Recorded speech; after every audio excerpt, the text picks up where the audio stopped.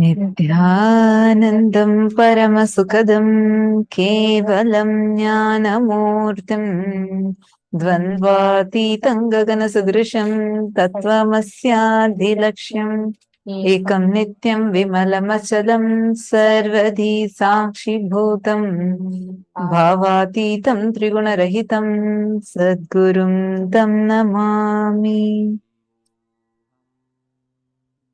Nithyanandam to all the viewers that are joining us here right now, all the viewers from across the world that are joining here for today's very special program, the PARASHAKTI AKASHIC readings. Last few days, all of us have been showered with the grace and blessings of Devi PARASHAKTI, the divine feminine consciousness. How did each of you experience the darshans? Please take a moment and share with us how it was. And today again, we are here to share with you some more. And this time, we are also going to be sharing with you how the PARASHAKTI Akashic readings, Swamiji has been giving PARASHAKTI Akashic readings so beautifully since 2021. Swamiji has been giving very special public darshan of PARASHAKTI Akashic readings. Swamiji has been giving Akashic readings since a very long time, for last so many years. But like now, recently, Swamiji from 2021, Swamiji gave a very special series called as PARASHAKTI Akashic reading. Literally, Swamiji come live every single day, sometimes morning and in the night, and revealing to us the cosmic secrets. How the as Parashakti, the divine feminine consciousness, she reveals what is going to be happening in the future. And that's exactly, we have seen things unfolding, events unfolding exactly as Parashakti revealed, whether it was about the COVID, how the COVID is going to affect the world, how COVID is going to affect India. And then we also saw about how the Israel-Palestine war and war in the Middle East is going to be starting, and Third World War. even about raising of the sea levels, or even about the Omicron wave that were to come, or if all these aspects Devi had already revealed that it would happen. Parashakti Akashic reading is a very, very important revival of a sacred tradition, or two sacred traditions of Hinduism. One, where enlightened beings and avatars channel the highest cosmic energy to connect to that particular cosmic energy, accessing the cosmic archives, which information about your past, your present, your future, everything. Parashakti Akashic reading is nothing but you that cosmic archives, and you being able to download all the information required from that. And Parashakti Devi, she is the embodiment of the cosmic mother, the divine cosmic mother. And we are going to be connected that form of Devi Parashakti and receiving the answers to any questions that we have. So, can I request all the participants here, all the participants that I'm seeing on Zoom, all the YouTube participants, Nithyanandam? Yes, nice to see each of you here.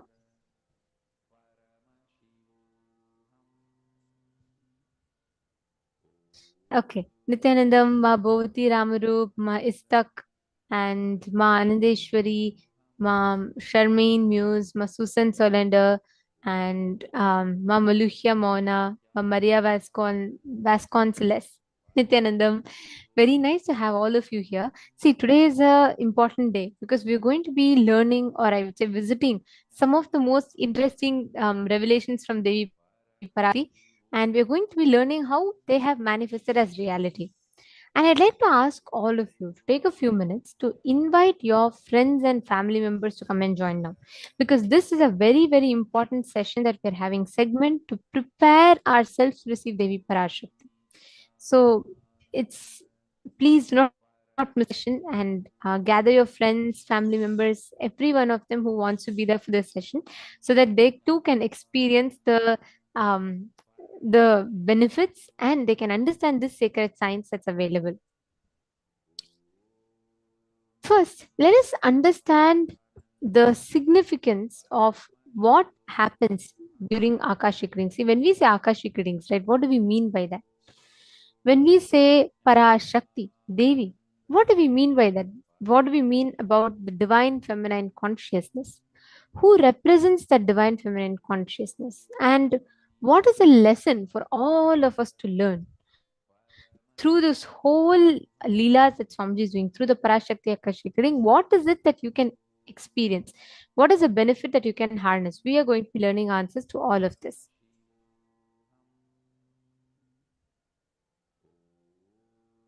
So, first, we are going to be sharing with you about what exactly is Akashic reading. So, that's what we are going to be learning about first. And from there, we are going to be then seeing how these Akashic readings, whatever Parashakti Akashic readings are, these are not predictions. Usually, we get confused with these being predictions. Predictions means it's like a probability, like saying that this may happen and that exactly happening. That's called as prediction, where you see things and predict, saying this can happen based on this so and so event can happen. But Akashic readings are not equivalent to predictions. Do you know why?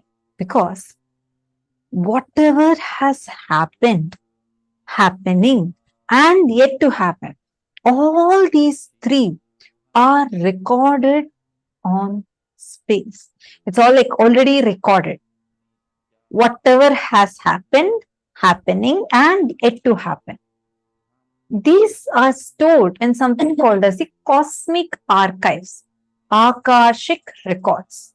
These Akashic records, literally like a storehouse of all the things where an incarnation can easily access that layer and will be able to reveal to you any information, not just reveal, also change the Akashic records if you need.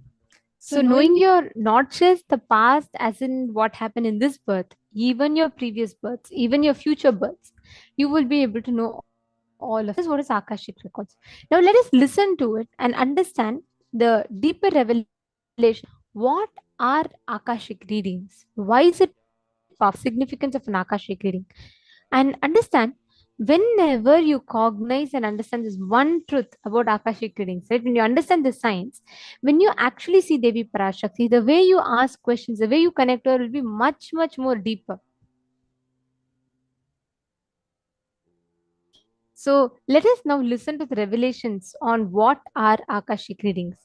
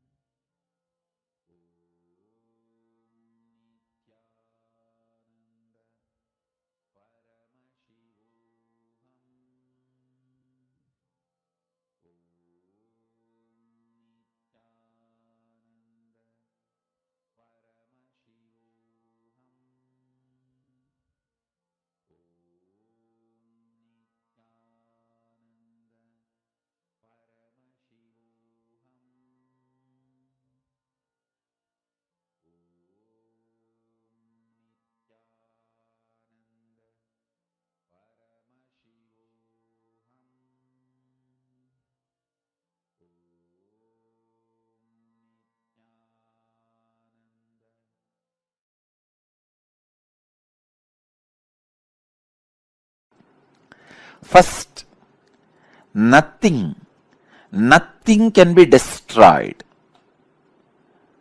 Please understand, none of your actions, thoughts, plans, emotions, words, nothing can be destroyed. Everything is addition to existence.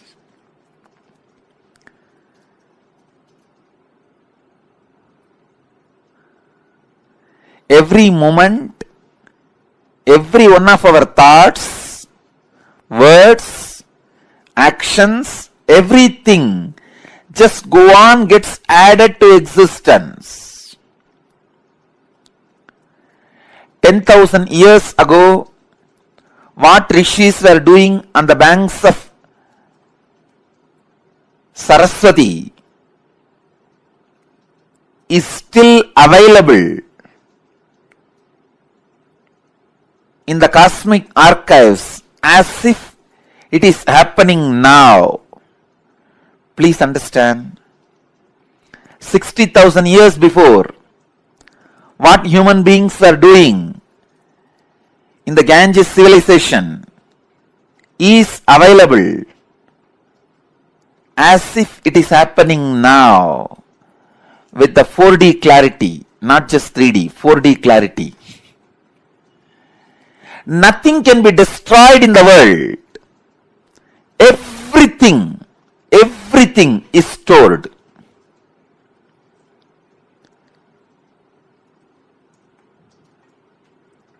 Akashic records are the cosmic archives of everything happened, happening, will happen.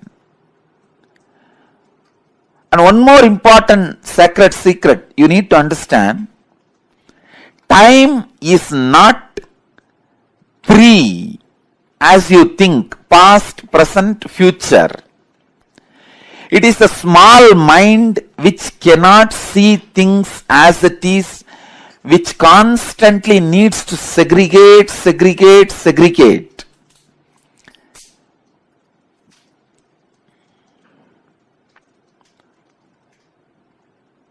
For example, if you keep a fruit basket on the table, ordinarily if you look, you will look in one moment and you know it is a fruit basket and 5 different fruits are there. But for a child, it cannot grasp the whole thing immediately. It will say first, oh, banana, then mango, pineapple, apple. It can understand only one by one. Same way, the past, present, future,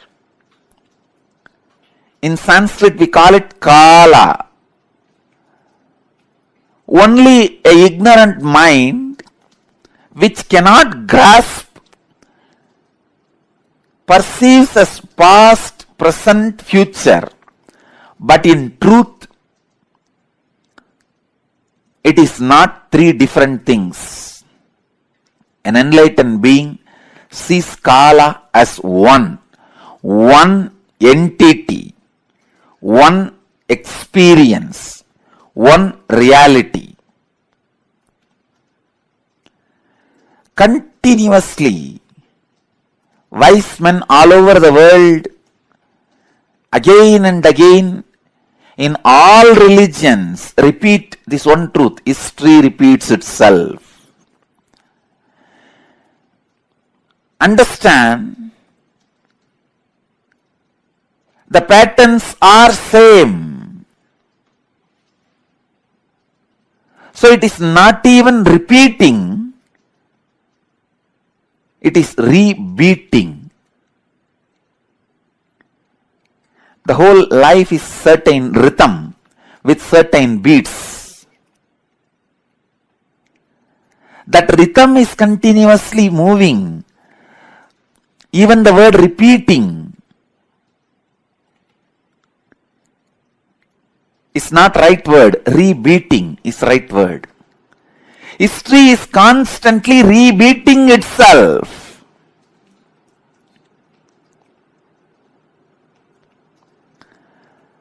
because past is not independent of future and future is not independent from the past. They are just single unit.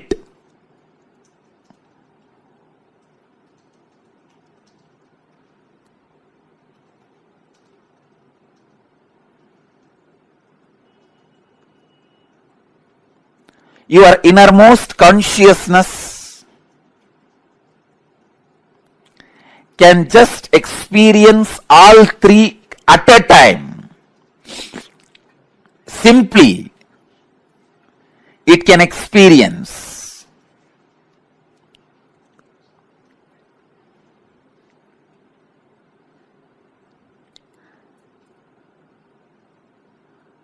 Past, present, future.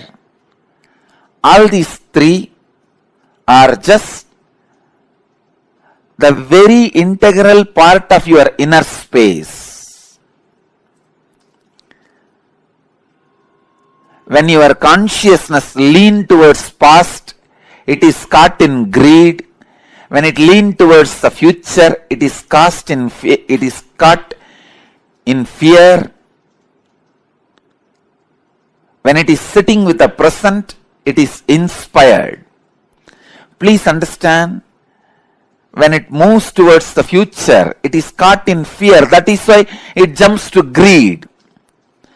Fear is a wound, greed is a medicine. When greed is a wound, fear is a medicine. Fear heals greed, greed heals fear. Fear reduces greed, greed reduces fear.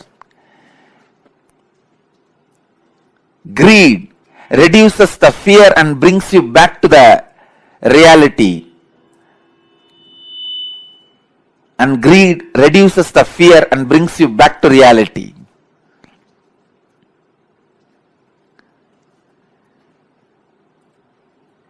Past, present, future. All three are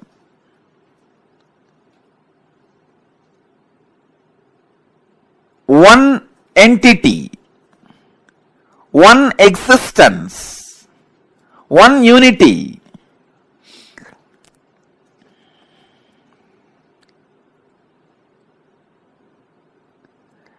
Just with the consciousness which does not get stuck in the fear or in the greed, you can see the whole. You can see the whole. Please understand. You can see the whole.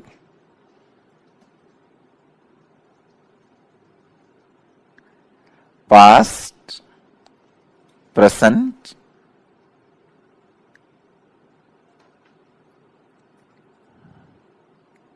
and future.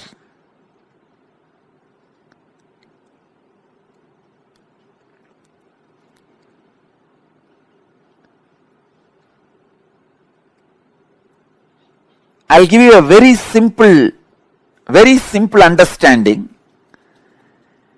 As on now, each one of you will be having some fears about the future, some desire about the future. Constantly your inner mind will be projecting your fears are going to be reality. But your desires are saying, no, your desires should become reality. So now leave both. Leave the fight to your fears and desires. You just back out in the fight without supporting fear or desires. Please understand. If you just distance yourself from your fears or desires, even now, just distance yourself, back out, and look at the future without any of the projection. You will simply be able to see your past, your future, your present. All three of them does not have watertight compartmented separation or boundary walls. It is just one flowing into the another. Akashic records are the verbal, visual, five-dimensional document. When I say five-dimensional, I mean any incident as it is happened, including the smell that was there at that moment.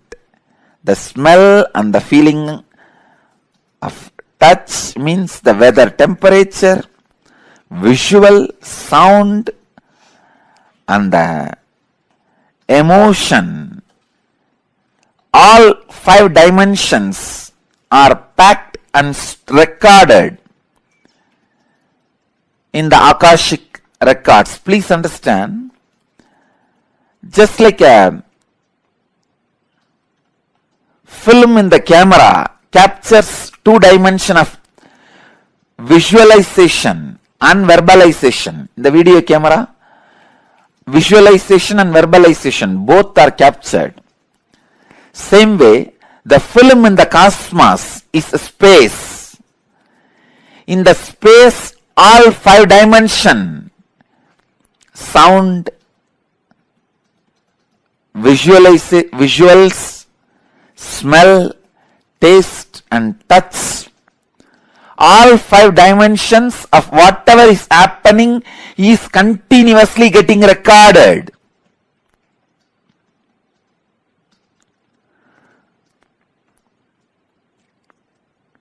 As the future is nothing but the extension of the past, the future is also predetermined.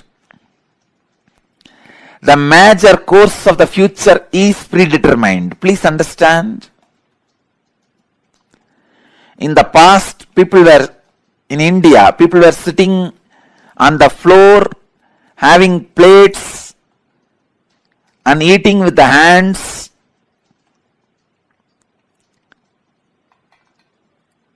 Idlis, the old breakfast. Then, now people sit on the dining table, use the spoons and forks, maybe eating pizza. In the future, they may be sitting somewhere, eating something, using something. That may change in future, but they were eating only through mouth in the past, now also only through mouth. In future also they will be eating only through mouth. That cannot be changed. So the major things in the past or in the present or in the future cannot be changed. Please understand, when I utter the word future is predetermined, realize the freedom in you. Don't be frustrated. All the frustrating parts of your past can be changed. Only the components and the parts which puts you in restful awareness are predetermined. Let me describe more clearly.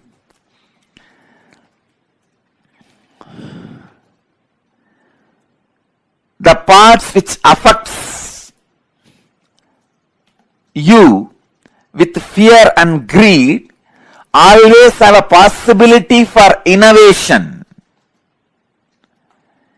If you are affected by the fear of a snake or greed of something, those things can be changed in your future because that is not reality. But there is something which is reality, which always puts you in restful awareness, that cannot be changed. Let me give you one example from Vedanta. I know I am talking about very subtle concepts, very subtle truths. If you are a new person, new visitor, and it is too much for you, I sincerely apologize. But the subject Akashic Records is too big subject. I have to reveal the truths.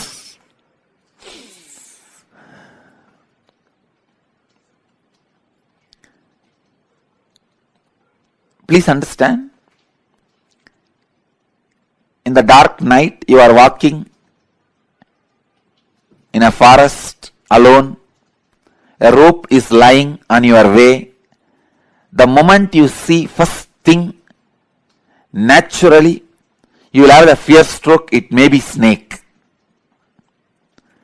At least for a few seconds, you will be in that mood. It is a snake.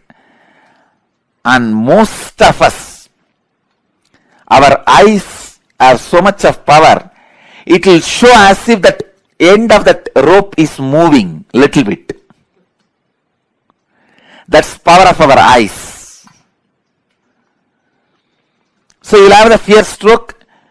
In few minutes, if you observe that rope very closely, strongly, intensely, suddenly you will realize, no, it is not snake, it is just ordinary rope lying. Then you will just settle down, relax. First, the impact happening on you, that fear. The second, the realization of you relaxing into the restful awareness. So these two components are there in this whole incident. This falling back into the restful awareness can't be changed even in future. The restful awareness is reality that does not change in the past or in the present or in the future. When I say future is predetermined, I mean the component of the restful awareness is predetermined. You have to fall back on the restful awareness. So be free. You have no suffering. No incident in your future can destroy you. You have to fall back on the restful awareness. It is predetermined destiny of every being. But the component of this fear can be changed. Instead of the fear of the snake, you may superimpose alligator on that rope. If it's a big rope with few stones around it, few leaves placed around, you can project an alligator instead of snake. So the possibility of the projection is the changeable part of your future. And the possibility of falling back on the restful awareness is predetermined part of your future. When enlightened masters say future is predetermined, they are saying the truth. When enlightened masters say future can be changed, can be altered, they are saying the truth. Please understand. When enlightened masters are saying future cannot be altered, it is predetermined, they are saying the truth. When enlightened masters are saying future can be altered, it is your freedom, they are saying the truth. When enlightened masters are saying both are truth, they are saying the truth.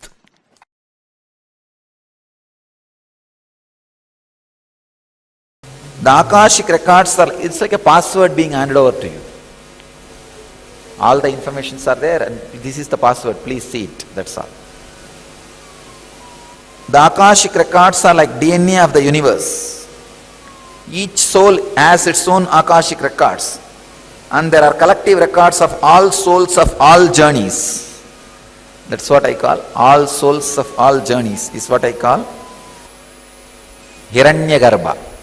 So now I'll add some of my insights. First thing, understand, all the information you collected through all your births is available in your DNA. Second, you can access some of them just to understand and not to waste the time doing the same actions again and again, thinking you will have the joy end of this action. So it's like if you have done certain action and you did not receive the joy which you wanted, and if you forget that you did that action and did not have the joy, you will be trying it again and again in various ways. But if you remember, you did this action, did not have the joy, you will not try it again. You will not waste your time on it again. So accessing DNA code, reading Akashic record will be useful in that way for you to become enlightened. Not to waste your time on the foolish things which you are trying to do again and again and again. For example, fighting with the master. You know, end of the day I am only going to win. And even if I let you win, means you are losing the whole game. That is why I am just letting you win, or feeling that you are winning. This is one of the major foolishness. But if you have the access to Akashic record, even once or twice, if you have access to the past once or twice, through your DNA, suddenly you will be awakened. Oh God, how many times I will be doing this same foolishness? It is time. Start living, doing, and no making decision. You will learn the art of surrender. You will learn the art of surrender in your practical life. That's why sometimes I encourage few people to go for this Nadi reading. Because this Nadi reading is Akashic records outside your DNA. Sometimes it will not be 100% perfect and you will not have a trust also. Even if they miss one information, did not read properly, because it is so subtle, not only the word, even the interpretation. So subtle, sometimes you will miss one information, that reader misses one interpretation and you lose trust over the whole thing. Try to read the Akashic records inside the DNA. That is why sometimes I read your DNA and tell you. Then if you go and see the Akashic record and matches, then you will have the tremendous respect on my word, which I read as your Akashic record, and the Nadi, which is the outside Akashic record.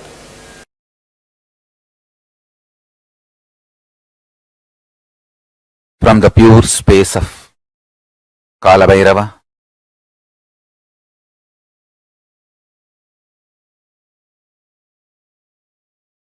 Paramashiva is revealing all these great truths to the world. Please listen and internalize. All these truths are independently powerful and capable to make your consciousness into superconsciousness. Your consciousness is the seed, it is a possibility. If you understand these great truths, it can flower into superconsciousness. The seed is waiting to flower to achieve its completion and fulfillment.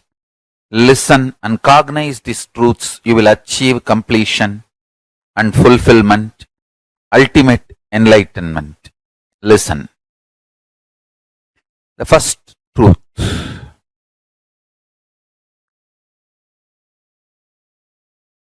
Kala continuously meets your consciousness now, now, now. So the mood of your body, your mind, your physiology, your psychology, you keep now, plays a very important role in your whole life. If you keep the now in incompletion or hopes, that will continue forever. If you keep the now in the completion and clarity, that will manifest forever. Kala does not meet your consciousness in the past or in the future. He meets your consciousness now, in the present. So, again and again, during your present moment, be in the space of completion. Learn to bring completion to yourself, restful awareness to yourself now, and do not have guilt or worry if you have the influence of the past and influence of the future on present now. Guilt or fear is a one more incompletion that is not going to help. So, not engaging with guilt, not engaging with fear, unclutching with fear, incompletions, guilt is the right attitude. Understand the official attitude towards incompletions, towards guilt, towards fear is unclutching, and all the further manipulation of fears, if you unclutch, life will become worse. All those fears are manipulation of fears. All those multi-level fears do not have the real existence. They are delusion. Constantly invading your inner space to destroy the possibility of enlightenment. Please understand. Anyone who comes to simple awareness stops behaving agitated, immature, rough, like multiple personality, all this layered fears, fear, guilt, powerlessness, incompletion are layered. Please understand, this is the Deva Rahasya. They all do not have influence over your present moment. This present moment, you meet the consciousness. Consciousness meets Kala directly. So, any practice you do in the present moment, for example, you declare completion.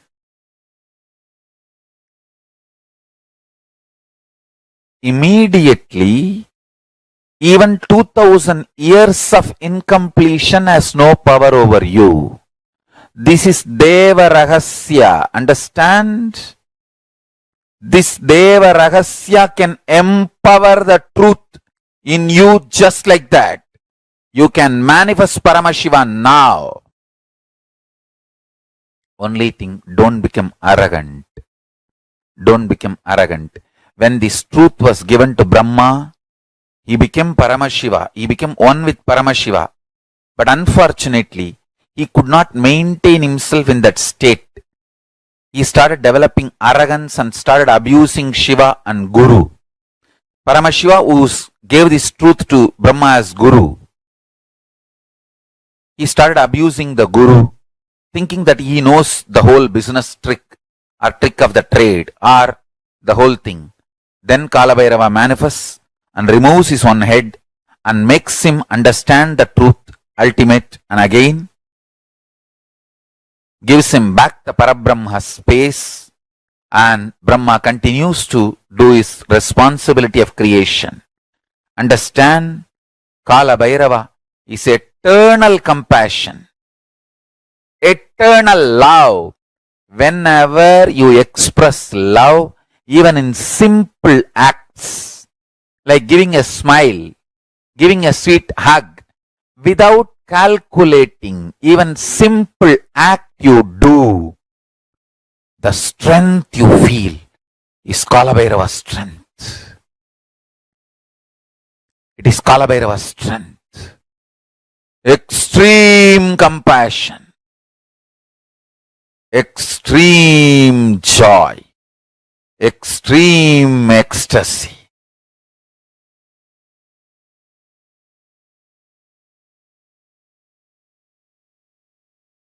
Brings intense powerfulness and strength in you.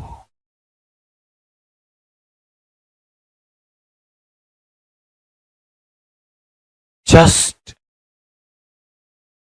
go on be sharing smile and love to anything you see. Hug anything you see. If you don't have any object in front, hug the air. You will build strong body and heavy muscles like Kalabhairava. Listen. Listen to this Deva Rahasya. Look everything you see with love. Hug everything you see, including the air. You will build healthy, powerful, heavy body and grounded being. Superconscious flowering. Sannyasa is seeing everything you see through love, hugging everything you see. One with everything you see. People, objects, animate or inanimate. In the cosmos, there is no inanimate. In Kala, there is no inanimate. It is a space where the big bangs and black holes, planets, suns and stars and moons evolve billions of years exists and dissolve spontaneously, simultaneously, without gap. Billions of years without gap. Meditate on it. Meditate on it. Meditate on it. It is Deva Rahasya. The moment you understand this, your third eye will open up.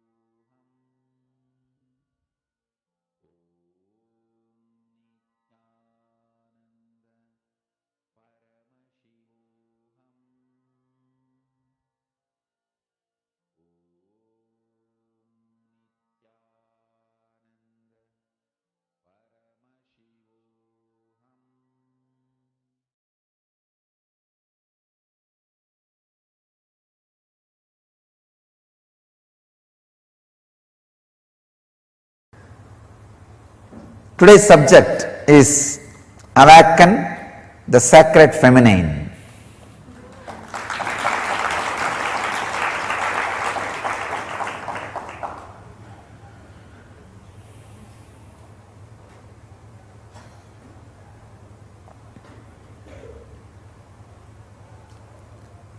Understand the whole subject. Awaken the Sacred Feminine. All three are unique words. Only feminine energy can be given the word sacred. Have you ever heard sacred masculine?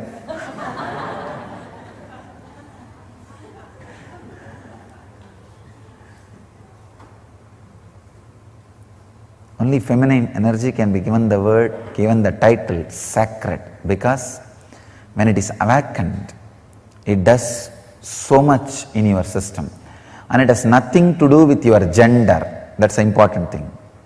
The gender, male or being female, nothing to do with it.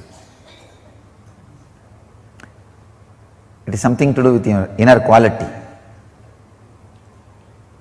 And next word, awaken. Only the feminine energy, sacred feminine, need to be awakened. You already have too much masculine.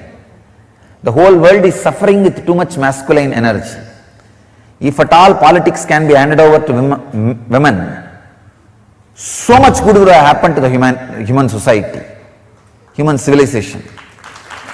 Unfortunately, see, if it was handed over to women, it would have been completely family-based civilization. So naturally, everybody would have had their basic needs. All the basic needs would have been supplied to the whole world. Only the feminine energy need to be awakened. Only that can be called as sacred. Let me define the sacred feminine. Understand? The extraordinary creativity. Creativity will never be possessive. There are two kinds of civilization: creativity based civilization, agriculture based; possession based, money based. Sacred feminine means extraordinary creativity in any field.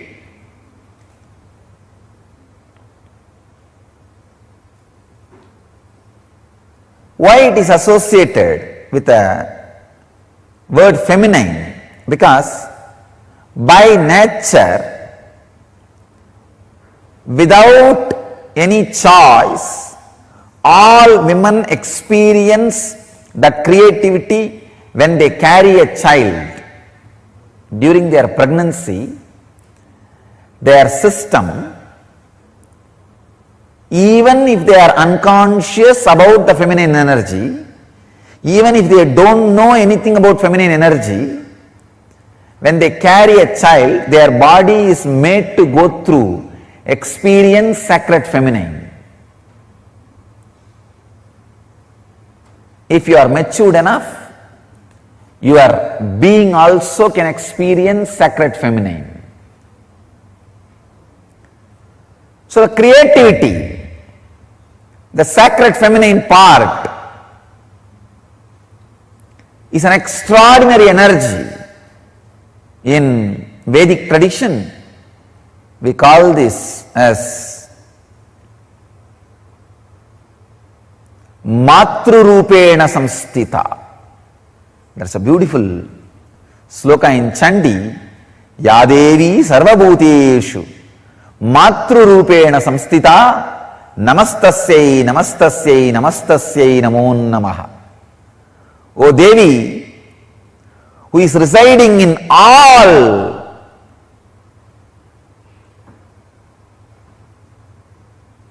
beings, Bhuteshu. Even the beings word is not a complete translation. Whatever exists, Sarva Bhuteshu, Matrurupena Samstita, in the form of ultimate creativity, Mother, Matrurupena Samstita, who is residing Namastasyai, namastasyai, namastasyai namo namaha. I bow down, I bow down, I bow down, I surrender. It's amazing stotra. The Vedic tradition, there are two literature, two 700 slokas, which can directly give you to enlightenment, lead you to moksha. One 700 sloka is philosophy, Bhagavad Gita.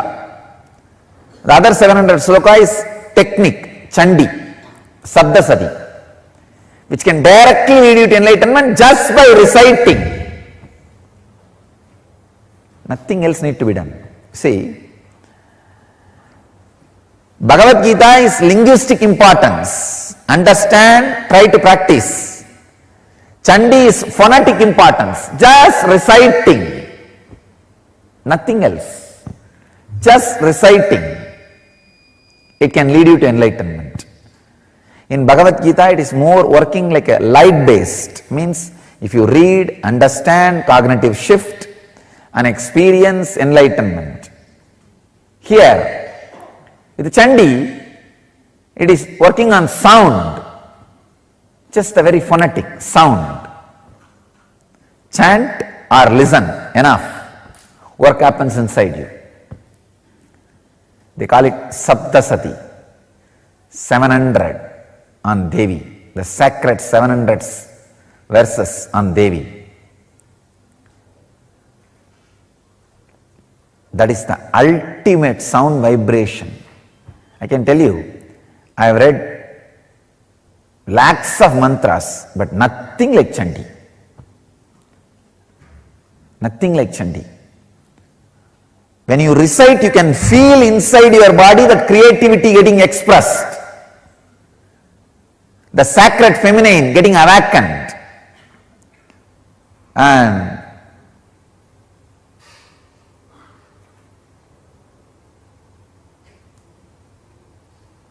the Devi who resides in you in the form of creativity getting awakened,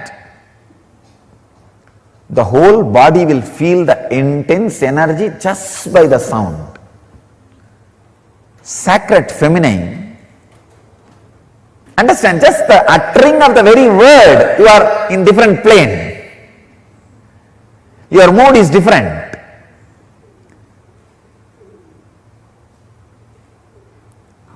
Only one small change. Mary should have had the place of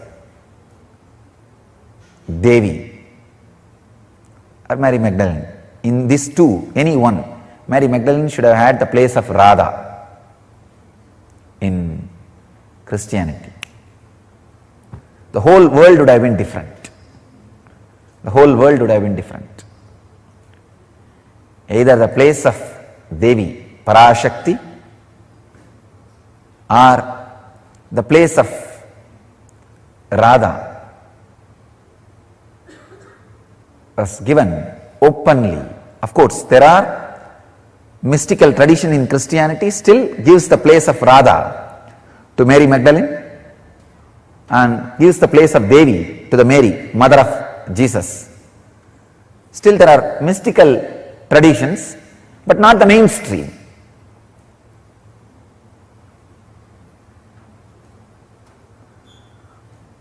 The unique contribution to the spiritual consciousness from Vedic tradition is sacred feminine worship as the mainstream tradition.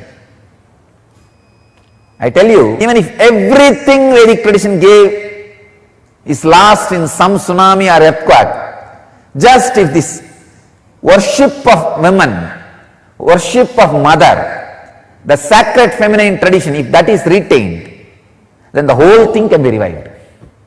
Because that is the seed. That is the seed. Hinduism has at least 10,000 subsects. I can say at least. Because each master is one sect, one sampradaya, one tradition. Hinduism has at least 10,000 sampradayas. I am saying at least. If all sampradayas are lost for some reason, only this one sampradaya, the Devi worship, mother worship is retained, I'll tell you, whole thing can be brought back. Because the whole thing is centered on this one, mother worship. Mother worship carries the blueprint, the hologram of the whole Vedic civilization. Just this one book, this 700 sloka, all the Hindu Sanskrit literatures, Vedic Sanskrit literatures, if you put together, it will be at least 10 million, at least 10 million slokas. Means crore, I am saying minimum. Because Mahabharata itself is 100,000, 1 lakh. Like this, surely we have thousands of books, at least 10 million we have. If all the 10 million last except the 700, this Chandi, the verses on the sacred feminine energy, I tell you, the whole Hindu tradition can be revived. The whole Vedic tradition will come back.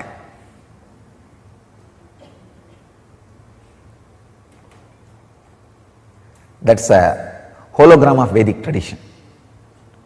Hologram of Vedic tradition. I tell you, there is no enlightened being on the planet Earth without worshipping the sacred feminine, including me. I am basically a Sakta.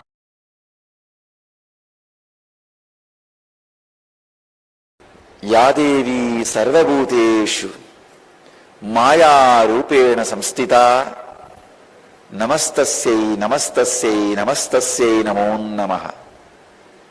Chandi, this is a stotra from Chandi, verse from a Chandi, describing the glory of divine feminine consciousness. Mother worship is unique to Vedic tradition. It is we who gave this great gift of mother worship to the planet Earth. Understand?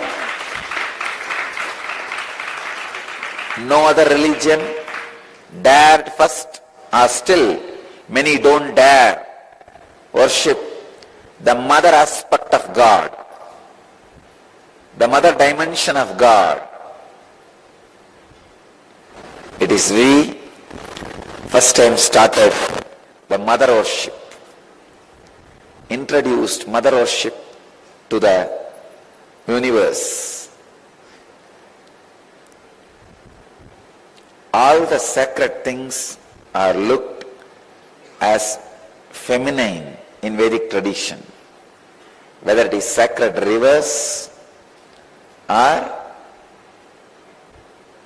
anything sacred is always looked as feminine. Ramakrishna again and again says, the key to the Brahman, the enlightenment, is in the hands of Devi. Only if she opens the key, you can experience. He again says, the Kundalini in you, the Kula Kundalini in you is Devi. Only if she awakens in you, you will experience the highest consciousness. It is mother energy, which is responsible for anything you see. For any object to retain its shape, the energy necessary is supplied, handled, maintained by mother energy, Maya.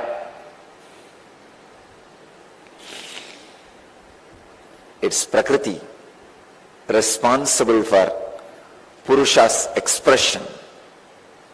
I can say anything you perceive belongs to Prakriti. Anything you experience belongs to mother energy. That is why even Padukas are regarded and respected in Vedic tradition as Paduka in Achiyar. It's a feminine Devi. Even if your Guru is in the male body, Guru's Padukas are feminine energy.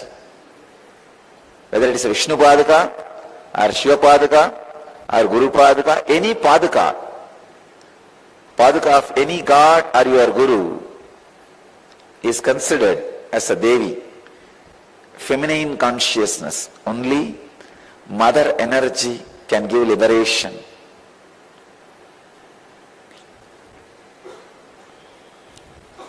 I can say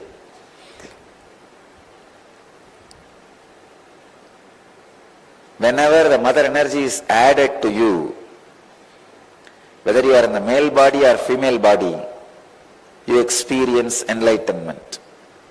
The pure mother energy, unadulterated by any other thoughts, is enlightenment. The source of creation,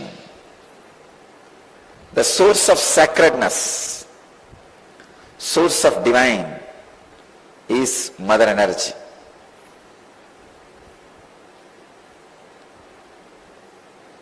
Whenever Kundalini awakens in your body, you experience a unique feminine consciousness.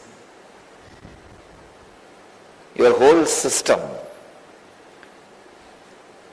expresses a unique feminine mood or the feminine feeling, the mother feeling. You give birth to yourself. When you become mother to yourself, when you give birth to yourself, you become the divine mother, cosmic mother, universal mother.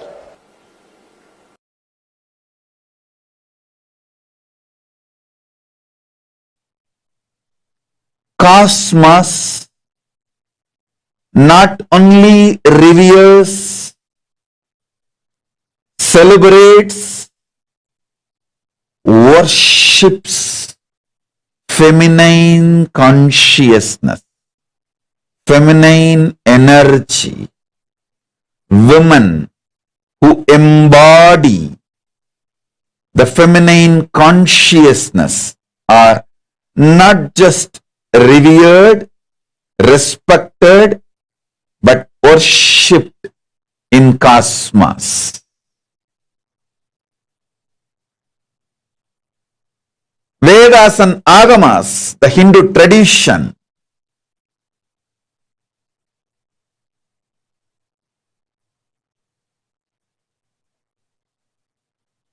not just gives equal right to women, it reveres, honors, it worships.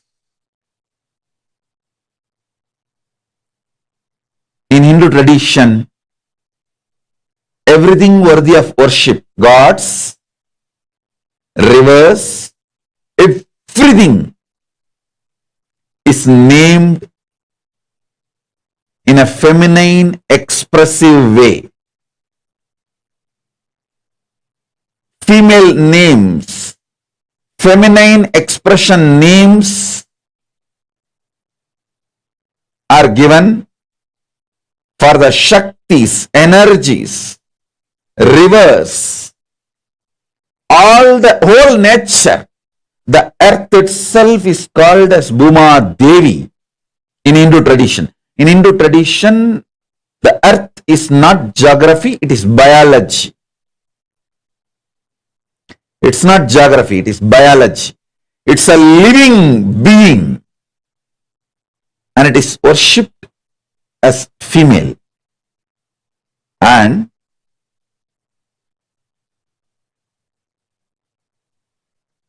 all rivers, Ganga, Yamuna, Saraswati, Narmada, Sindhu, Kaveri, other than Brahmaputra, one river as exemption, all rivers are given feminine name. Hindu tradition is the oldest tradition worshipping divine in the form of woman, female form, Devi. Hinduism as a separate sampradaya called Shakta Sampradaya. Worshipping feminine energy, worshipping the highest source of the universe in the form of women, worshipping God in the form of women is in Hindu tradition. I tell you, it's not that just Hinduism gives equal right to women. Hinduism reveres women, honors women, above all worships. Again and again Vedas and Agamas repeat, wherever women are pleased, worshipped, all gods reside there with bliss and joy. And even in our stotras,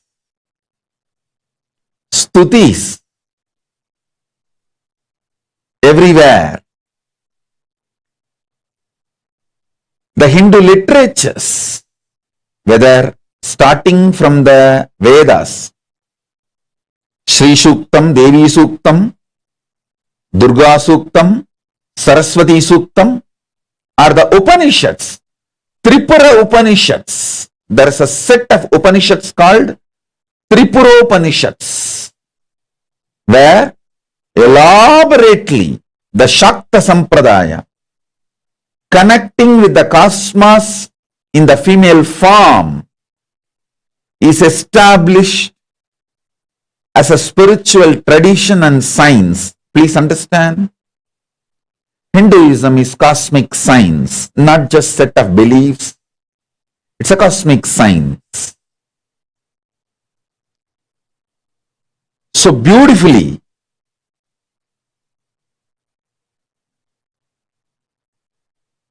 Vedas, Upanishads reveal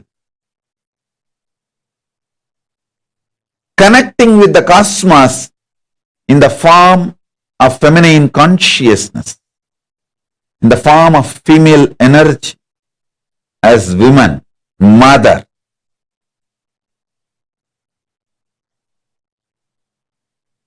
Hinduism is the oldest feminine consciousness celebrating, feminine consciousness worshipping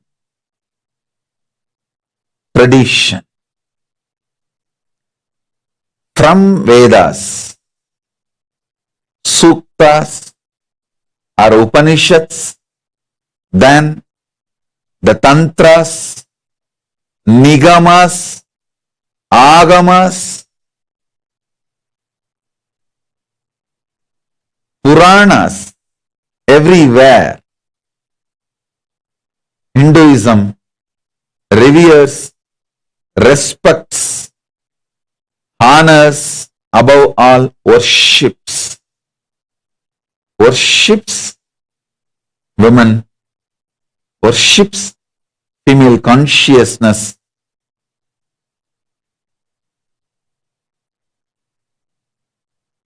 worships feminine energy. So, on this International Women's Day, let's celebrate, honor, worship the feminine consciousness.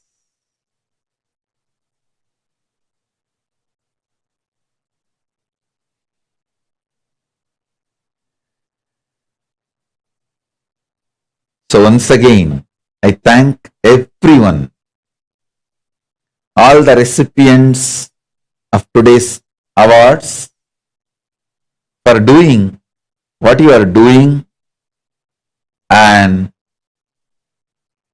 being who you are. In Hindu tradition, even the source of the cosmos is described as Shakti, Paramashiva Shakti, inseparable manifestation of Paramashiva.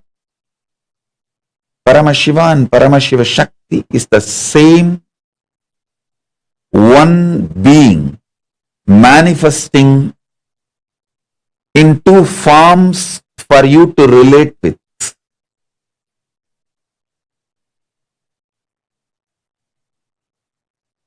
It's one being in two forms.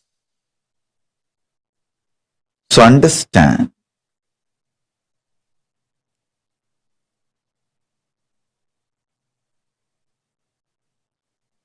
it's the oldest mother-centric spiritual tradition and spiritual science to manifest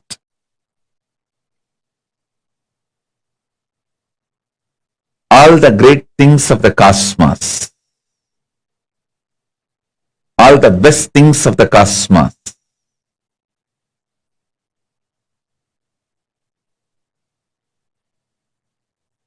I should say, unique contributions of Sanatana Hindu Dharma, the oldest living civilization, is feminine consciousness, means Devi worship, Shakti Puja, Shakta Sampradaya, and the science of Nijavatara and Archavatara, where the gods, goddesses take form as the human being or the form as the deity. Science of Shakta Sampradaya first, and science of Nijavatara and Archavatara, the third most important. The possibility of enlightenment to the beings of this planet, this three, was unique and greatest contribution brought to planet Earth by the oldest and ancient living civilization, Sanatana Hindu.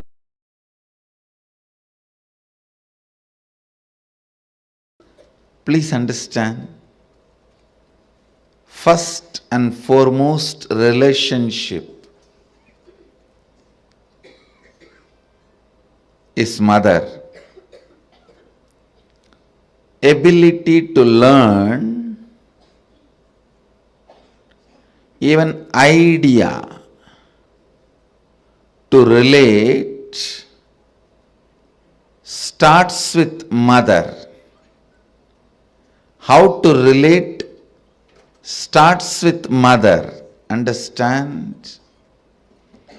Your idea to relate, your ability to relate starts with mother.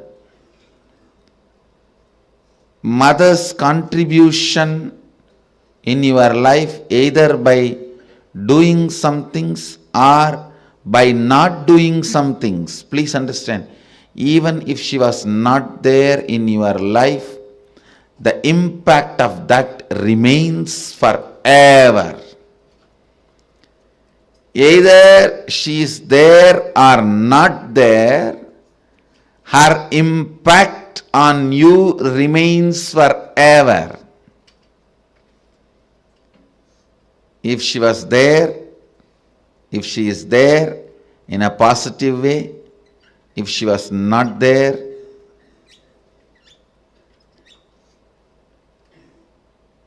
her absence impacts you forever, I tell you. Mother is too important way to connect what do you think as life.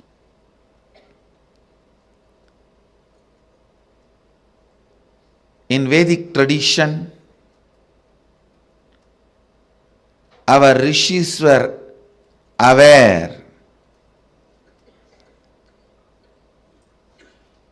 Your ability to connect with the mother should be directed to cosmos. It should inspire.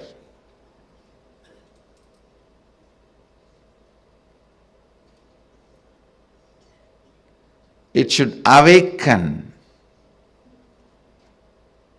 your higher consciousness. It should inspire your higher consciousness to express through you. It should awaken your higher consciousness.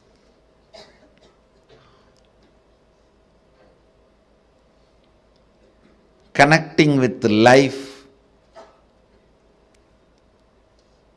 as mother is the most sweetest, most beautiful, most easiest form to ever connect.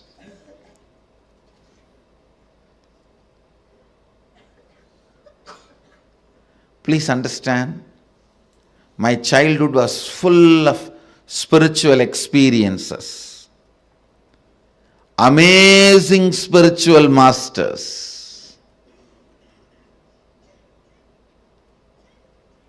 great yogis like Raghupati Yogi, Vibhudananda Puri, the personalities of their stature, Ram Surat Kumar, Annamalai Swamigal, Sadhu Om. I can list the personalities,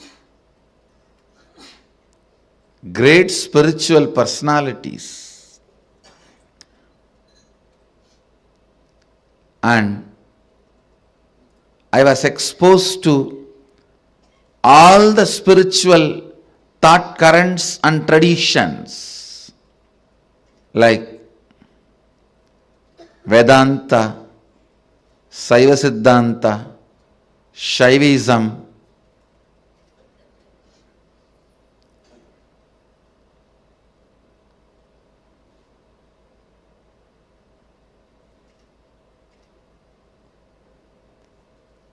even the thought currents of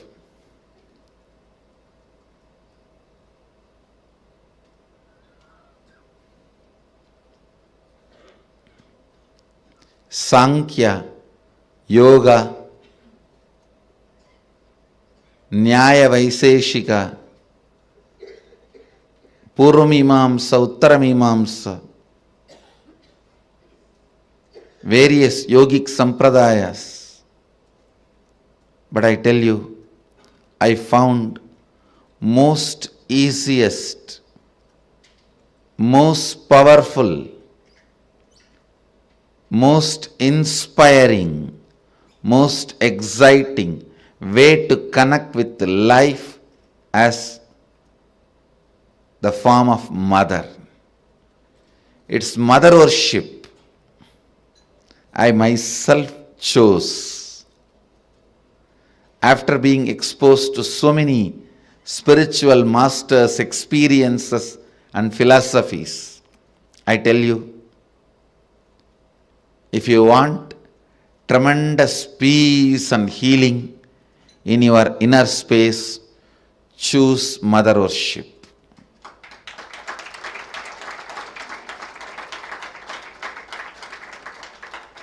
Even with your guru or your Ishtadevata, relate as mother. You will see the kind of a healing in your biomemory. It will lead to extraordinary healing, unimaginable healing, extraordinary completion, unimaginable completion. Blessed are those who had responsible mother till you became 14. Actually, till 14 only you need. Till you become physically matured, you need mother. Blessed are those who had life around their mother till 14. I tell you, till 14, if you had mother living around you, living with you, then you know how to connect with mother. You don't need a separate lesson. connect with the divine the same way,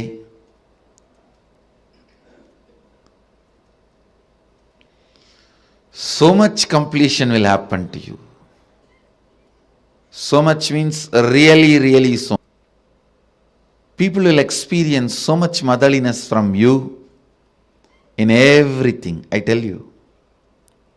When motherliness starts oozing out in you, even the chair on which you sit will become complete. It won't feel the heaviness of you. It will feel you as a blessing. The ground on which you walk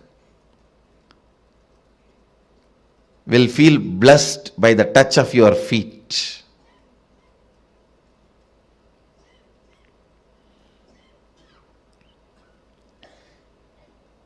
The air you breathe will be blessed. People whom you see with your eyes will experience that love and compassion. I tell you, nothing can be compared to receiving the love of motherliness and sharing, radiating the love of motherliness. If you can't radiate, receive and radiate, whoever you may be, you waste your life. You are missing one of the major dimensions of your life. Whether you relate with your Guru or your God, it can be any God, Shiva, Vishnu, Parvati, Durga, Kali, Ganesha, Subramanya, any God. If you can relate with the tremendous motherliness, if you can perceive motherliness from your God and Guru and radiate that motherliness to the people around you, you have succeeded in the game of completion. You will bring so much completion into you and to others. So much completion into you and to others.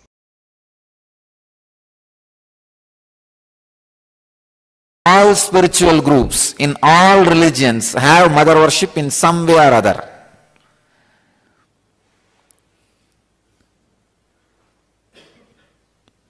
All religions has two parts. One, the spiritual fruit, and religious nut.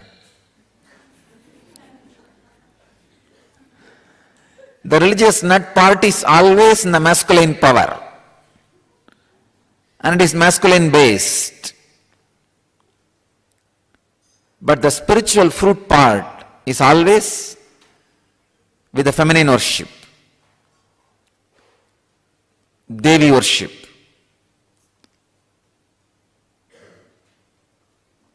All spiritual groups, civilizations, has this mother worship, and that contribution, that mother worship, that very concept, that very truth is from Vedic civilization, Vedic tradition. All the rivers, all the sacred things of the nature, everything is feminine for us.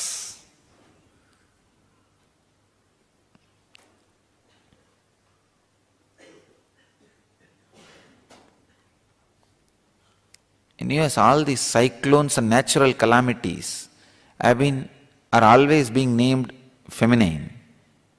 In India, we would have done opposite.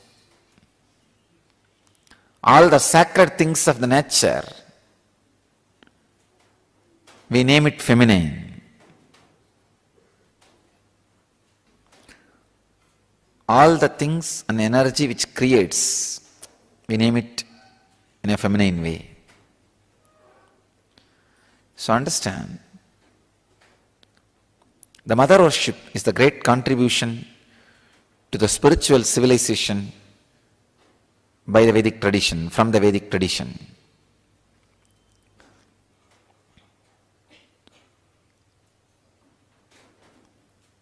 My message for Mother's Day is, whatever you mother, you will become that. If you are mothering violence, anger, low self-esteem, you will become that. If you are mothering superconsciousness, highest truths about you, you will become that. So decide on Mother's Day to mother cosmos in you. Start mothering cosmos so that you will become cosmic mother. If you mother the cosmos, you will become mother of the cosmos. The only way to become mother of the cosmos is mother the cosmos. Continuously mother cosmic consciousness inside you by unclutching. Live these great truths by mothering it again and again and again. Mothering cosmos is what I call unclutching. Unclutching from ordinary things so that you can mother cosmos inside. The essence of mother worship is mothering cosmos in you.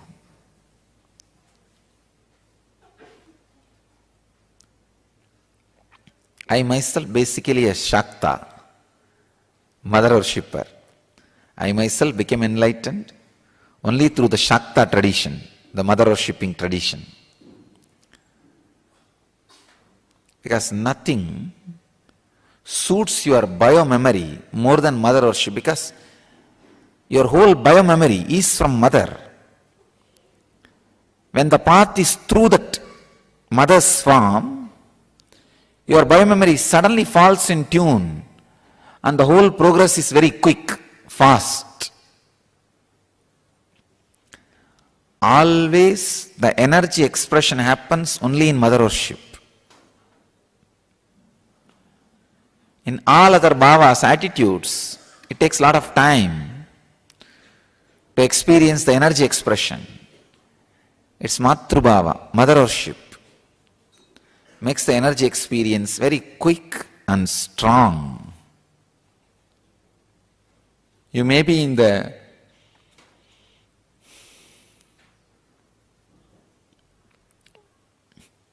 body of a female or body of a male, but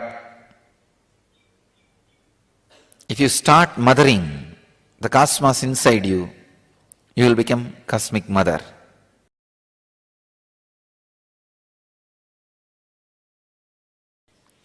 If you see each form of those 10 different dimensions, it represents one great principle, Kali, the principle of enlightenment.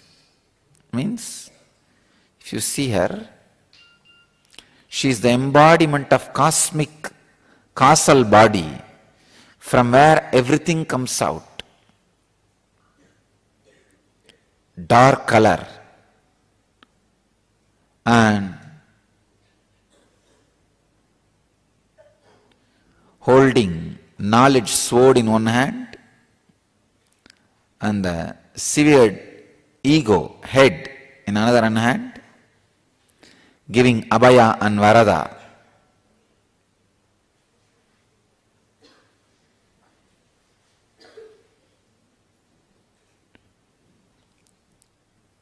And wearing many severed heads on as a garland. If you continuously destroy your ego with the knowledge sword, it will come up with different heads.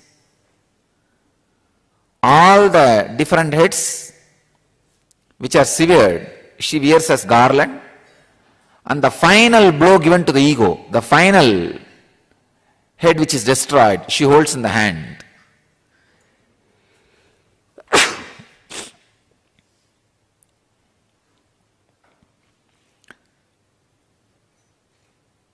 Symbol of enlightenment. When the ego is finally destroyed, cut from that head, the Sahasrara Amrita, the knowledge nectar, the nectar of bliss overflows. That is what all our disciples, dogs, are drinking.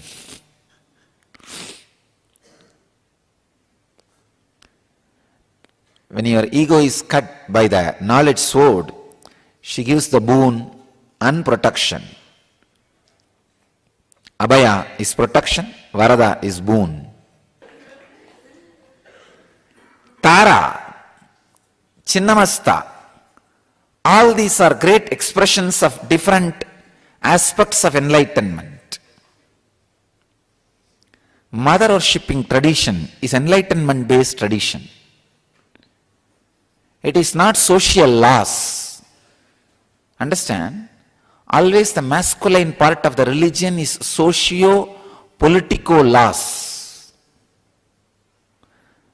What you should do, how many times you can marry, how many times you can eat, how many times you can do this. But the feminine part is enlightenment based tradition. All the secrets of enlightenment is kept in the feminine worship traditions. So whatever religion you may belong to, explore the feminine worship tradition part of that religion. You will become enlightened. This is a key I give you. Why do you think I added Anandeshwari in the same Murti? Because actually people ask me, Swamiji, you could have put Devi Murti separately. I said, no. I am afraid later on some of my sannyasis may move her out or cover her with a cloth. That is why I decided both will be in same Murti, inseparable.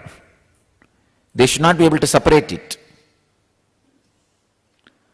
Because all the traditions which has become monastic based, the monk based, removed the mother component from the original source.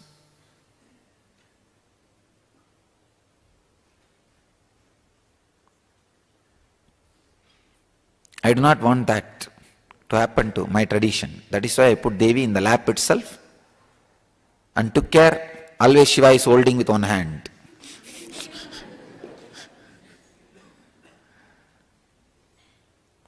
Because usually the socio-political laws, the masculine part takes over and the feminine part gets destroyed.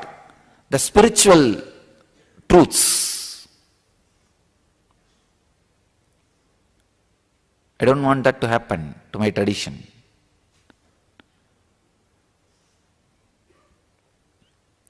Mother worship is the source of enlightenment based spiritual traditions.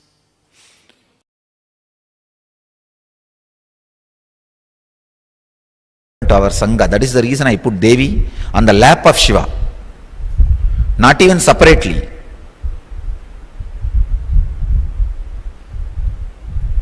Because if the Devi's side is missing, we will become such a dry sannyas sampradaya.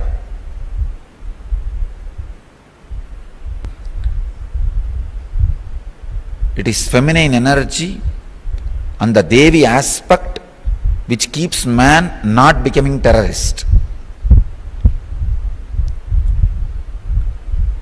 Otherwise, the extreme fanaticism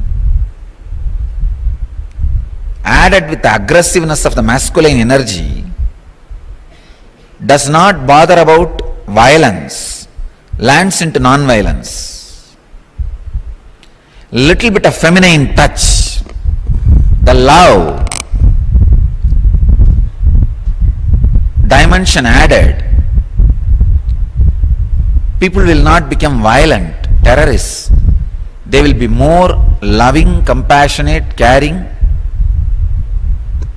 cultured.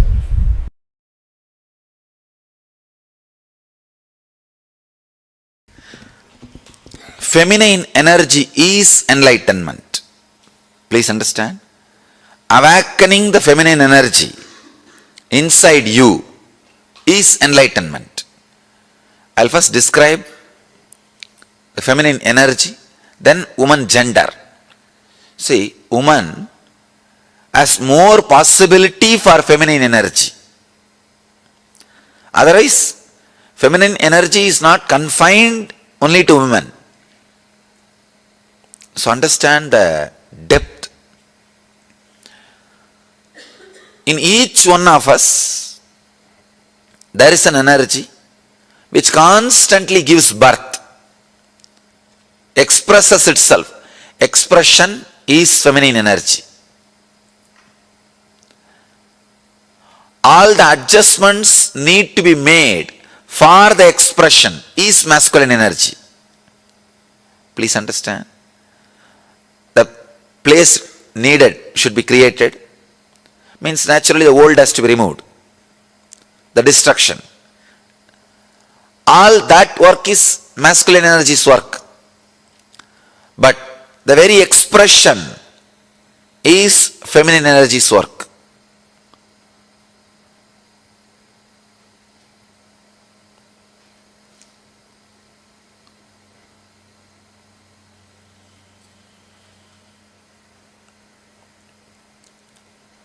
If you see our deities, they will have two wives. Almost all deities. Please don't think it is two women. Two aspects of feminine energy. One, the aspect which gives the fulfillment, physical pleasure. The other aspect gives fulfillment emotionally as a mother. One aspect which gives fulfillment physically as a beloved. The other aspect which gives fulfillment emotionally as a mother. The very being, the very basic thing of the human consciousness, it can play both the roles. When you awaken feminine consciousness in you, you will see that you are radiating physical fulfillment and emotional fulfillment, which is enlightenment. Practically, which is enlightenment. I'll describe the Arunachala story. The story of Arunachala.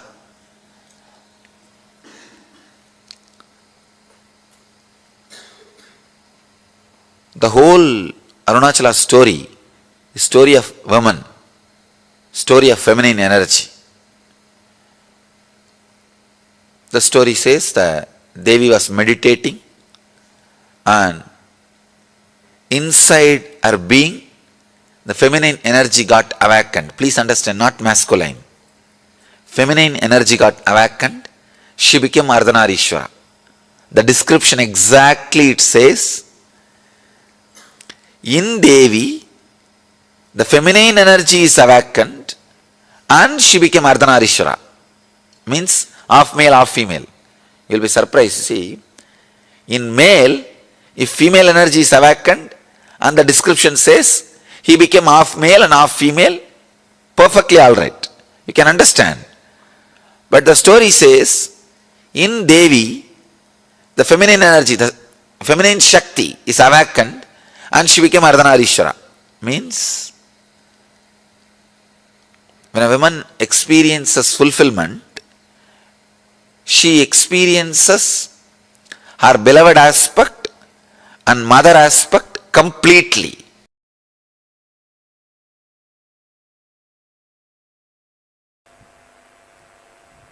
By the nature of the muscle memory,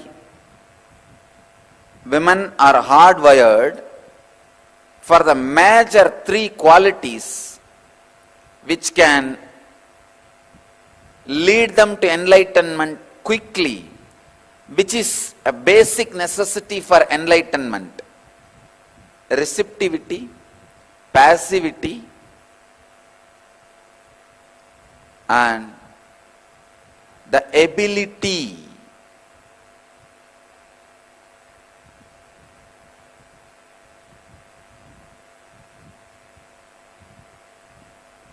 for experiencing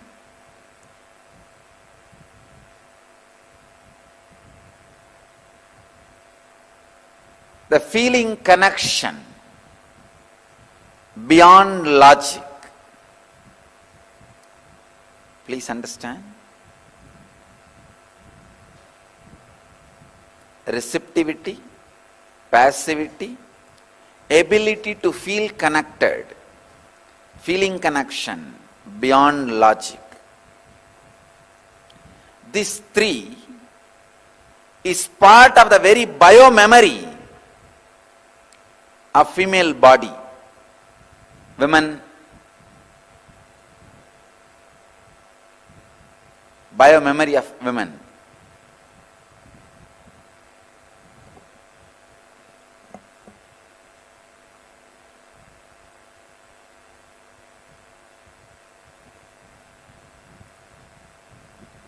Receptivity, the ability to receive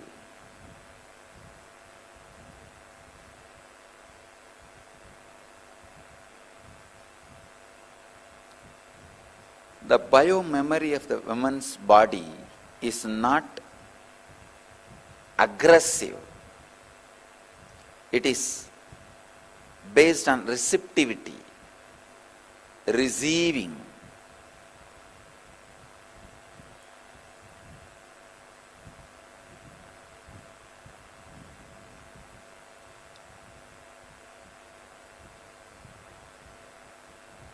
It is not based on violence. It is based on passivity.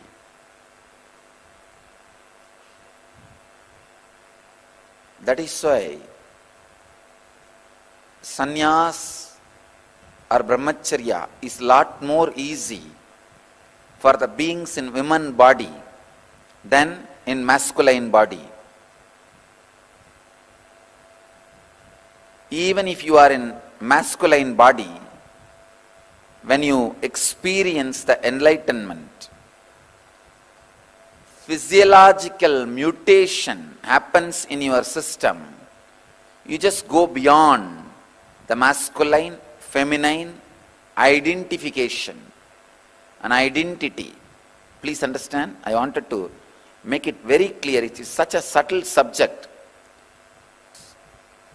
Please understand, an enlightened being is neither male nor female or child or transgender. He is beyond all this. Something unique happens in his system. Already, I have done a lot of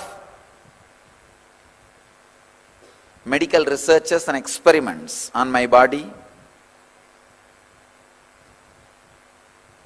And I am continuing further more and more researches and experiments. I will bring it to the world in right time, in a proper context, how an enlightened body is beyond masculine and feminine. Because during the enlightenment experience, the physiological mutation happens. Please understand, during the Satori, first experience, psychological mutation happens. And during enlightenment, physiological mutation happens.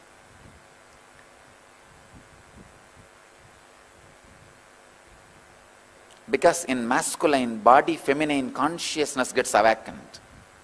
It gets awakened so strongly, the physiological mutation happens. Side effects and after effects of the physiological mutation, only I have studied, for last many years I have studied successfully. Now also I am continuing to study. I will present to the world when time comes. I wanted to insist this one important thing. By nature, feminine biomemory, women's muscle memory is for receptivity, passivity, and feeling connection beyond logic. For enlightenment to be transmitted to you, you need to feel connected to something which is little beyond your logic. But masculine biomemory is in constant insecurity and fear. It is justified. Men say no, we go out and do business and we are cheated, exploited. So we need to develop a shield of protection, security, and we need to think logically. Okay, it is justified. I am not saying your insecure feeling is unjustified. But what to do? Enlightenment happens only when you are able to feel connected. Women, by nature, have the extraordinary capability to feel connected beyond logic. Men should evolve in that direction, should create those higher qualities to achieve and experience and express enlightenment.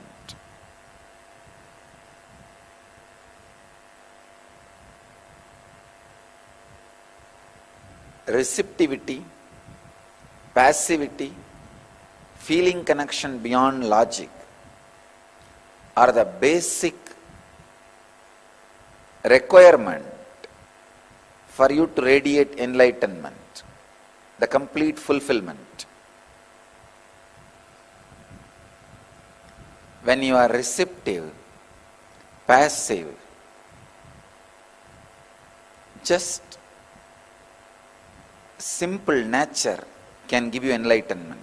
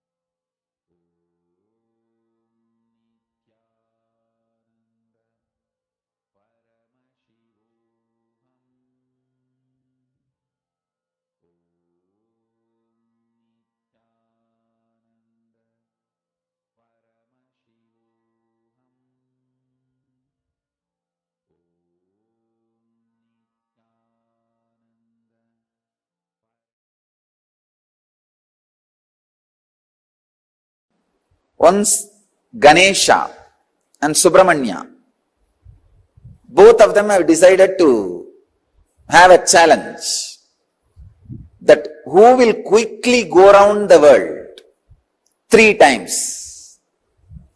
Subramanya, as you all aware, has his own flight, peacock. He just sat on his peacock started flying.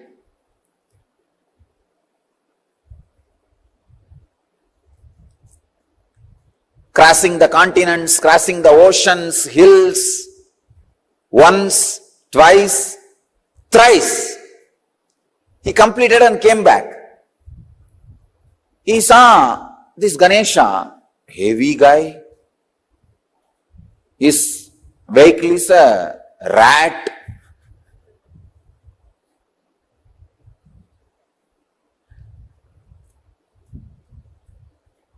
But this fellow claims he won the game by going around Shiva and Parvati 3 times. He says, I won the game. I went around Shiva and Parvati 3 times. With this rat, what else can be done? யானையை எலியிழுத்து கொண்டு போகும் அதிசயம். Tamil I described, the rat is dragging the elephant. What will happen? That much is the capacity. But finally, Ganesha declares, I won the game. I went around the Shiva and Parvati 3 times. Subramanya asked, how can that be? Very beautifully Ganesha says, you went round your world, I went round my world. Understand, you went around your world, I went around my world.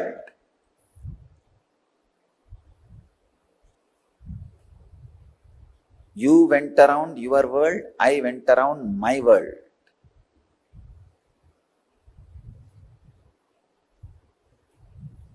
You need to catch this truth.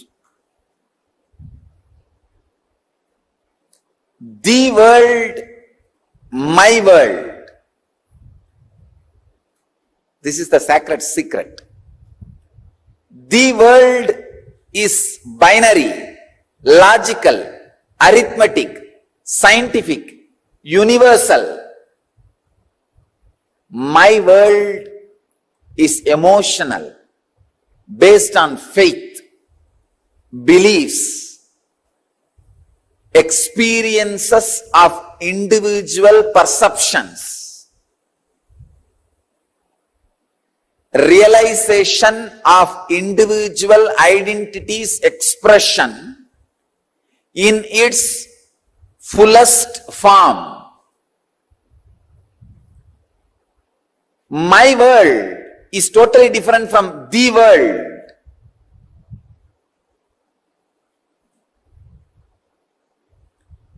When my world is completely in tune with the world, you are a Jivan Mukta.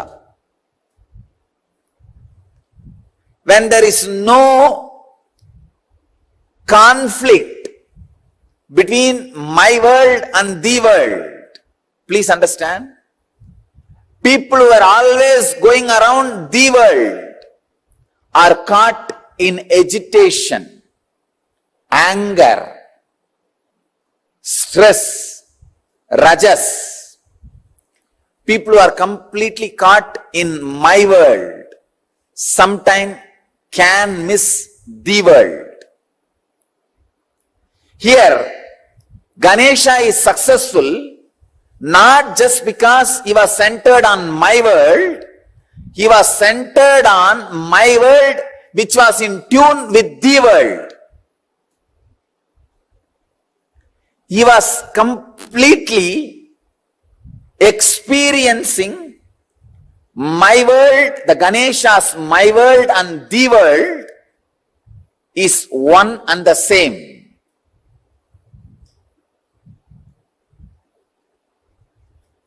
Ganesha's my world and the world has become a solid experience for Ganesha. Understand? Ganesha's my world and the world has become a solid experience for Ganesha. I'll give you a clear picture. How ordinarily people are caught between my world and the world and start preferring between these two, someone. When you start preferring the world, your whole life ends in depression. You are drained in my world. When you start preferring my world, sometime you can lose your balance and get into some fantasies and whims and fancies. My world should expand and grow and completely should be in tune with the world. Ganesha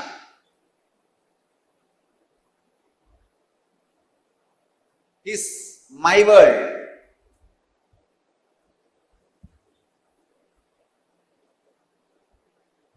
And the world.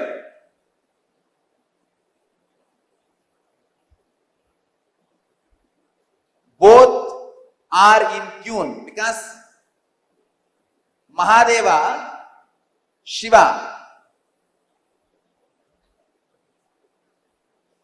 and Devi. Please understand, Shiva and Devi are really the world, and Ganesha also experienced Shiva and Devi as my world. Please understand, they were really cosmos, and he is also experienced them as cosmos. So the my world and the world has fallen in tune as the experience of Ganesha. So he going around Shiva and Devi is literally going around the world.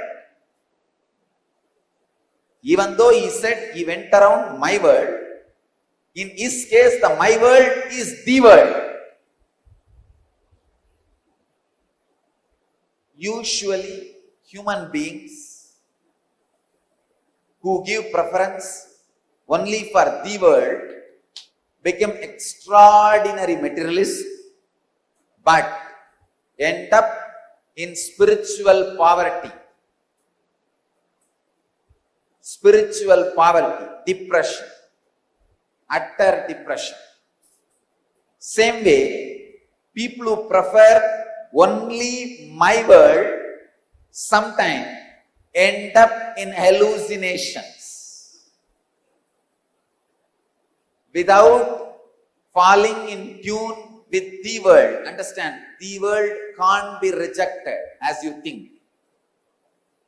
Misunderstandings about the world should be rejected. For example, fire is the world. Your fears and misunderstandings about fire should be rejected, not fire itself. You can't reject it. Its existence cannot be denied.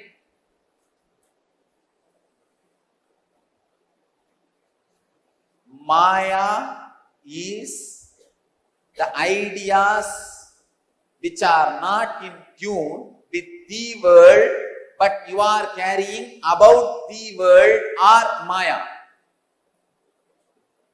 Maya is the illusory ideas you carry about the world, not the world itself. When you carry the right idea, when you understand the right ideas about the world, you will realize the world is made of the same stuff in which my world is made. Understand? I am giving a new twist. First statement I am making. The fire, earth, water, air, space itself cannot be denied. Your wrong concept about it is Maya. But when your wrong concepts about it is removed, it loses the identity which you are thinking it is having.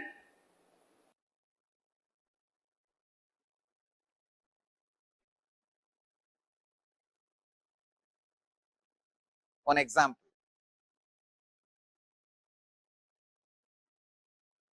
The fire. You have fear about fire. That fear is called Maya. But fire itself is not Maya. When the fear is completely lost in you, when you are in tune, suddenly you realize what stuff is a base material for you, same stuff is base material for that. You are in tune already. You can play with it, conquer it, go beyond it.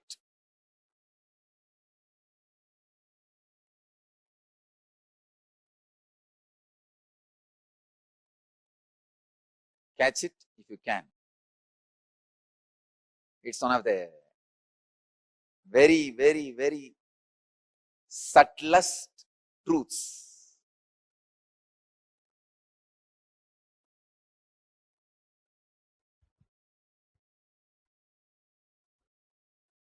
The discrepancy between my world and the world in ideological level is conflict. Discrepancy between my world and the world in practical level is poverty and failure.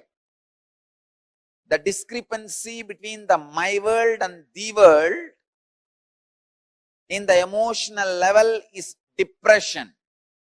The discrepancy between my world and the world in the conscious level is illusion.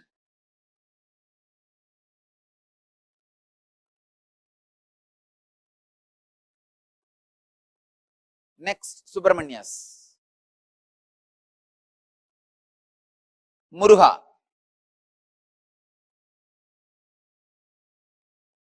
First, he goes around the world. As usual,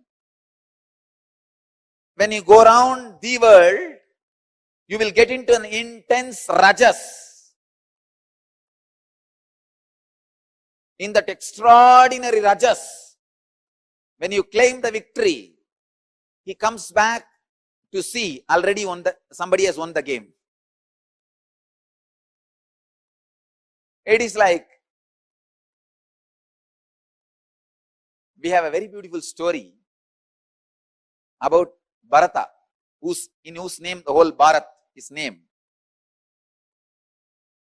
He suddenly felt he should conquer the whole world and conquers, reaches the peak of the Meru hills, which is mythological basically in Hindu tradition, to establish his flag. When he goes there, suddenly he finds 10 million flags are there. Means before him 10 million people have conquered the world. All their flags are there. He felt, oh God, where did I land?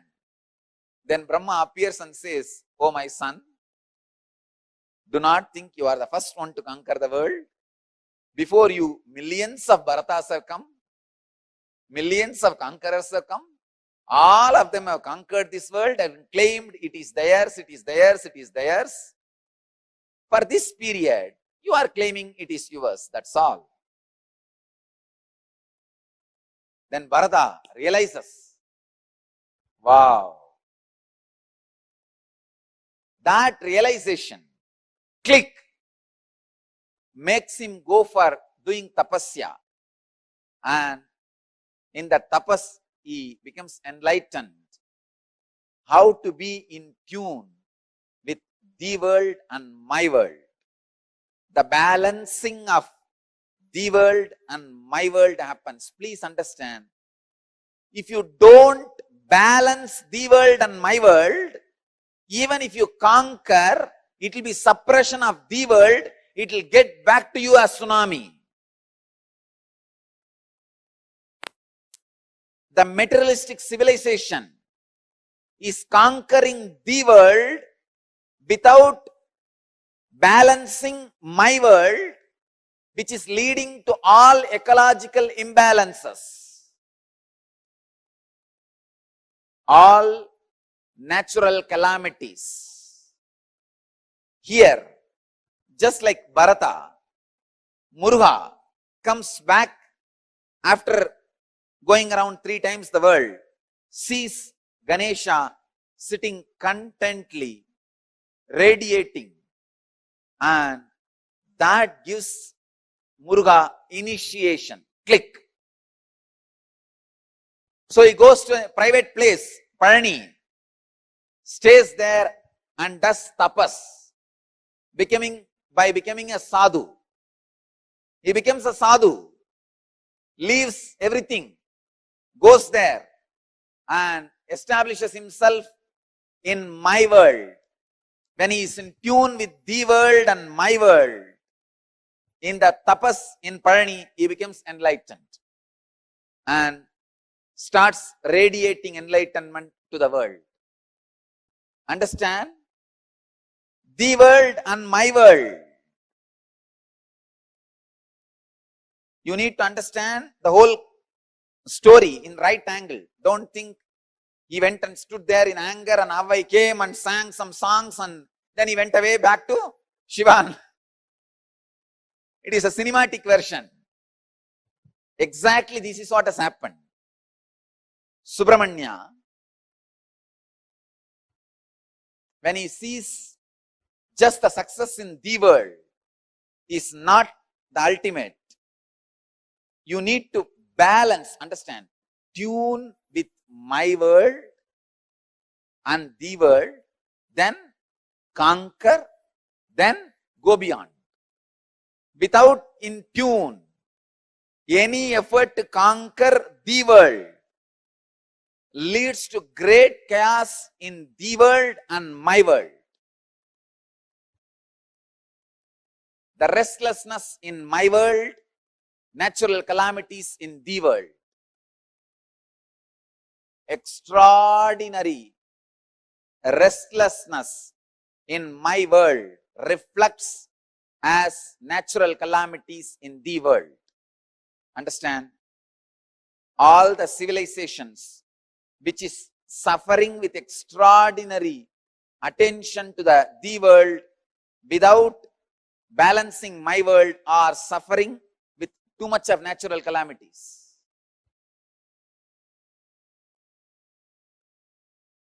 If you study, you will understand this truth. Natural calamity means the whole civilization is too much about the world.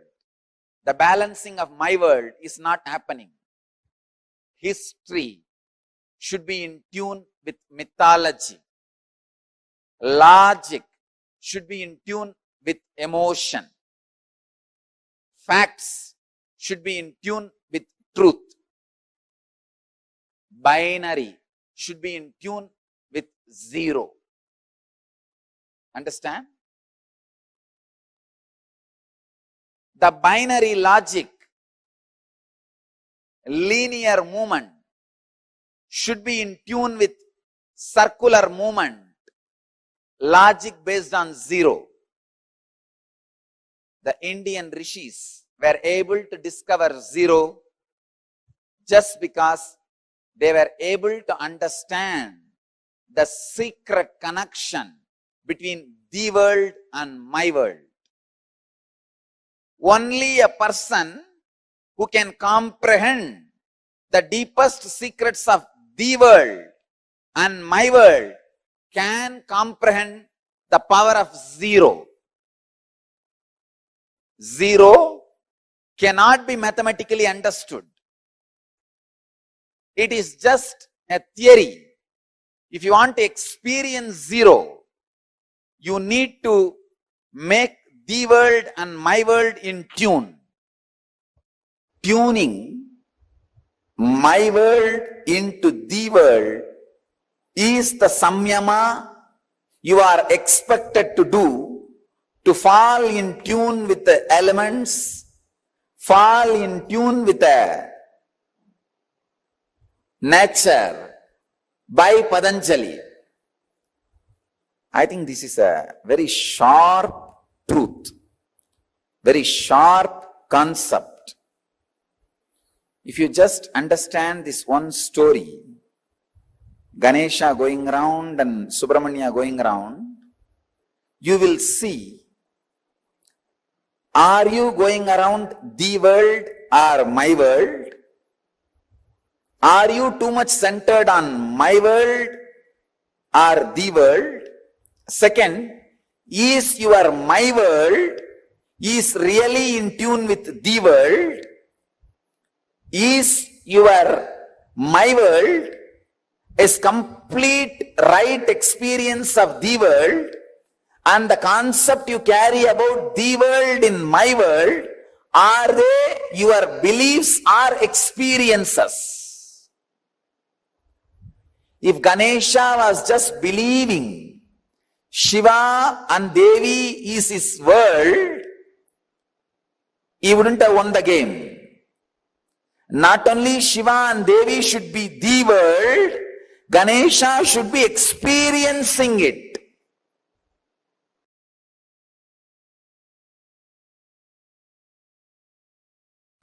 Listen,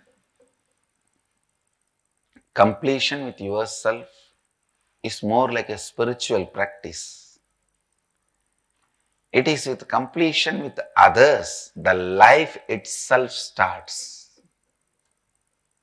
Listen, it is from the completion with others, life starts. The completion with others, I can say, this was the greatest contribution of Vivekananda. Swami Vivekananda's greatest contribution to Hinduism. He brought this idea of completion with others to the front. Completion with others is a spiritual quality, that's all. It is necessary for enlightenment. Unfortunately, we always got the idea, if you have incompletion with others, run away to the higher planes where less people are there. No, that is not a solution. That is not a solution.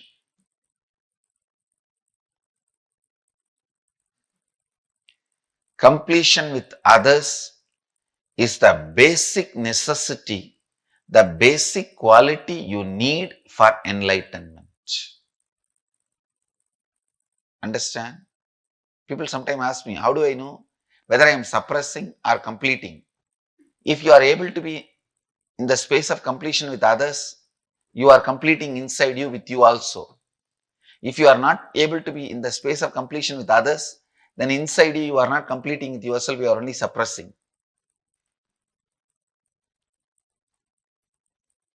So the scale to find whether you are completing or suppressing, completing or brooding over, completing or waiting for a chance to take revenge. I have seen many people. The name of completion, now I am completing, but I am not going to keep quiet. I will wait for time. When my time comes, I will tell you what to do. I will do what needs to be done.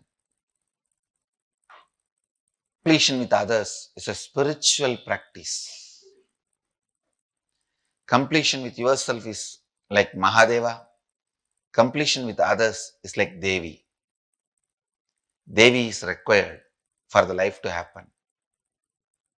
That is why in all our temples, I have put Devi along with Mahadeva. I have not put Devi as a separate deity.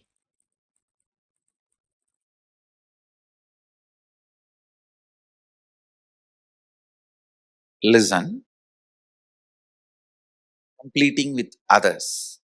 Others means not just only your father, mother, husband, wife, brother, sister, the human beings around you.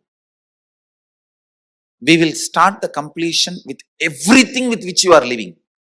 Your wealth, your health, your bag, your seat, your pets, your car, your house. Please understand, all these are living part of your life. They may be dead objects, but they are living part of your life. See, a house may be a dead object, but it is a living part of your life. How many of you understand what I am saying? It's a very important component of your life.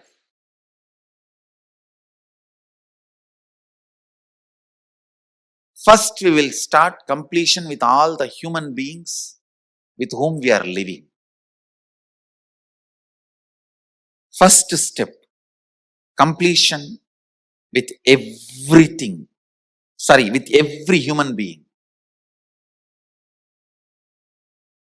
First thing you need to do is deciding, I have to bring completion with others, with whoever I am living. I have to bring completion with whoever I am living. Even if they don't want, I will stretch my best and I will decide I am in the space of completion. Whenever they want, I am open to have them. I am open. I am going to be in the space of completion. Whenever they are also ready, it will become completely complete. Understand? Completion with others does not mean you are going to apologize to them. No. Apologizing is not completion. Asking sorry is not. So many people were saying, I want to apologize, I am sorry. No. I am sorry is not completion. I am deciding to drop hurting pattern in my life or any incompletion, misunderstanding, anything. I am deciding to drop and I am deciding not to bring them, not to give life to it again. See, past, you can't say you are wrong or you are right. No one can say you are wrong, you are right. It is not apologizing. It is not feeling sorry for the past. No. Deciding, I am dropping this incompletion, hangover of the past, and I will not allow this to happen once more. Completion is actually responsibility, not apologizing. See, apologizing or feeling sorry comes out of powerlessness, but completion comes out of responsibility. Understand the difference. Please listen, see the difference. Now, when I am saying you need to complete with your mother, with your father, with your brother, with others, I am not asking you to apologize. I am not asking you to call them and say, oh sorry, oh sorry, oh sorry, bus bus. No. No. Feeling sorry comes from powerlessness. That is not completion. When you call, you explain, this is what has been perceived by me. Here, I am not interested in looking into you are wrong or I am wrong. That will only create more and more anger, hatred and suppressed violence. I am only saying one thing. I am ready to drop the past and its powerlessness, incompletion. I am declaring I am dropping the past and I am complete. I don't have incompletion. And I will not create any incompletion anymore. Your decision and declaration, when it reaches them, you will suddenly see they also open up and start coming towards completion. But first, you need to be prepared.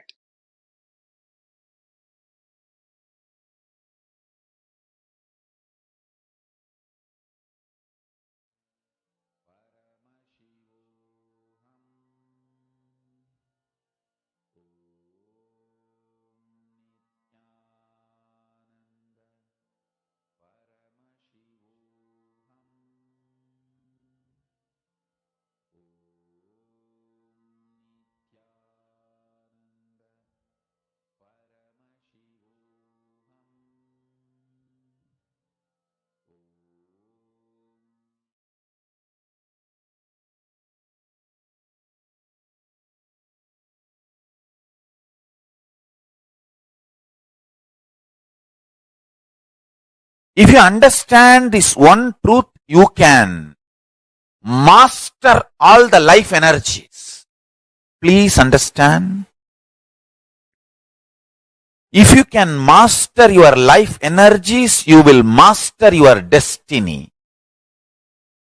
Not just internally, even externally. You can play over everything around you. Mastering your life energy is the fundamental principle for any success. Without mastering the life energy, any success you taste or you think you taste is accidental, or unknowingly you have mastered one or two life energies. Because of that success has happened. Listen carefully. All success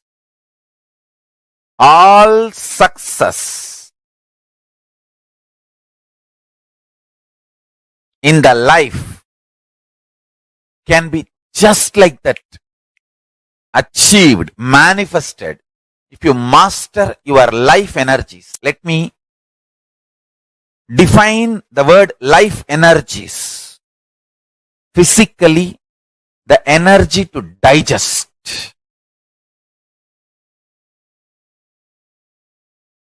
Psychologically, energy to tolerate. Emotionally, energy to sacrifice. Understand? All these are directly connected to Manipuraga. All these three.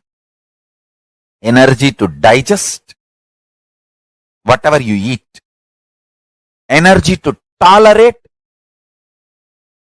whatever you think as injustice to you. Please understand, in the whole life, there is nothing called right, wrong, good, bad. You can be the king of the world and continue to feel there is so much injustice done against you. You can be homeless, street beggar and feel that world is revering you, honoring you, showering too much on you. The internal experience of the life energy has nothing to do with external happenings, but the internal life energy can manifest and change the external situations. Stand. A man who is homeless, street beggar, feels grateful to life, does not continue to remain as beggar. If he chooses to remain as a beggar, he is no more a beggar. He makes himself available for the people to do charity. He is no more a beggar. Understand?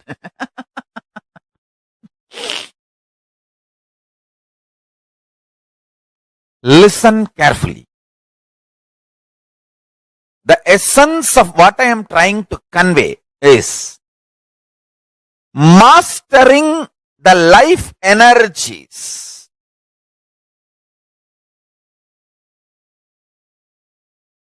I am going to talk about the Sankhya, multi-dimensional logic of life energy.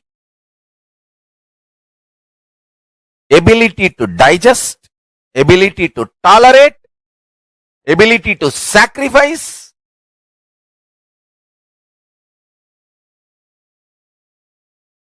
ability to visualize consciously, ability to verbalize consciously, ability to hold your life energy balanced, powerful in your body. Understand?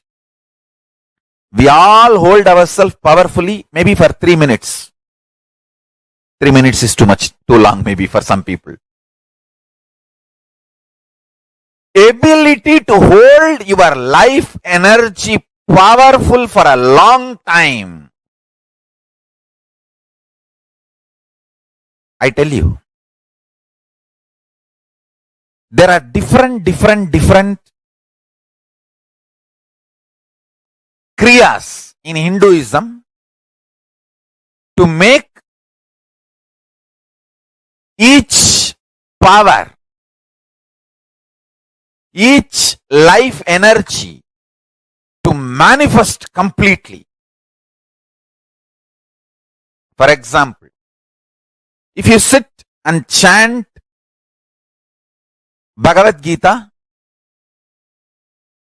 the life energy in your stomach, the ability to digest and ability to tolerate and ability to sacrifice will be kindled like anything. The same Bhagavad Gita chanting. If you sit with a group and chant, it will not only kindle the energies to digest and tolerate and sacrifice, it will also kindle the power of visualization. Understand?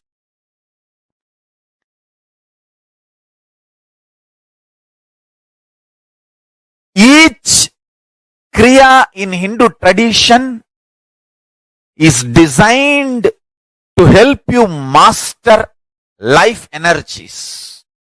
And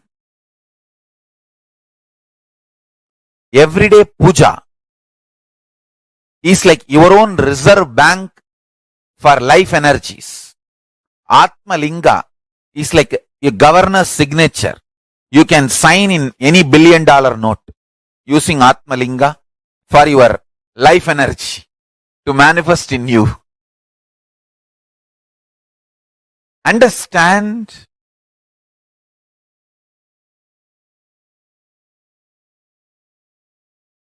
Long rituals are not useless or unnecessary as a modern brainwashed Hindu thinks. Long rituals are the most powerful method, science, kriya,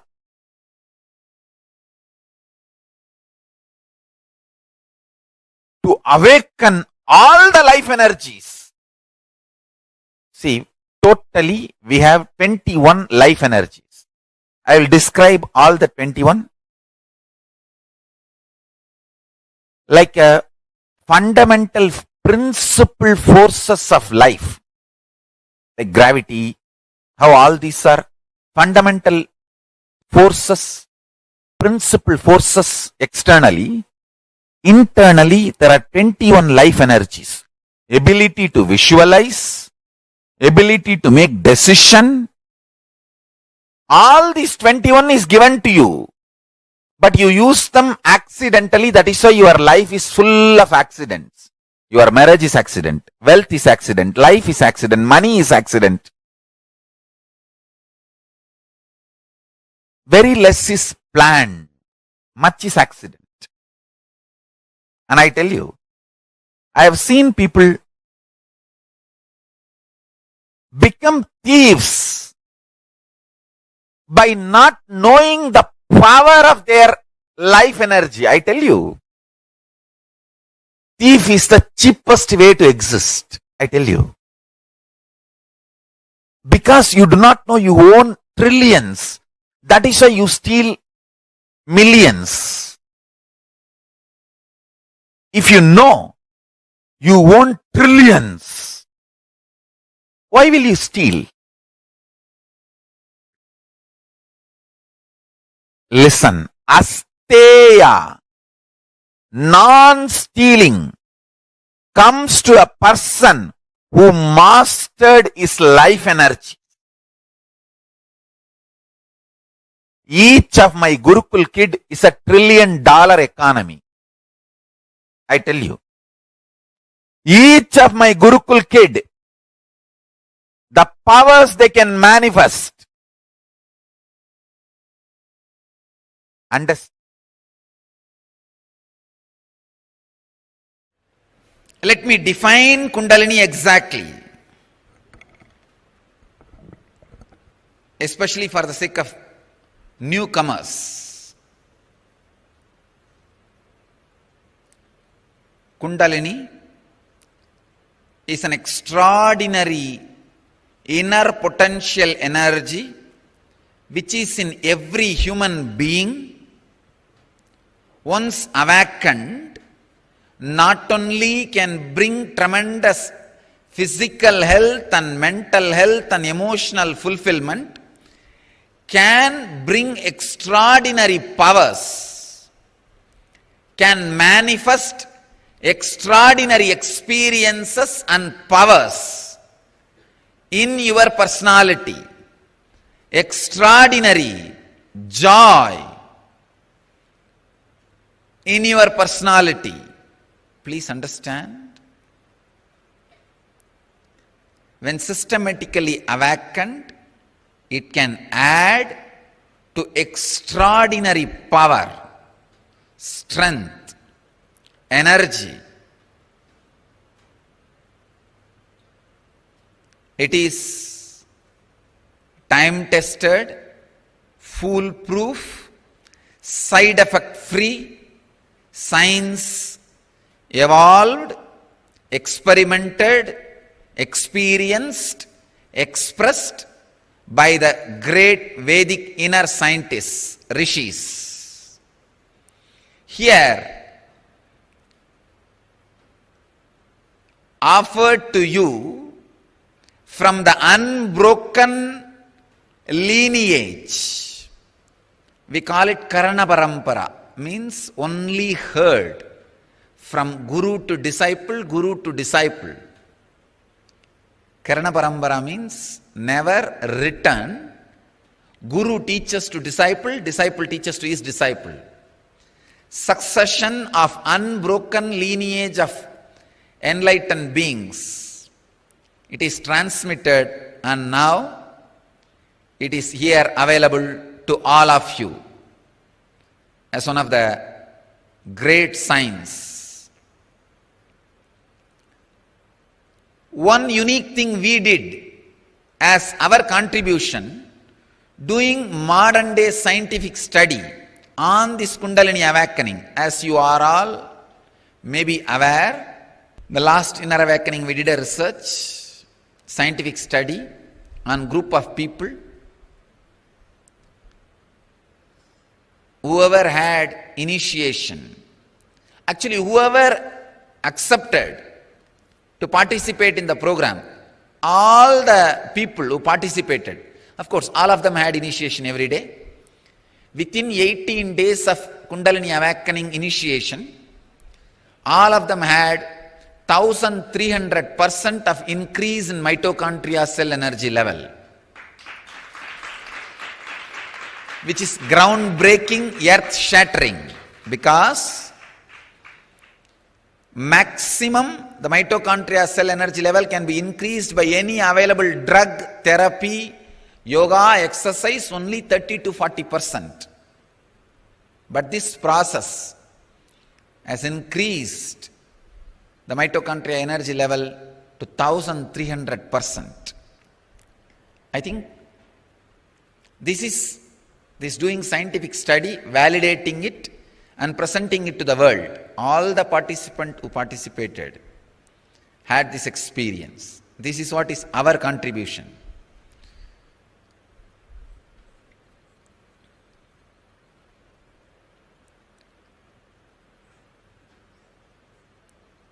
When the Kundalini is awakened, not only it brings tremendous energy into your mitochondria cell energy level, it completely recreates, rejuvenates your inner organs.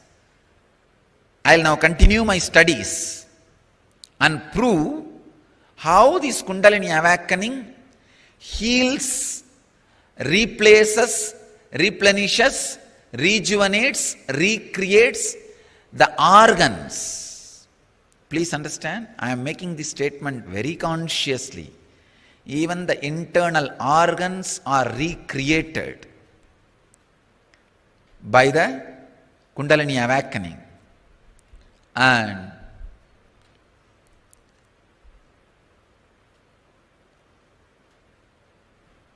Kundalini awakening can directly make you young, not just look young. It can really make you young.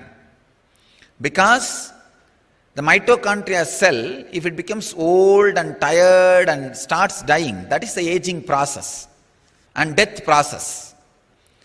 When the mitochondria cell energy is drastically improved, the degradation, deterioration and death of the mitochondria cell energy is stopped. So naturally it becomes anti-aging. The aging process stops. Not only you will look younger, you will be younger. This is the best technique to grow young.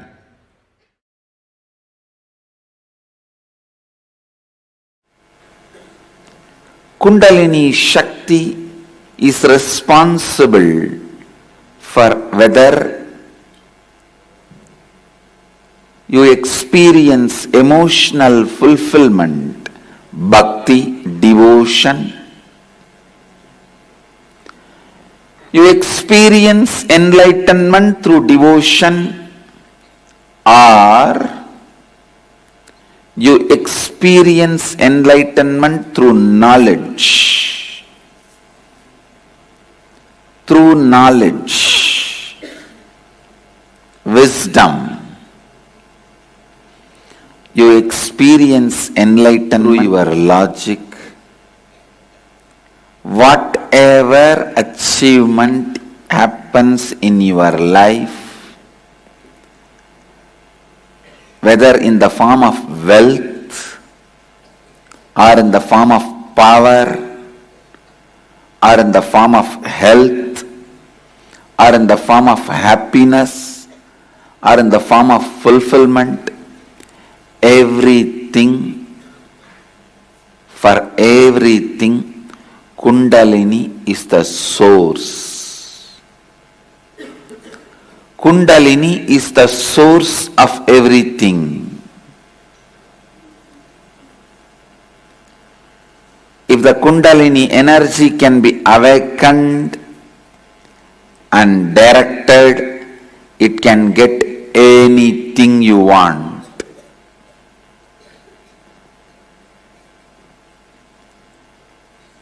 It can get anything you want. Listen to the deeper secrets of this Kundalini. This Kundalini is the bridge between man and God. This Kundalini is the source of the energy in all of us. This can be awakened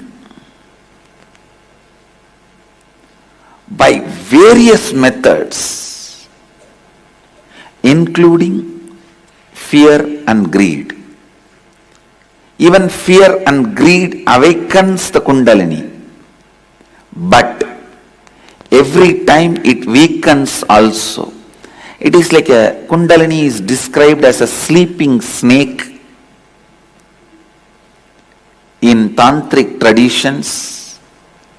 Each time your fear or greed awakens Kundalini, it is equivalent to throwing a stone on the snake and making that snake hiss.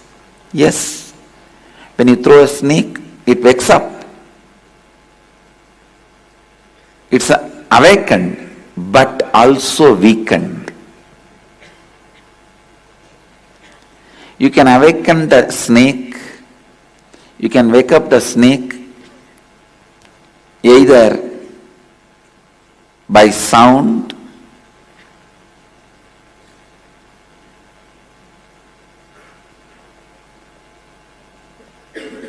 various methods. But every time you try to wake up that snake through fear and greed alone, it may be awakened, but it will be weakened.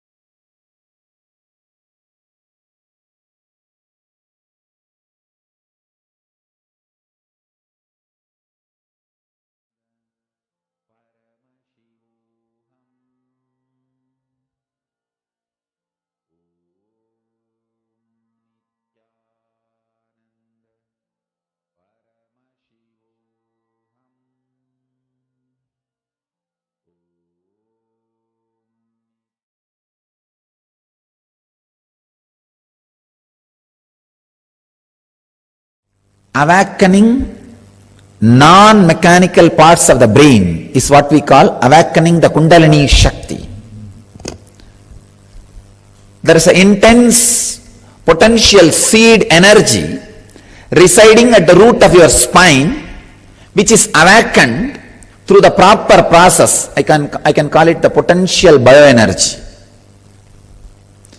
Through the proper process, when it is awakened, your whole body, whole brain, whole mind becomes alive, and you have access to the energy field, the energy mandala of your own body, energy circle of your own body.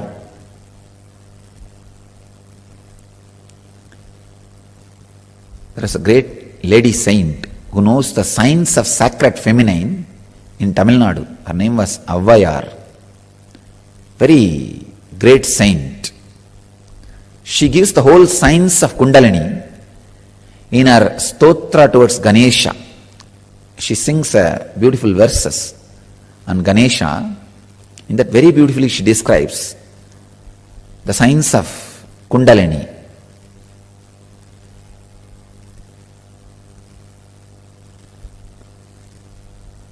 Just through the process of air,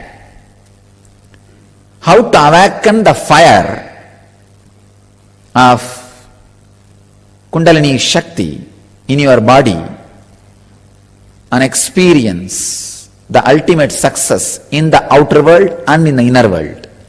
If your non-mechanical parts of the brain is awakened, the first side effect of it will be the huge outer world success. Not as a main effect, side effect. The main effect will be enlightenment itself.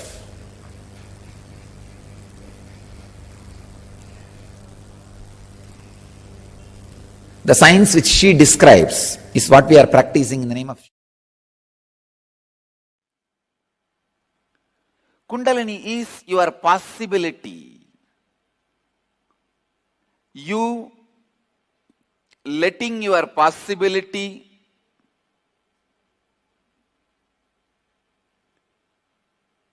happening in you. You trusting your possibility without self-doubt. You responding to your possibility without the self-doubt is Kundalini energy.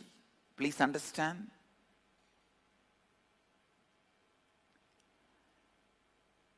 Each human being allows himself to be expressed, allows his possibility without self-doubt in one dimension, no doubt. Even if you are a useless fellow, to be useless in that dimension, you allow your possibility without self-doubt. Somebody allows their possibility without self-doubt in the field of cooking. This guy may be useless in all other fields, but in cooking, he has no self-doubt about himself. He knows any dish he sees, he will be able to make it. Some people will allow themselves without self-doubt in the field of medicine. Maybe an orthopedic surgeon or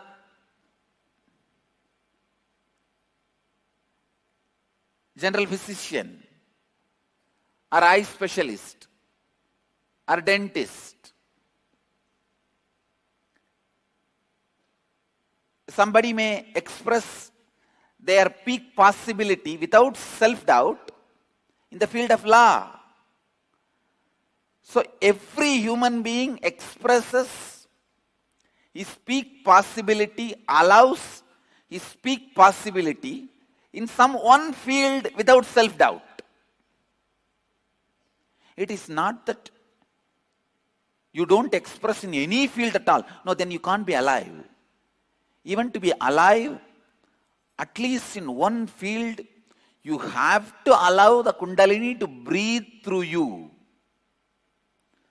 Kundalini has to breathe through you at least in one field.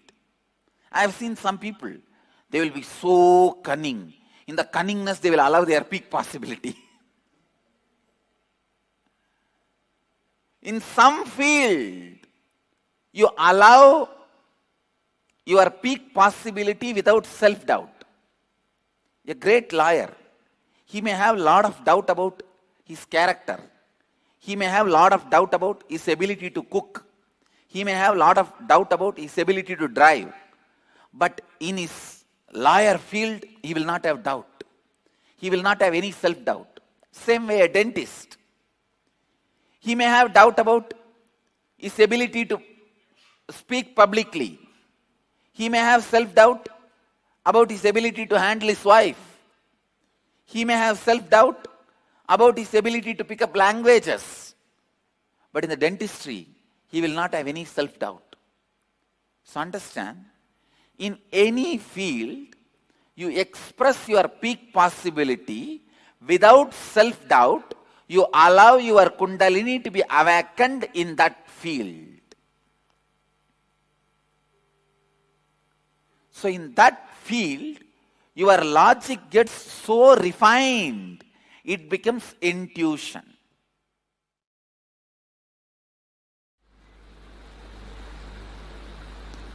Listen. Kundalini Shakti can directly make you more productive, more aware, more conscious, intuitive, ultimately rich.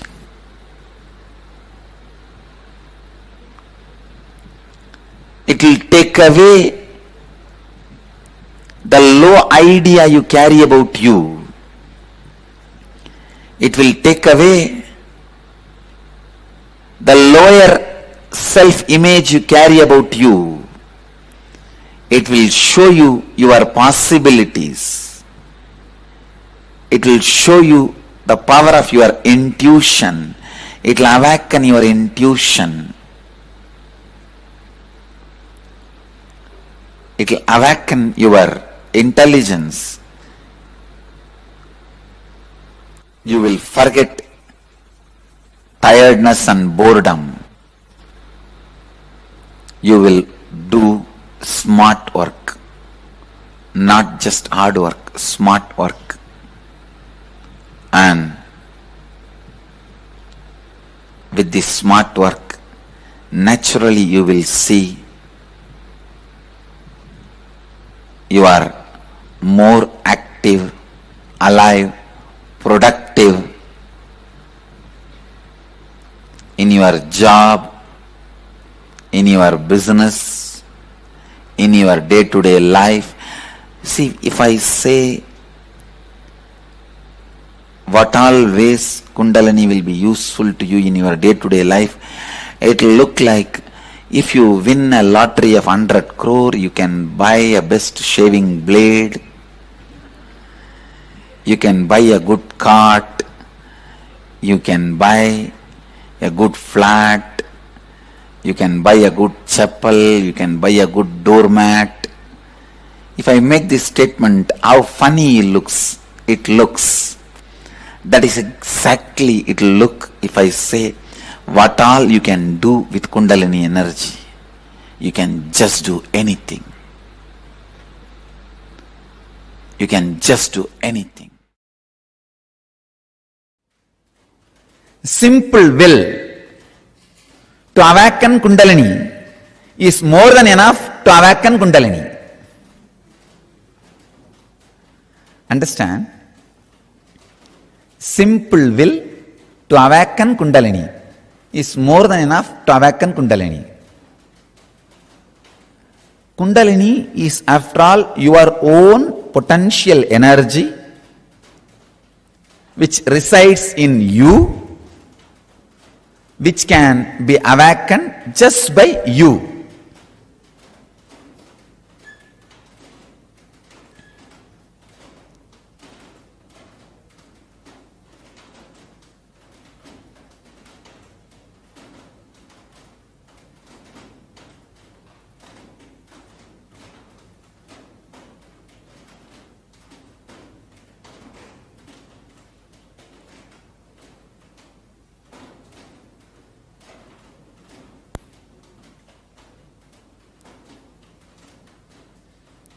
simple will and instruction to yourself that let the Kundalini be awakened can be the straight technique to awaken the Kundalini. You may think, how can this be? Because you never had trust over your will. Many times your will failed in the outer world because of the clash of wills with the world. When too many wills clash, it may fail sometime. Because of the outer failure, you slowly lost trust over your very will. Understand? In the outer world or in the inner world, the will fails only when the clash of wills is there. Because you failed in the outer world will, you lost trust over your will even in the inner world. I tell you, simple will can awaken your Kundalini Shakti intensely. You don't need anything. It is your own energy, your own power. It's like if your hands are tied for 2 years, you forget you can lift and move your hands as you want. You can lift and move your hands as you want.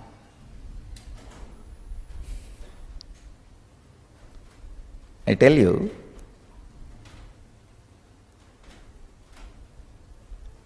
there was a research.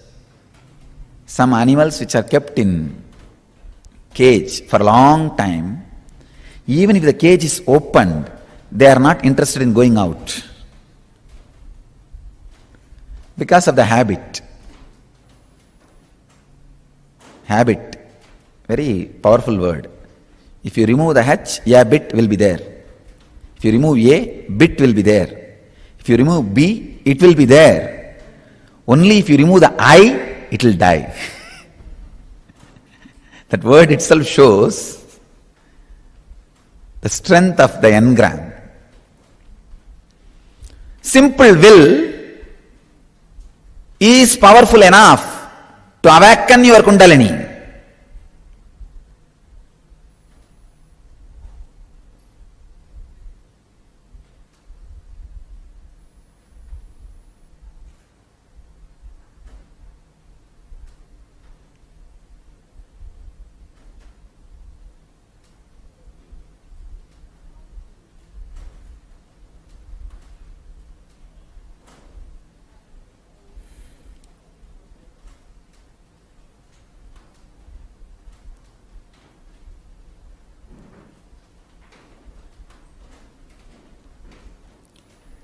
The Kundalini Shakti in your system, waiting to listen to you. It's not that you need to do something big. See, you need Kundalini because you don't have energy. You need to have energy to awaken Kundalini means it's just unfair. So all you need to awaken your Kundalini is simple will. Fuel has to be right.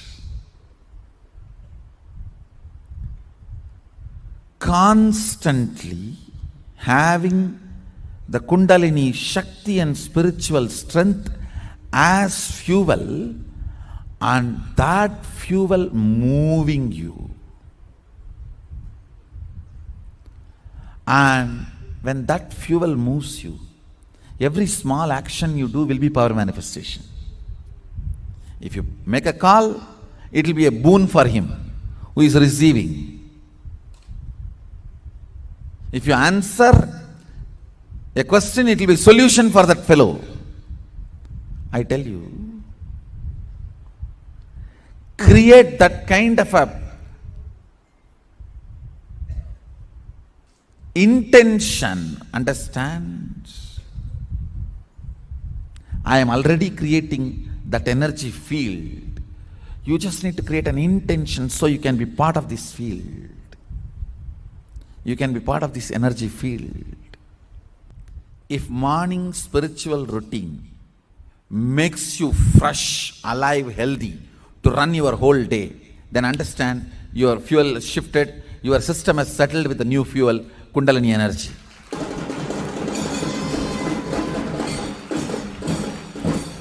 If your head is hanging down in the morning satsang, and if the morning routine is making you tired, you feel it is making you tired whole day, then fuel change is not yet settled. Go and serve in Goshala and do alankara to the deities. That too can help you. I tell you really, if somebody misses the morning routine, we should make this as a rule.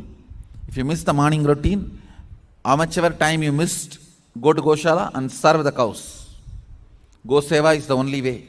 Or go to temple and do alankara of the deities. That's the only way you will get back to that fuel change. Fuel change should get settled in your system. Awakening Kundalini is not good for married couple. Don't worry, it is good. Nothing wrong. Nothing wrong. Tea, alcohol, sex should stop who practice Kundalini. Nothing like that. Say, awakening of Kundalini, you may drop alcohol, but other than that, nothing like a tea, coffee, the regular married life, or nothing will, it's nothing, no way involved in that. So don't worry, Kundalini can be awakened for all the people. This is Madhuri from Jaipur, Rajasthan. Swamiji, I am learning physical exercise, yoga and martial arts from last 2 years. We learned some techniques in martial arts that if, like somebody hold your both hands, then how we can take out our hands easily from the other person's grip. In this technique, the person who wants to take out his hands out of the other person's hand grip will put a force in outward direction to the point where the hand is weak, towards the thumb side. Before, when I used to practice the technique and hold the other person's hand very tightly, since they know the technique, they used to take out their hands very easily. Now I am doing Nitya Dhyana and listening to live satsang regularly by your grace. Just 2 days before, on 13th January, I practiced the same technique, but nobody was able to unlock my grip. Not even batchmates of my age. In fact, the senior most in my batch was struggling to take out his hand from my grip. Is this Kundalini Shakti? And if yes, is my Kundalini Shakti as awakened? Madhuri, it is the side effect of Kundalini Shakti, no doubt. And your Kundalini is awakened, no doubt. Two things. In the martial arts, when somebody touches you, if your Kundalini energy is more than their Kundalini energy, even if you don't attack them, they will just fall. They will be completely shaken. The martial arts is more Kundalini energy based. The other day I was seeing a video, a Chinese master, he did not touch even one person, but he was fighting with 20 people. All 20 were rolling on the ground. He did not touch even one person. So what you see here,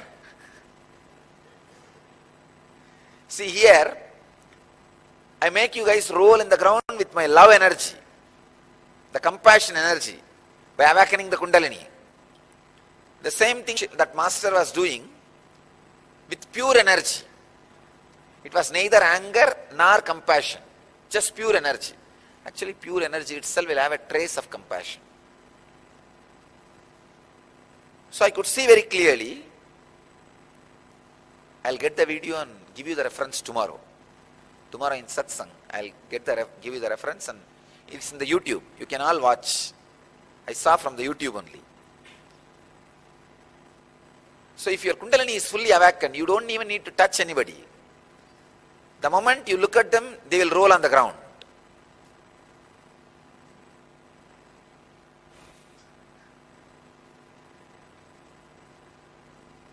So your Kundalini is awakened.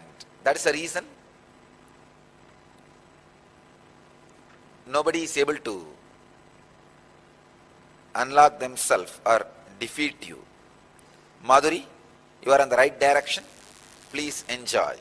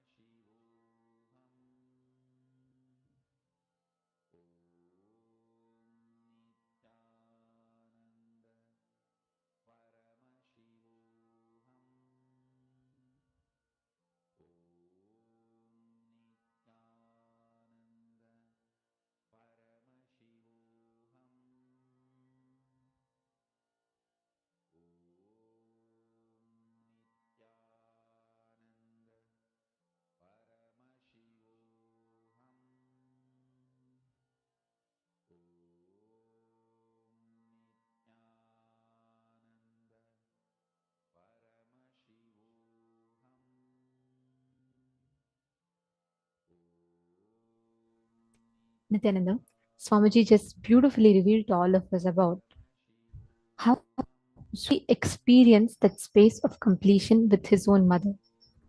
Understand, all of us, the incompletions, the conflicts that we may face in relationships in life, it all stems from the identity of what we carry within ourselves. What is the exact inner image that we carry within ourselves? What's the exact outer image that we carry in ourselves? This one understanding or the space of completion in you, you're able to break the patterns in a completely powerful manner. Most of the times, connecting to the divine cosmic mother becomes like such a difficulty or such a load for us, because we are all filled with the different incompletions that we carry in our inner space. Swamiji very beautifully gives the technique for this. Practicing the presence of God.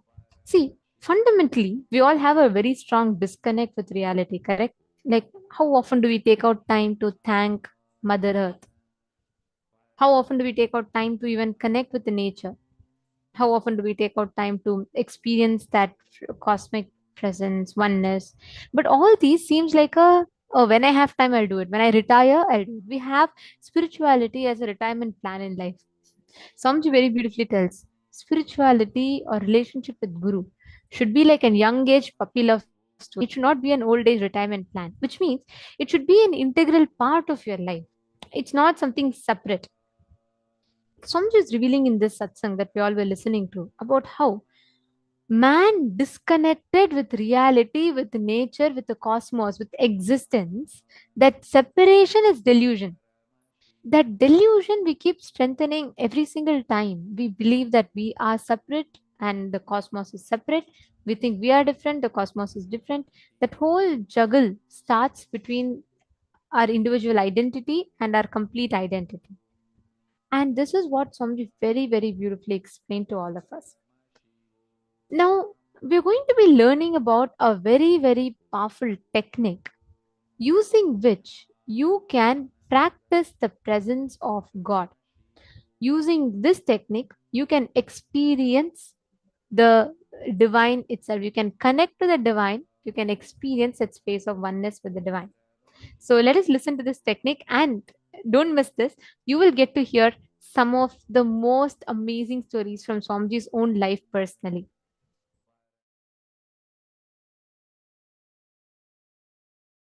Today I wanted to share few truths about practicing the presence of God. It's a very beautiful story. You all would have read this story in school. There was a guru and he had 10 disciples. There was one chief disciple, very brilliant and highly spiritual. So naturally Guru was giving attention to that disciple more. So the jealous started among other disciples. So all the other disciples wanted to defame, abuse, disrespect this chief disciple who was getting too much of master's attention. Somehow they wanted to move him out of master's attention. Master also observed.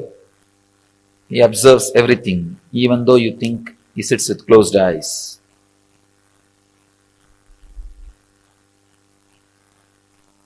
He observed what goes on, all the absurdity which goes on when he is with closed eyes, or when people think he is with closed eyes.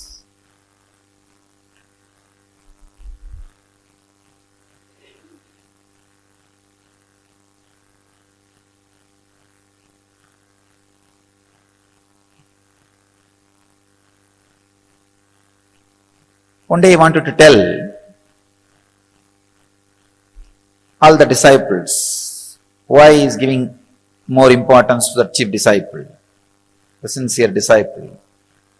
So he called everybody, kept a small test, giving each one of them one banana and telling them, Go and eat in a place where nobody sees you, where you are not observed by anybody. All the fellows ran here and there. One ran behind the kitchen, one ran behind the sarovar, one ran outside the gate, one was hiding in the temple godown.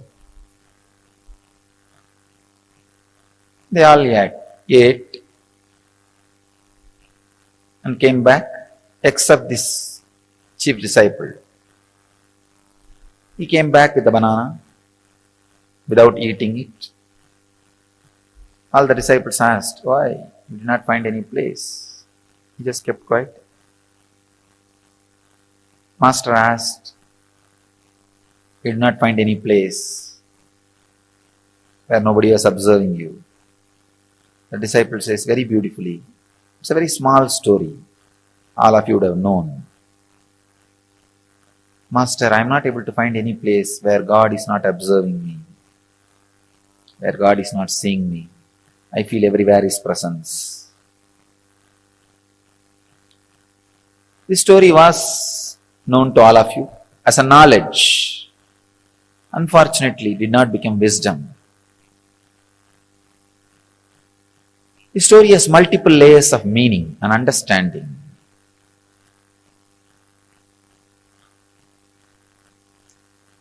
First thing, there is no shortcut for spirituality. There is no shortcut for enlightenment. There is no technique for enlightenment. Technique means shortcut. There is no shortcut. You have to iron out your 24 hours with a clear understanding of practicing the presence of God in your body, mind, actions, in everything. That clear, intense awareness has to be imbibed.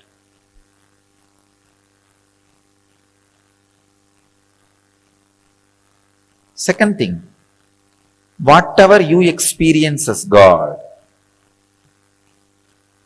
when you experience me, some will have 30% fear and 30% love, 30% confused emotions. Some will have maybe 50% fear, 40% confused emotions. Some will have 100% fear. Some will have 100% love, no fear. Different ways you will be experiencing the Guru. Whatever you experience as Guru, that's what your experience as God. You have no other experience. Whatever may be the experience you have about Guru, whether it is with fear or the attitude of master and disciple, or the attitude of father and son, or the attitude of mother and son, or the attitude of friend, or the attitude of beloved, practice 24 hours. Two things will happen. One, your action will fall into awareness. Second, that fear, whatever the lower experience you have about the master will extinct, will be burnt away. The percentage of fear you experience with me will be burnt away. The percentage of other emotions, except pure surrender you experience with me, will be burnt away. These two things is possible only by practicing intensely the presence of Guru, practicing the presence of the Master. When you sit in your office, think, this place is owned by Swamiji. How Swamiji will maintain this office? When you sit and talk to people, if Swamiji is here physically, how will I talk? When you do Guru Puja, when I am here physically, just remember, if he is sitting with open eyes, how I will do?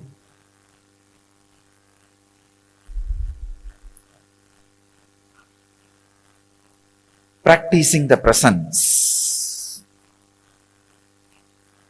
is the only way. Is the only way. Only way. Your arrogant egoistic logic can go on justifying, no, there is some other technique. Or you can go on postponing with it. That is what I call hypocritic loopholes. The air hole, air bubble in the copper wire will not allow the copper wire to be a conductor. Electricity will never flow. Same way, the hypocrisy between the relationship, when you practice my presence, the hypocrisy you handle, you have it, it's like air bubble, will not allow the guru-disciple relationship to happen, will never, the presence will permeate, penetrate you. Practicing the presence with tremendous respect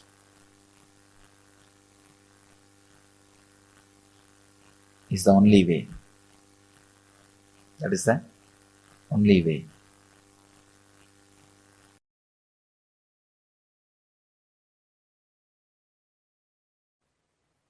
Understand, this initiation, this Shaktipada is the purpose of my existence, to give you this Shaktipada only. I exist and I come here and sit again and again every day.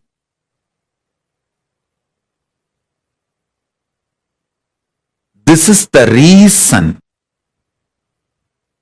I am alive and I reveal myself to all of you.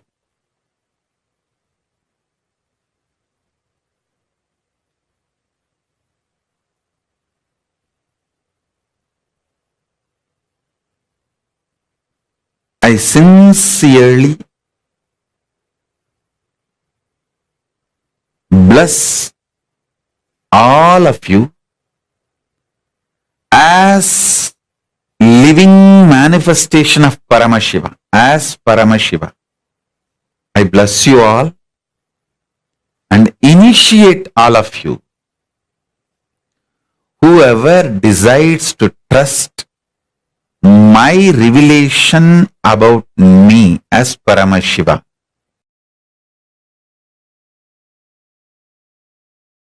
I tell you, once this happened, Arunagiri Ishvara was supposed to give me an initiation. He told me that it's a ritualistic initiation, so prepare formally. Means I'll have to get one fruit and one betel leaf and one fruit means banana, one betel leaf, betel nut. And in those days the dakshina will be the 4 annas. 4 anna is I think 25 paise. You have to keep some coin for that 4 anna. And you will have to get one towel, means a piece of cloth. These are supposed to be offered as a dakshina. So he told me, prepare everything and come with all that. He was supposed to give a very ritualistic initiation. One beautiful thing, that one thing with Arunagiri Ishvara I have seen, even though he transmits all the experiences, everything, left and right, he will never miss performing something which need to be done ritually, to educate me, to teach me a lesson. So I will do the same for all of you. He will never avoid ritual.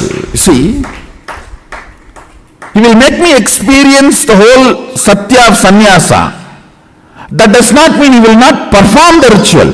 He will end, after that he will perform the ritual also and give formally the consolidation. So one day he told me that prepare everything and come. The whole thing will cost maybe less than 1 rupee.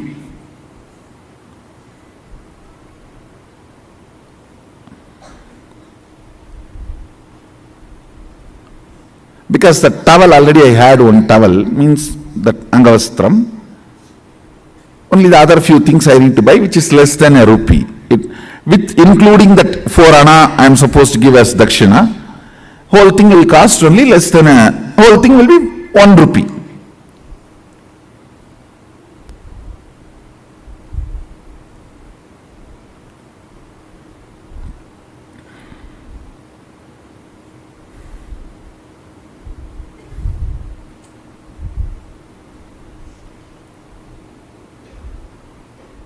I went to my grandfather, he is the funder usually for all my rituals and all the expenses. I went to him and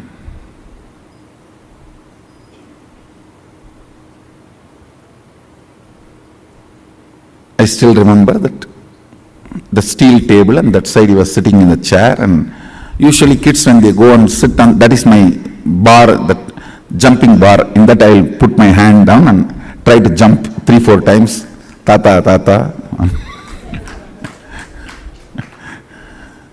to get his attention, and he will say, Enada, Samir Bhavantiya, means what Swami you have come. And then I said that like this I am going to have some puja and initiation, I want 1 rupee.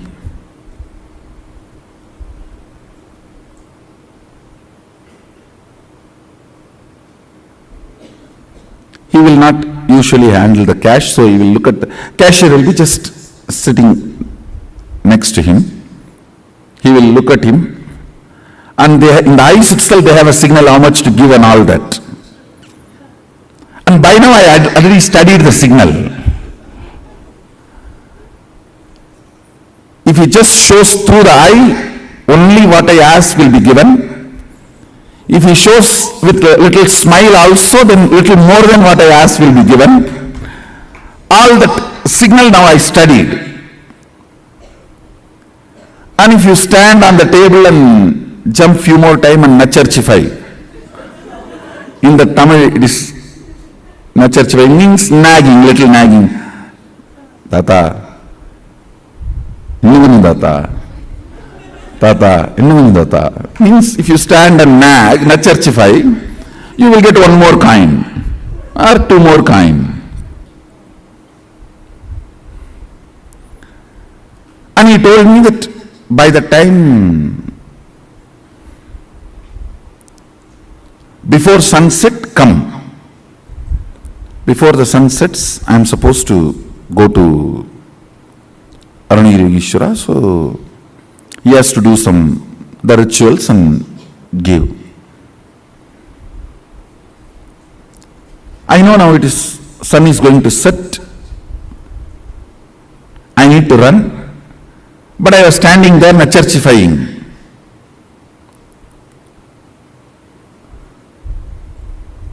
Thinking that if I stand for a few more minutes, I'll get few more coins. I can buy something with that when I am going back to temple. And as usual, when I stood there and nacharchify, nag, he smiled at that cashier. That fellow, Ayyo Baba, I have not seen a person like this. He will count such a way almost that he will tear that note, or almost half of the weight of that coin will go away the way he rubs. His name was Shanmugam, my grandfather's partner. And he will count, Ndara, Samervaya. Finally, he will put that coin. So because I was standing and nagging, I got a few more coins. I think 2-3 coins he gave. I took it and ran. By the time almost sunset has happened.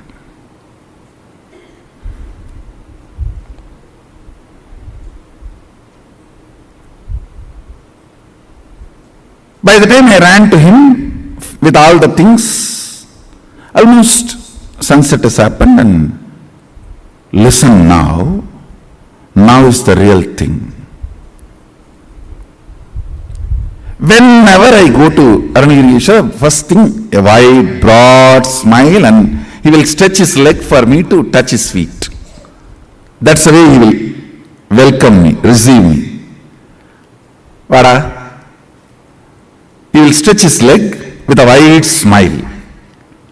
That is the way he will always receive, and I will run and touch his feet. That day, he did not stretch his feet. Smile was not, I will not say there was no smile, but I know it was a limited expression. And he did not stretch his leg. That's it. I know. Underline, slight, but very strong message for me.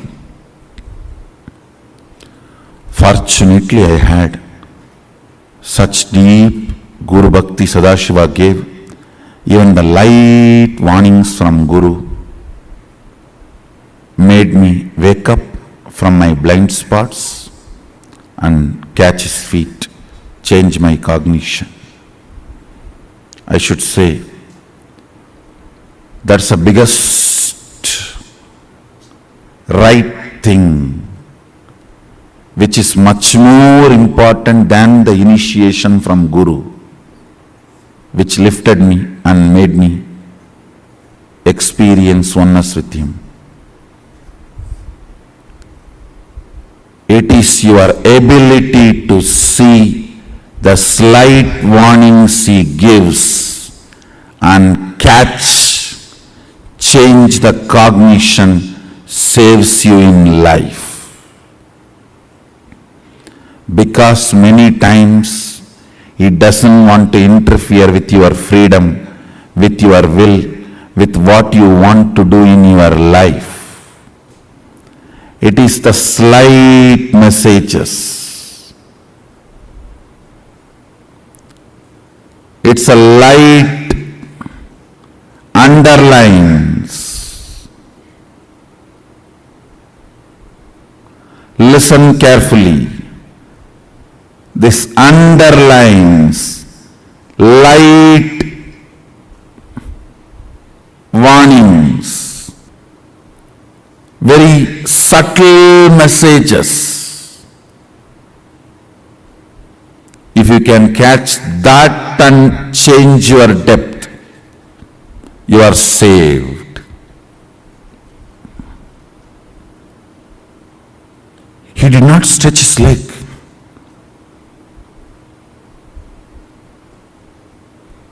That is enough to shake me. I ran and just held his feet and said, Swami, mannichirunga late aayirchi.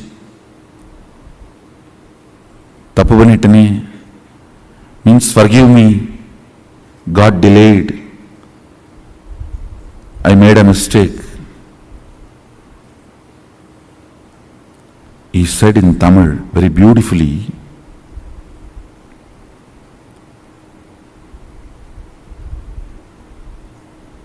இந்த சேவையை விட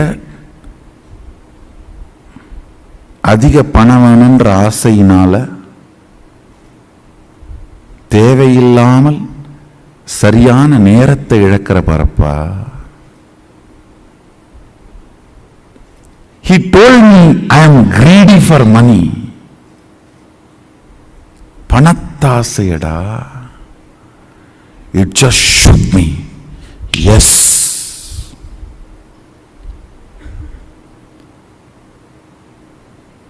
Because for initiation, I'll try to repeat the whole conversation. See, for initiation I need only 1 rupee. I don't need to be standing there and nagging my grandfather for few more coins.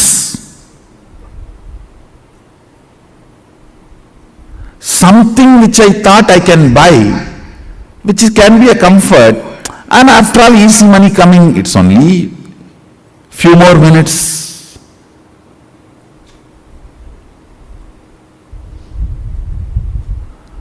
That casualness,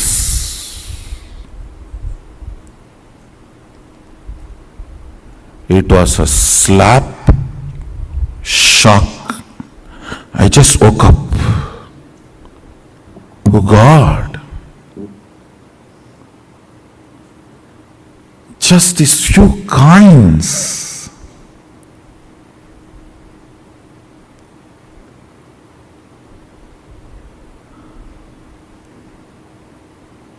And I am a guy who never touches money.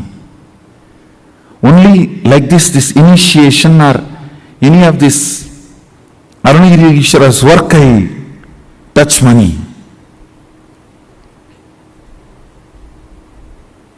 This coin. And I remember, I collapsed completely inside. Fortunately, decided to choose the Guru, Arunagiri Ishwara, and dropped that remaining coins which was in my hand at his feet. Over. Never ever, even the casual greed. Over. Not even. Because it is coming effortlessly, why not? No!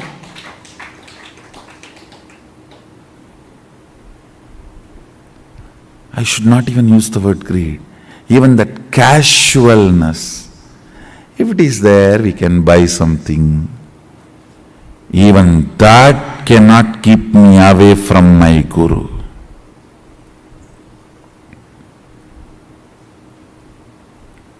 It was too small incident, but too big cognitive shift in me.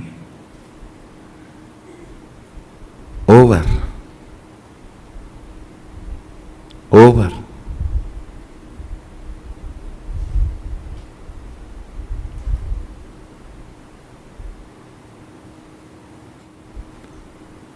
There are some messages which you cannot directly tell. If you directly tell, it will look like, oh, am I wrong? Is it wrong? You will get into defense. Then you cannot be taught. The cognitive shift will not happen. I can only underline. Even a casual desire for little money should not keep you away from Guru. I can only underline. I cannot directly give you. If I give this statement directly to you, you may get into defense. Then transformation becomes painful, difficult.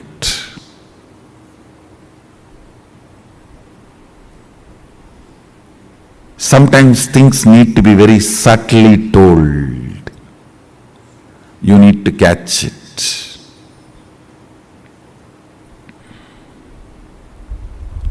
You need to catch it. Only if you catch the subtle messages given by Guru, your cognition will be consolidated. Your cognition will be consolidated.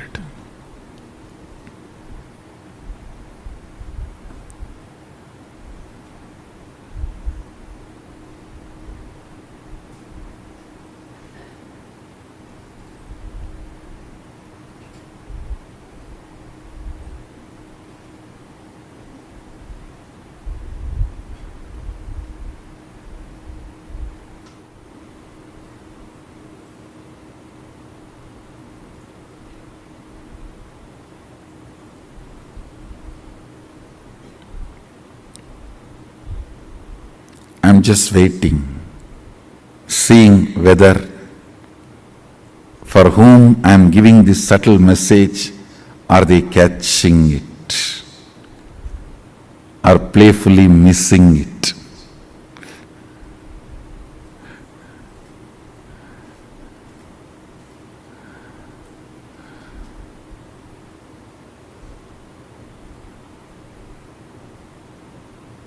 There are some who cannot be recovered. They are doomed. When I say the name, you are doomed. You can't be recovered. You are going to be drowning. So as an evidence, I am leaving this name. You are not going to save yourself. Only when you are not going to save yourself, I tell your name. If you are going to save yourself, I don't tell your name. I only send a message and see whether you are going to catch it or going to be playing, missing it.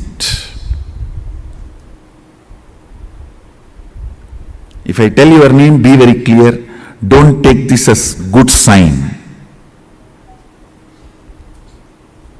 If I tell your name, don't think, oh, Swamiji told my name directly and advice. Praising is different. Sometimes I tell your name and praise, that is different. During the advice, if I tell your name, be very clear. I am leaving the evidence for the future to tell, even after Swamiji told he did not listen.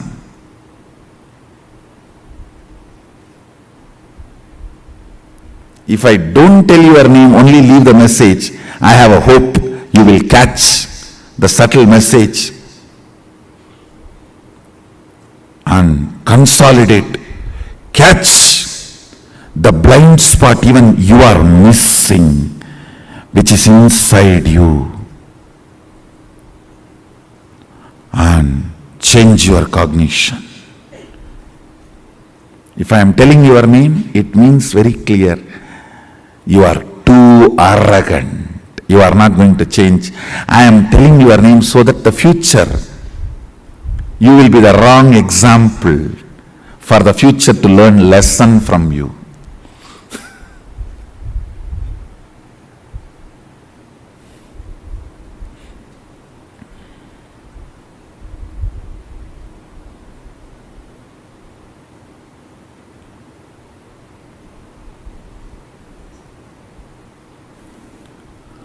Cognitions matter. Cognitions matter. Cognitions matter.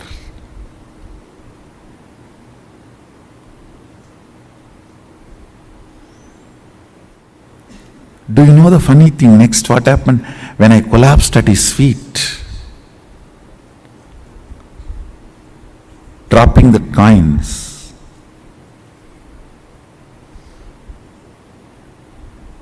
I know at his feet, my whole cognition changed.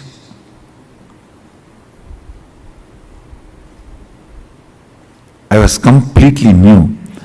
He lifted me up and held my face casually and turned.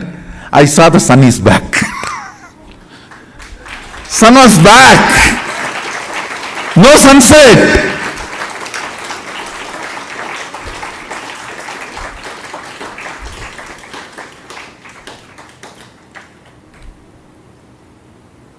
He smiled and said, getting sun back is much easy for me than teaching you with a subtle message. This was more difficult. The moment you become defensive with Guru, it is spiritual suicide. You are done. Nothing can be done after that. Sometimes if Guru tells directly, you get into defensive with Guru. Over. Bye.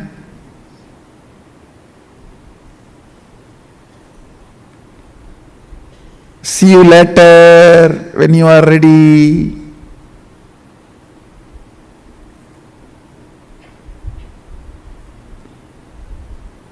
Understand?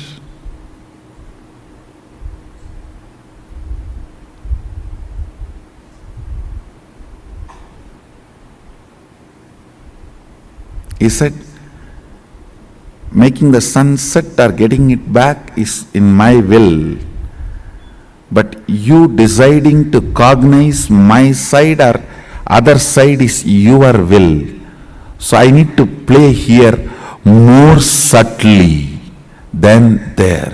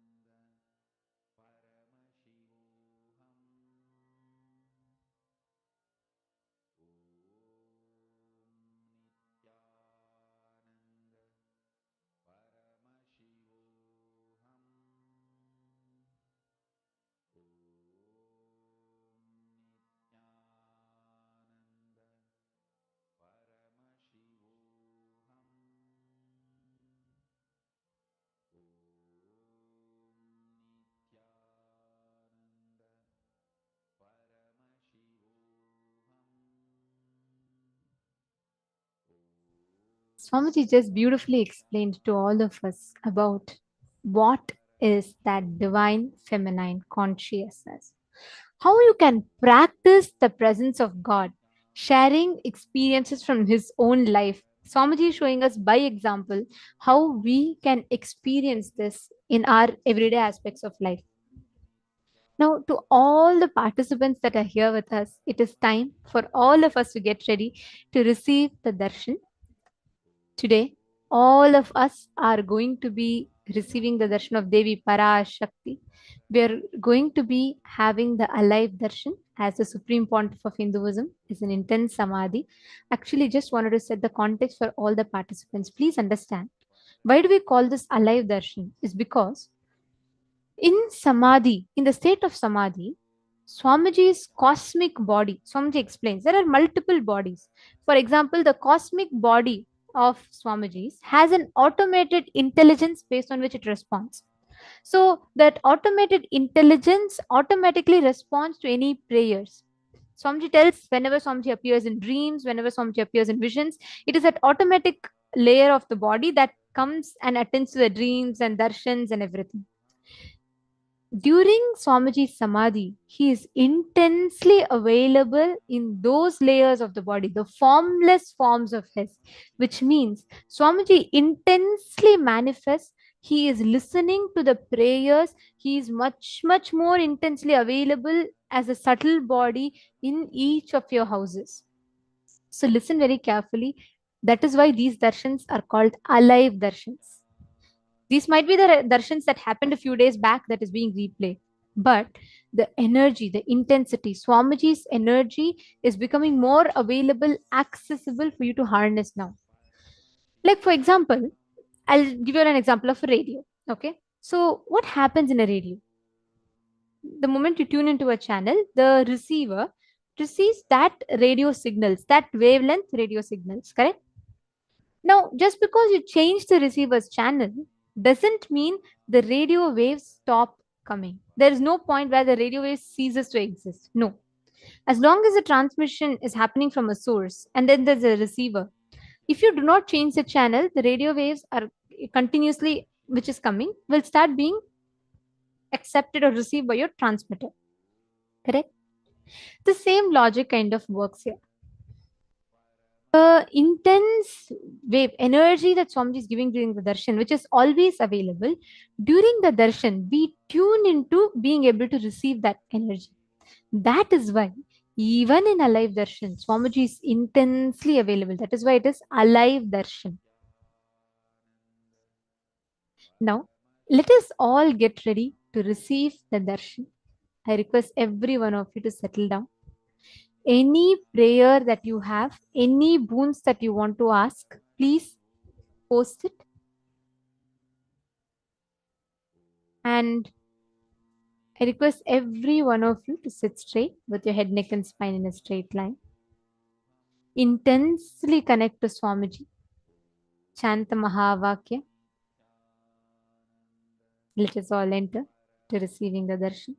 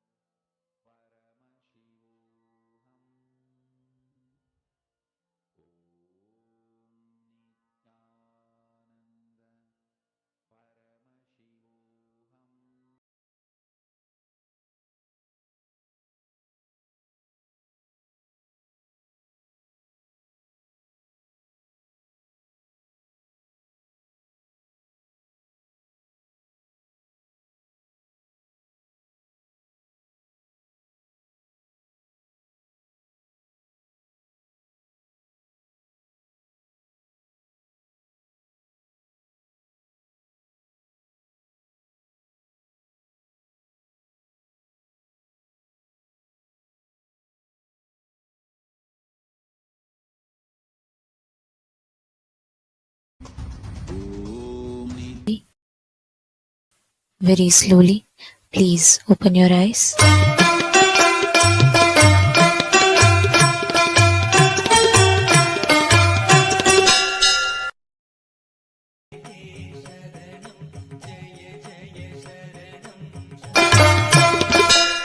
சிந்தூரம் குங்குமம் செவ்வானம் அவ்வானம் திகழவர் கதிரின் உதயம் தேசுமிகு மாணிக்க திரியேறு கமலம் அச்செங்கமலம் அஞ்சு பவளம் மந்தாரம் மழை நாளில் வரும் இந்திர கோபம் அவ்வண்டூரு மலையின் அரவம் மான்மதம் செங்குருதி போல் மலரும் மாதுளம் மாதுளம் சிதறும் முத்தம் செந்தீயின் வண்ணமெனவே சொல்லும் மேனியும் செப்பரிய அழகு வடிவும் சிங்காதனத்திலும் சிவனார் மனத்திலும் சீர்கொண்டு இலங்கும் எனினும் ஈந்தாய் நின் பேர் சொல்லும் ஏழையே அறிவிலும் என்றென்றும் திகழ அருள்வாய் இறைவியனை ஆண்டருளும் நித்திய நித்தேஸ்வரி நித்திய புரி வாழும் உமையே நோக்கும் திசை தோறும் நூபுறத்தாள்களும் நூல் போல் ஒசிந்த இடையும் நொடித்தோறும் புதிதான எழில் கொள்ளும் நுவலறிய திருமேனியும் வார்குங்குமக்கச்சு மார்பும் அம்மார்பினில் வாடாத மலர் மாலையும் வைரமோடு நவமணி வயங்கும் மங்கள நானும் மனம் வீசும் இனிய பொலிவும் காக்கும் கரங்களும் அங்குச பாசம் கரும்புவில் மலர்கள் ஐந்தும் கனிவாயில் மூரலும் கருணை பொழிவிழிகளும் கனகமணி ஒளிரும் முடியும் ஈர்க்கும் சுடர் முகமும் இருவிழி களிப்பயாம் எங்கெங்கும் காண அருள்வாய் இறைவியனை ஆண்டருளும் நித்திய நித்தேஸ்வரி நித்திய புரி வாழும் உமையே இறைவியனை ஆண்டருளும் நித்திய நித்தேஸ்வரி நித்திய புரி வாழும் உமையே சீரார் பெருந்துறையில் சிவயோக நாயகி சிவகாமி தில்லை மன்றில் தென்குமரி பகவதி திருவானை காவினில் திகழும் அகிலாண்டேஸ்வரி காரார் மதிர் கச்சி காமாட்சி அங்கையர் கண்ணி செந்தமிழ் மதுரையில் தாரார் சிவன் போலும் தமிழும் விளைபவள் சமயபுரம் மதனில் மாறி தட்டாமல் கடவுரில் பட்டரு கருள் செய்த தையலபிராம வல்லி ஏறார் மலை கண்ணி எண்ணறிய நின் கோலம் யாவும் எமை ஆள வல்லவோ இறைவியனை ஆண்டருளும் நித்திய நித்தேஸ்வரி நித்திய புரி வாழும் உமையே நித்திய புரி வாழும் உமையே பனித்தங்கு நிலவு போல் பால் போல் பளிங்கு போல் பட்டொளி நிறைந்த வடிவம் படிகமணி மாலையும் ஏடும் தரித்து யாழ் பயின்றருளும் நான்கு கரமும் புனிதங்கள் யாவும் பொறுத்த வெண் தாமரை பூமேல் விலங்கு பதமும் பொழுதெல்லாம் என்னும் என் பழுதெல்லாம் போக்கினர் புலமை தர வேண்டும் அம்மா கனி தந்து மலர் தந்து கவி தந்து தொழுவோர்க்கு கண் தந்து காக்கும் அரசே கலைஞான மகள் என்ற நிலையான புகழ் கொண்ட கருணை மயமான பொருளே இனி தங்கு தடையின்றி யான் பாட நீ கேட்க இதயம் கனிந்தருள்வாய் இறைவியனை ஆண்டருளும் நித்திய நித்தேஸ்வரி நித்திய புரி வாழும் உமையே இறைவியனை ஆண்டருளும் நித்திய நித்தேஸ்வரி நித்திய புரி வாழும் உமையே தருணி கல்யாணி சிவசங்கரி சாருகேசி சாம்பவி கலாவதி தருமவர்த்தினி ஜனனி சாமுண்டி தேவதேவி மடவார் குழலியன எண்ணறிய பெயர் பூணும் ஈஸ்வரி போற்றி போற்றி. இறைவியனை ஆண்டருளும் நித்திய நித்தேஸ்வரி நித்திய புரி வாழும் உமையே. இறைவியனை ஆண்டருளும் நித்திய நித்தேஸ்வரி நித்திய புரி வாழும் உமையே. மாசக்தி கௌமாரி மாதங்கி காங்காளி மனோன்மணி புவனேஸ்வரி. வாராகி இந்திராணி வைர விஜய வைணவி மகேஸ்வரி காத்யாயினி. பேசரிய அபிராமி பிரம்மாணி காயத்ரி பிரிசூடி முத்துமாரி. பெரிய நாயகி குமரி அரிய நாரிணி கௌரி பெற்ற மிக கொற்றி நீலி. தேசுமிகு சுந்தரி பவானி கார்த்திகை வாணி திரியம்பகி சிவசங்கரி. திரிசூலி காமாட்சி சிம்மவாகினி மயிடன் சிரமேறும் கண்டிக்காளி. ஈசன் மனையாட்டியம் பெருமாட்டி மீனாட்சி இணையடிகள் போற்றி போற்றி. இறைவியனை ஆண்டருளும் நித்திய நித்தேஸ்வரி நித்திய புரி வாழும் உமையே. இறைவியனை ஆண்டருளும் நித்திய நித்தேஸ்வரி நித்திய புரி வாழும் உமையே.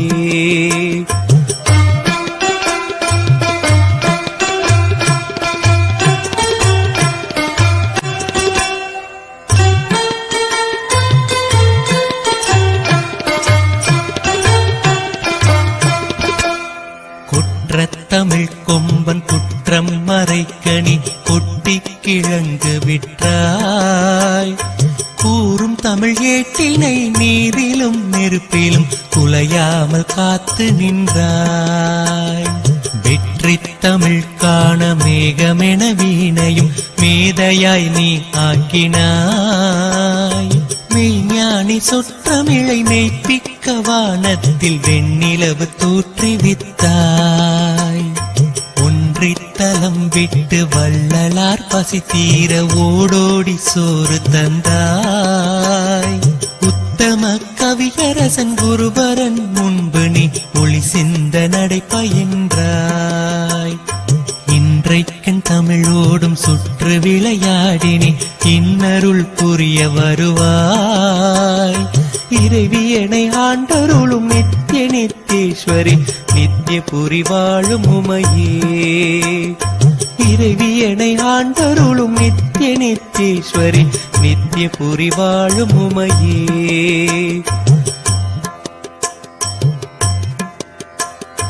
காற்றை படைத்தவள் நீ என்ற போதிலும் கவரிகள் வீசி நின்றோ. கனலும் உன் வடிவெனும் கற்பூர தீபங்கள் கமல் தூபம் காட்டுகின்றோம். ஆற்றையும் கடலையும் அருளிய நின்மேனி அபிஷேக நீர் சுமந்தோம். அங்கிங்கனாது வெளியெங்கும் உளநீ உரைய ஆங்காங்கு கோயில் செய்தோம்.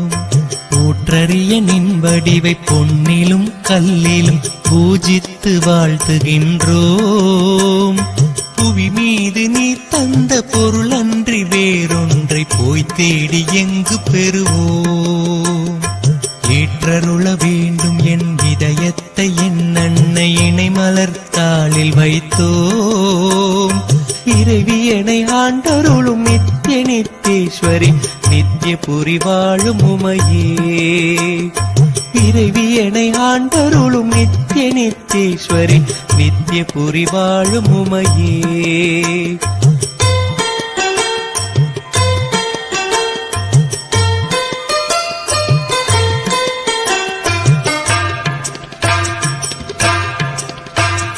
பொன்னும் நீ நான் தேடும் பொருளும் நீ புகழும் நீ போகங்கள் யாவும் நீயே. புறமும் நீ அகமும் நீ புவி எங்கும் நான் காணும் பொலிவும் நீ போதம் நீயே. முன்னும் நீ நடுவும் நீ முடிவும் நீ முடிவிலா முழுமை நீ ஞானம் நீயே.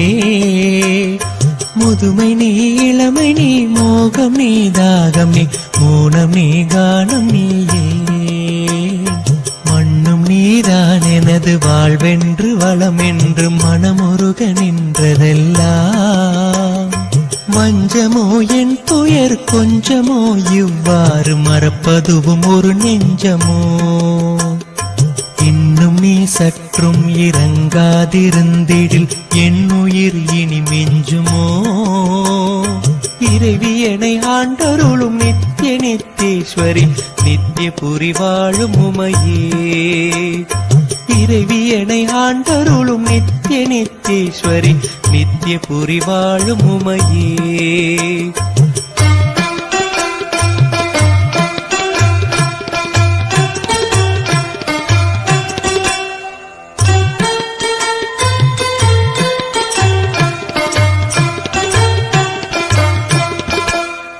கற்பூர ஜோதியில் கமலாலயத்தினில் கைலாய மலை மீதினில் கந்தருவர் கிண்ணனர் கணநாதர் சித்தர்கள் கண்டு தொழ நின்ற பொருளே வெற்பூர கங்கையை வில்வமுடனாத்தியை வெள்ளரு கைத்தும் பையை மிடை கொன்ற பாம்பினோடு பிறை சூடுவான் பங்கில் மேவி தழைத்த எழிலே மற்போர் துணிந்த மாமயிடன் தலை மீது மனை போற்ற ஏறுதிரலே மாறுபடு சூரர் குலம் நீரு படமேல் தந்து வாகை மலர் சூடும் அருளே எப்பொழுது மேலெழும் இளைஞாயிரே எங்கள் ஏழ்மை தவிர்த்த அரசே இறைவியனை ஆண்டருளும் நித்திய நித்தேஸ்வரி நித்திய புரி வாழும் உமையே இறைவியனை ஆண்டருளும் நித்திய நித்தேஸ்வரி நித்திய புரி வாழும் உமையே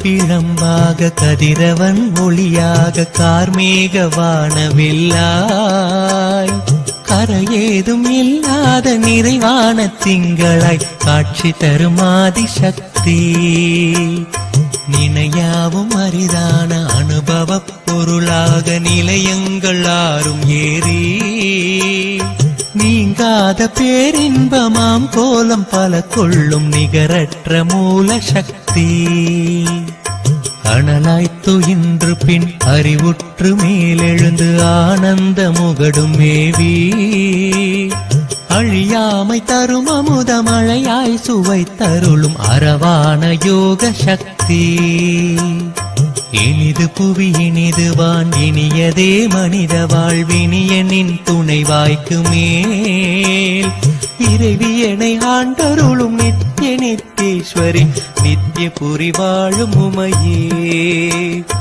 இறைவியனை ஆண்டருளும் நித்திய நித்தேஸ்வரி நித்திய புரி வாழும் உமையே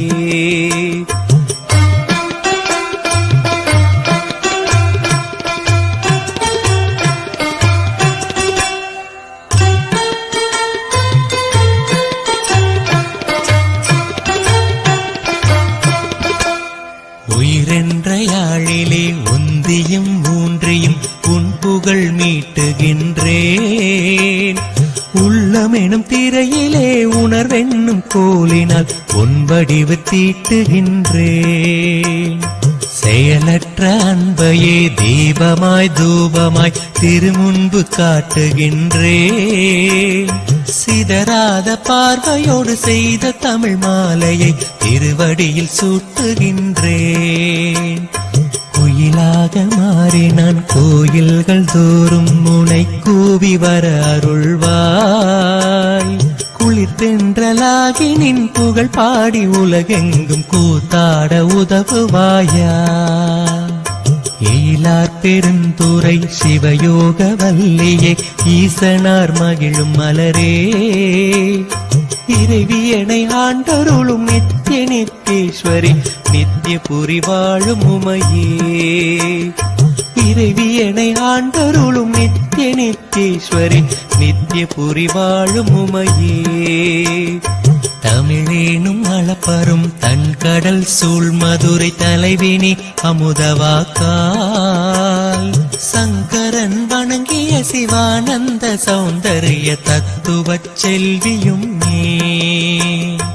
இமயமலை மேருவில் குமரி முனை அலைகளில் சீர்பூத்த பைங்கொடியும் நீ.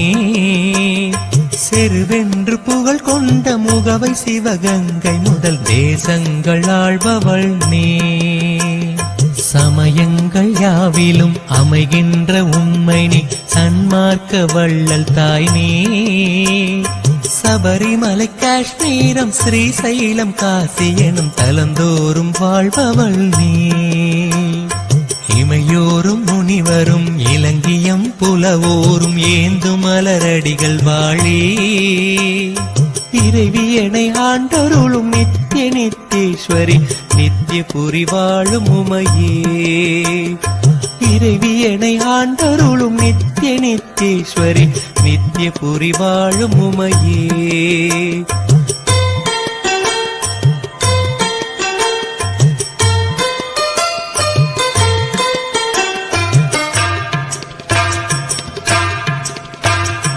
அடியார் மனப்பொழிலில் விளையாடும் அன்னமே ஆதிசிவன் மலை மார்பிலே.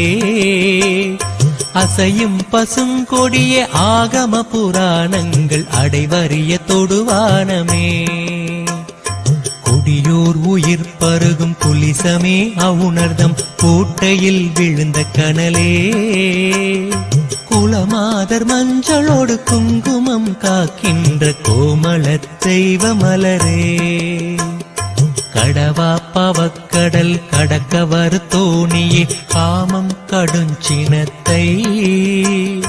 காய்கின்ற பருதியே நோய் சாவு கவலைகள் களைகின்ற அருமருந்தே. இடையீடில்லாத தருமழை மேகமேயம் இலக்காவதுன் பாதமே. இறைவியனை ஆண்டருளும் நித்திய நித்தேஸ்வரி நித்திய புரிவாழும் உமையே.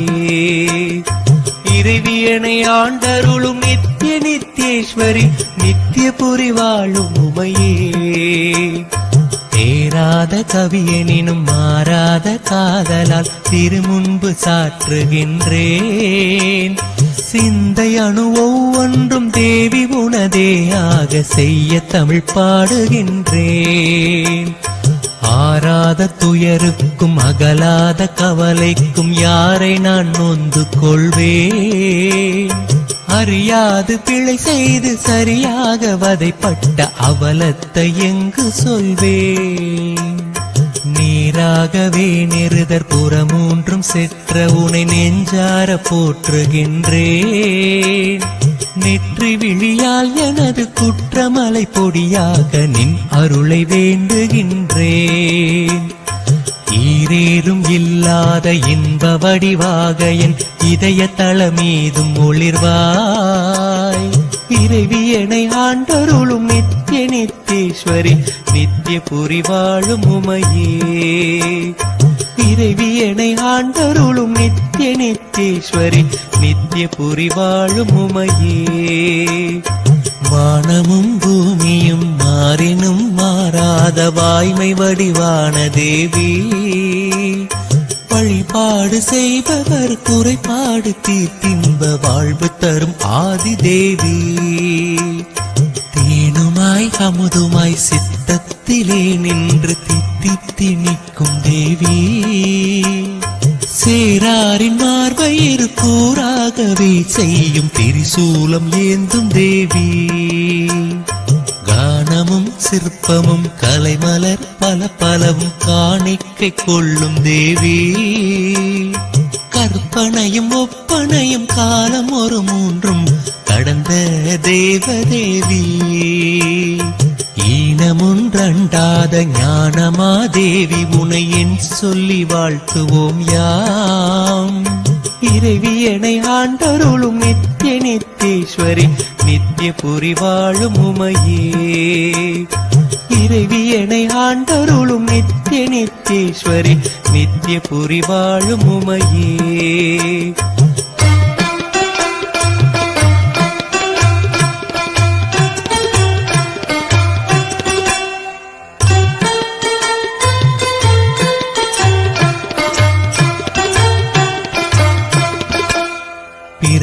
சடை பித்தன் பிஞகன் சங்கரன் பிறவாத யாக்கை உடையே பேராயிரங்கொண்ட பெருநாவலன் சிவன் பிரம்மன் அறியாத மறையோ கரையார் கழுத்தினன் கண்ணுதல் கயற்கண்ணி காதலன் கங்கை நாடன் காலத்திநாதன் கபாலி கங்காதரன் கையிலையோன் மங்கை பாகன் சிறையார் புனற்றில்லை சிற்றம்பலத்தினன் திரியம்பகம் தியாகராஜன் திரிபுரம் எடுத்தவன் குருபரன் ஈசன் என செப்பும் என் அப்பனான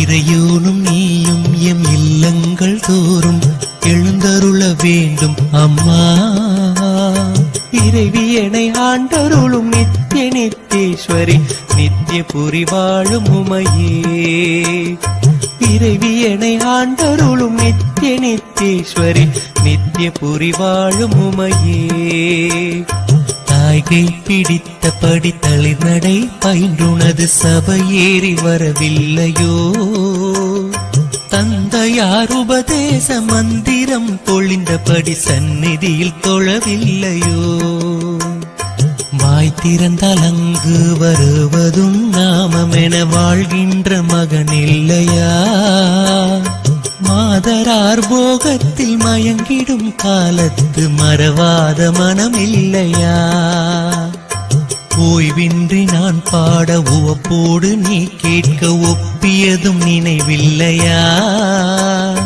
ஓடோடி வந்தனது தீராத துயர் தீர்க்க உன் நெஞ்சில் கனிவில்லையா ஈகின்ற என் தலைவி நீ இல்லையா உந்தன் இசைவான நான் இல்லையா இறைவியனை ஆண்டருளும் நித்திய நித்தேஸ்வரி நித்திய புரி வாழும் உமையே இறைவியனை ஆண்டருளும் நித்திய நித்தேஸ்வரி நித்திய புரி வாழும் உமையே ஓமெனும் மந்திரத்துட்பொருள் ஆகின்ற ஸ்ரீராஜராஜேஸ்வரி ஊழிதோறும் உயரறம் காக்கின்ற ஸ்ரீராஜராஜேஸ்வரி நாமமும் உருவமும் பலவாகி உலகாளும் ஸ்ரீராஜராஜேஸ்வரி ஞானமும் இச்சையும் கிரியையும் தானான ஸ்ரீராஜராஜேஸ்வரி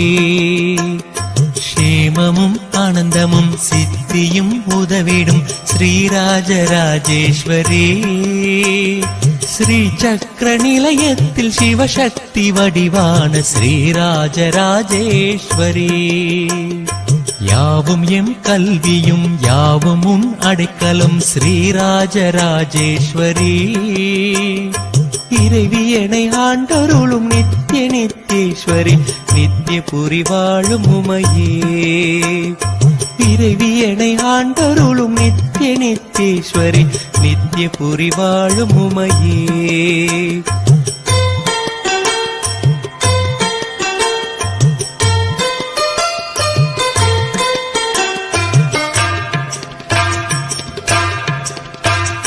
மூவர்க்கும் தேவர்க்கும் யாவர்க்கும் மேலான முதல்வி முக்கண்ணி போற்றி முறையாக தொழுவோர்க்கு துணையாகி வழிகாட்டும் முத்தமிழ் செல்வி போற்றி நாவுக்கும் நெஞ்சுக்கும் நலம் தந்து இனிக்கின்ற நாதாந்த சக்தி போற்றி நான் என்று எனதென்றும் நலியாத நிலை சேர்க்கும் ஞான பூங்கோதை போற்றி பாவுக்கும் பூவுக்கும் பாதம் பெயர் தருளும் பாண்டிமாதேவி போற்றி பணிவார்த்தம் துயரோடு பிணியாவும் பொடியாக்கும் பரம கல்யாணி போற்றி ஏவல் கொண்டு பல காவல் செய் அன்னை நின் இணையடிகள் போற்றி போற்றி இறைவியனை ஆண்டருளும் நித்திய நித்தேஸ்வரி நித்திய புரி வாழும் உமையே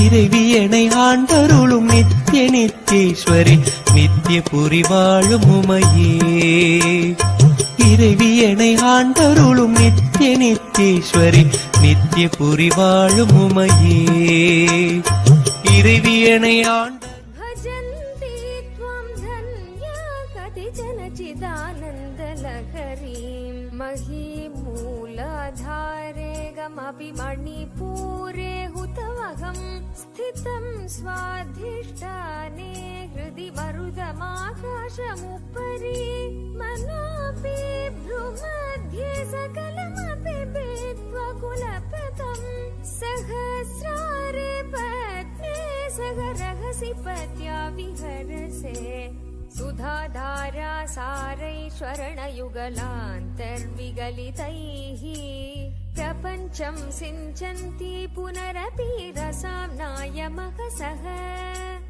अवाप्य स्वां भूमिं भुजगनिभमम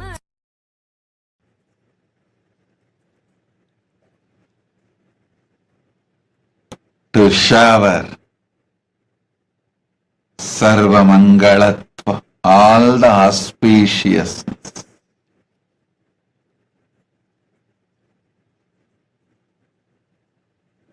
Parameshwari is here to grant you all the boons, peace, bliss,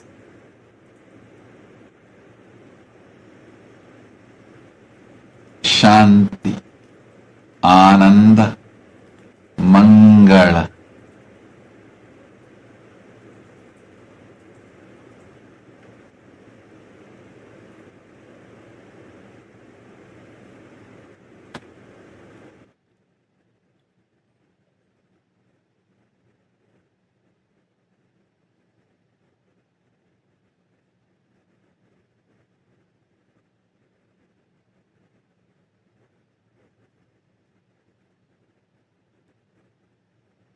All my devotees, I give you all the boon. You will all be protected from this third world war. Your life, your properties,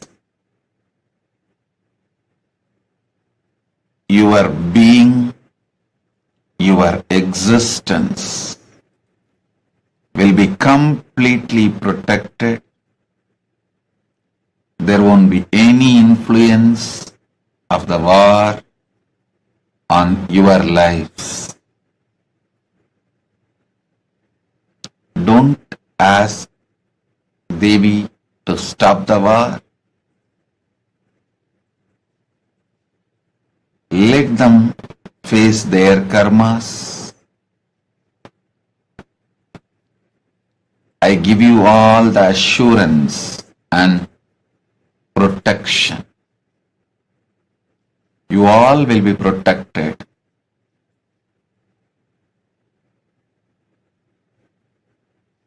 Be in peace. Have Shanti. Let them work out their karma. Just like you want the boon of peace, they want the boon of war. So let them have their life. Let you all have your life. I assure all your physical, mental, health and wealth, career, life, everything is protected. Parameshwari is here. Parashakti is here to protect all of you.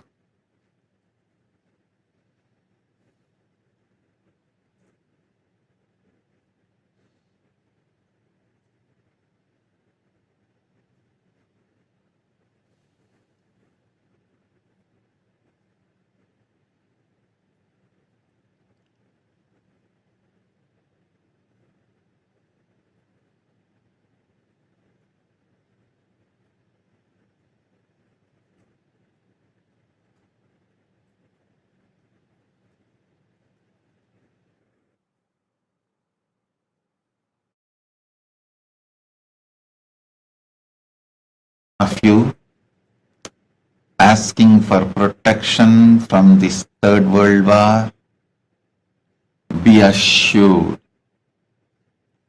Do not worry. Be assured you are protected. Abhayam, Abhayam, Abhayam.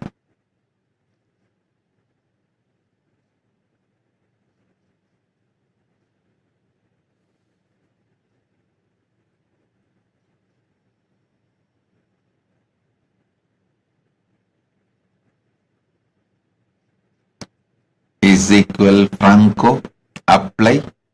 I'll grant it immediately.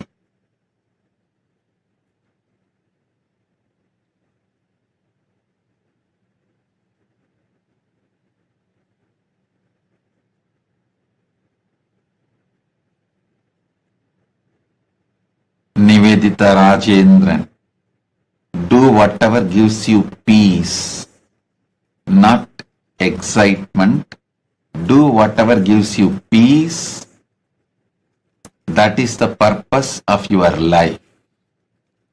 Purpose of your life is peace, shanti.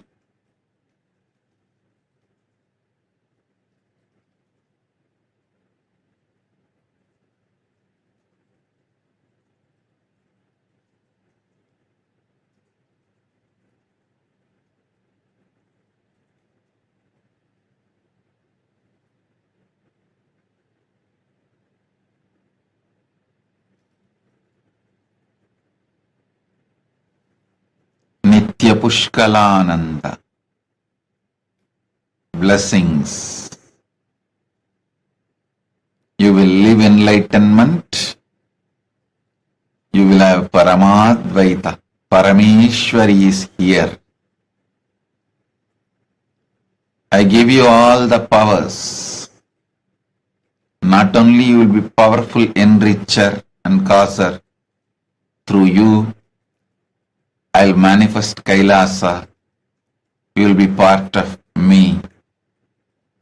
I'll heal your brother, Kavaljit Katar. Blessings.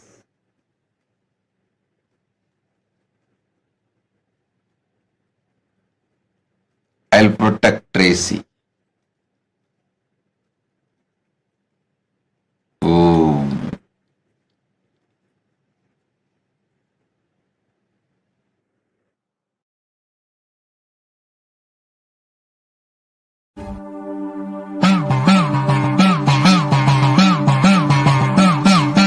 சத்தியம் காத்திடும் உத்தமத்தியே சத்குருவாய் வந்த நித்திய தாயே त्वया हृत्वा वामं वपुरपरितृप्तेन मनसा शरीरार्धं शम्भोर परमपि शङ्के कृतमभूत् यदेतत्त्वद्रूपं सकलमरुणाभं त्रिनयनं कुचाभ्यामानम्रं कुटिलशशिचूडालमकुटं जगत्सूते धाता हरिरवति रुद्रक्षपयते तिरस्कुर्वन्ने तत्स्वमपि वपुरीश स्थिरयति सदा पूर्व सर्व तदिदमनुगृह्णाति च शिव स्तवाज्ञामालम्ब्य क्षणचलितयोर्भूलतिकयो त्रयाणां देवानां त्रिगुणजनितानां तव शिवे भवेत् पूजा पूजा तव चरणयोर्या विरचिता तथा हि त्वत्पादोद्वहनमणिपीठस्य निकटे स्थिता ह्येते शक्ष्वन् मुकुलितकरोतं समकुटा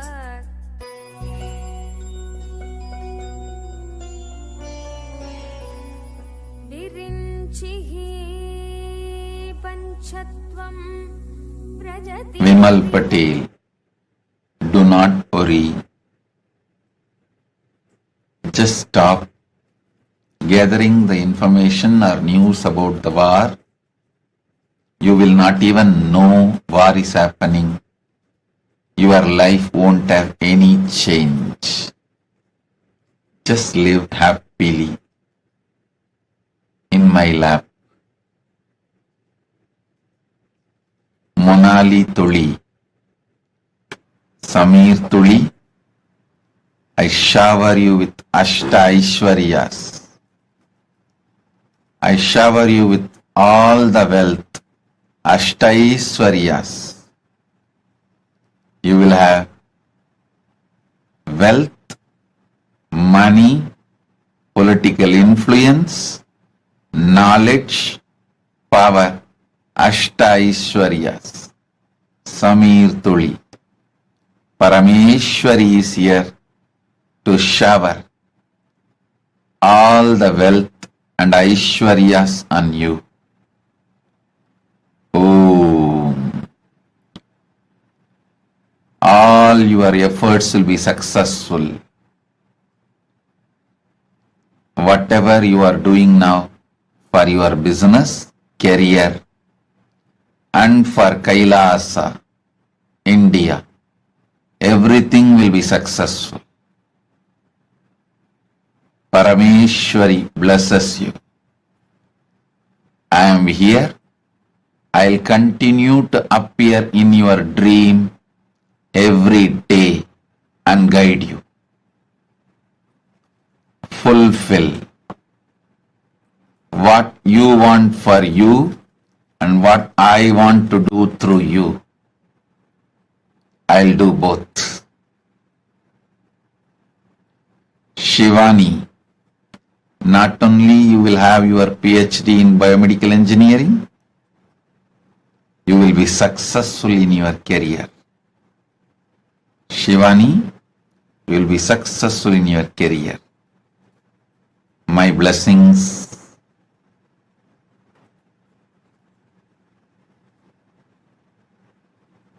I am with you. I am with you. Shivani Tuli, you will be successful.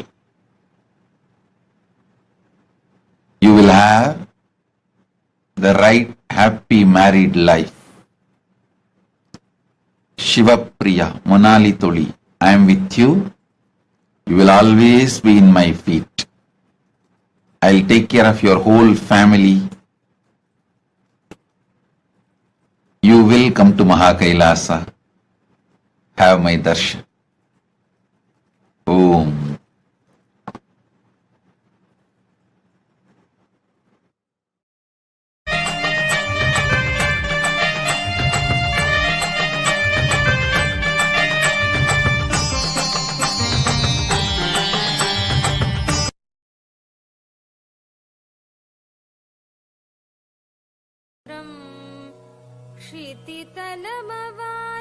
क्षितितलमवातीतरदितम्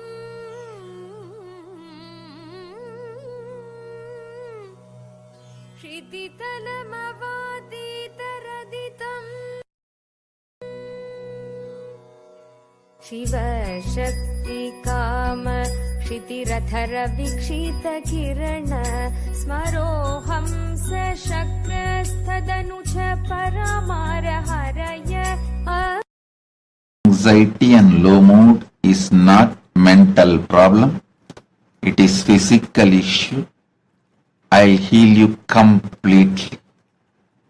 Whenever you feel anxiety and low, just drink a glass of water, remembering me. I am here inside your heart. I'll heal you completely. Even if you don't believe, I'll cause miracles and heal you completely.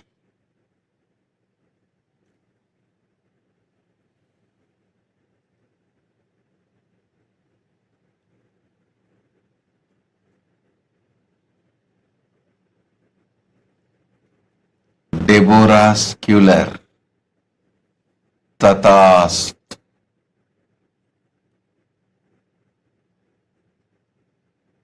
I'll be with you, shower you the boon you asked, Parameshwari is here for you. My blessings.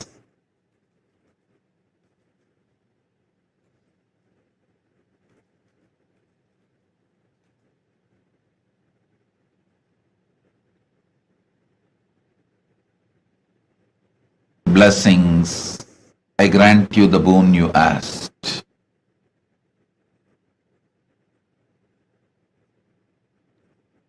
I'll take care of all of your family.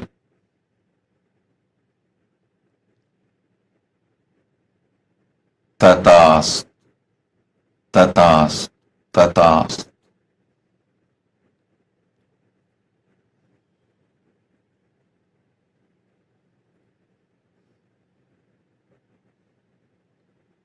Suhas, tatas. Go ahead with the job. You will have a breakthrough. Tatas. Durga Sri Ramani. Tatas. You will get the clearance from scientific and ethical committee. Tatas. Xiaonan Zing. Tatas. Tatas. For all the 8 boons you asked. Xiaonan Zing. Tatas.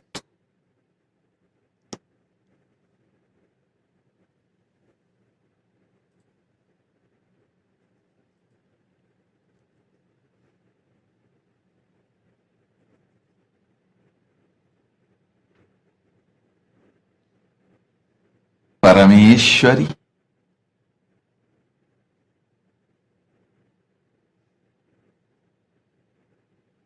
Jagat Janani. Sarva Mangala Swarupini. Shambhavi is here. Anyone who sees my manifestation now, I grant you all the boons you are asking. Hold me in your heart now and ask whatever you want. I am here to manifest. I am not here to give you any strategy or advice. I am here to give you direct power, Shakti, boon, blessings.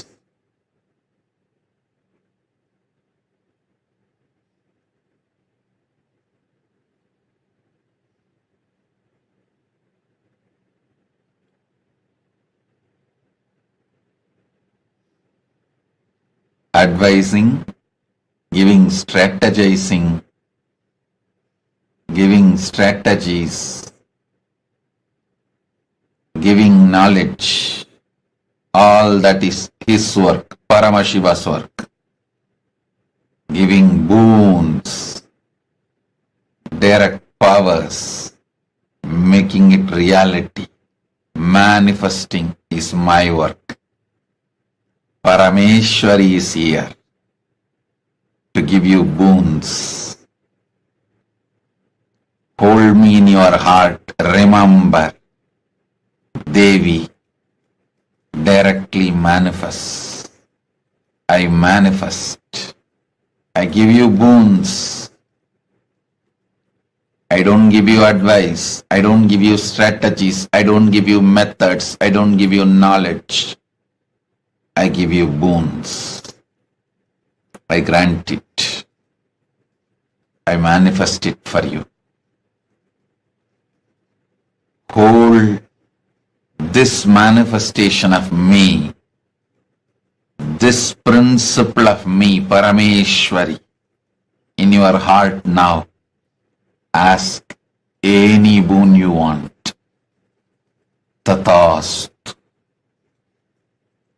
Tathast. Tathast.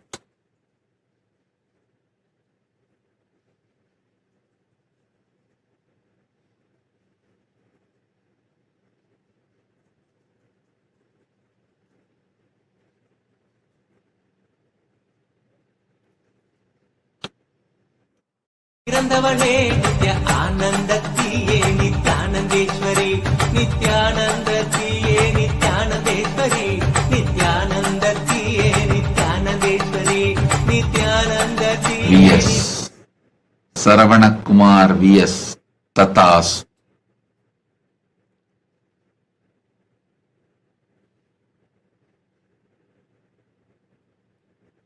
Jnanapradata Tatas.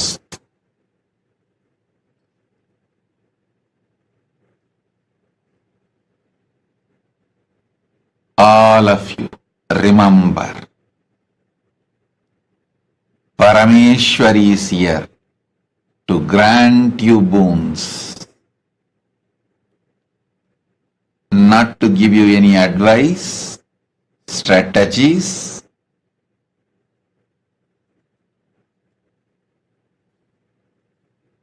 methods, techniques, knowledge.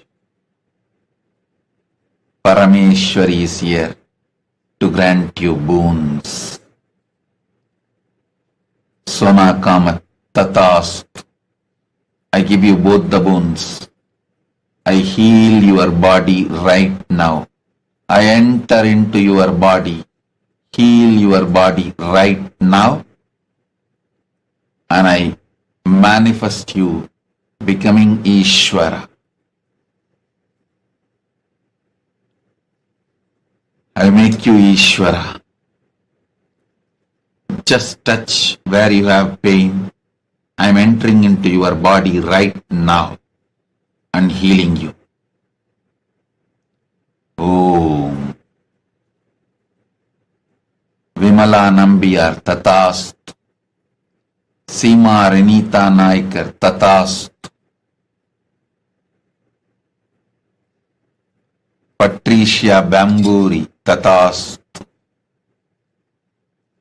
Patricia Bamburi Tatast.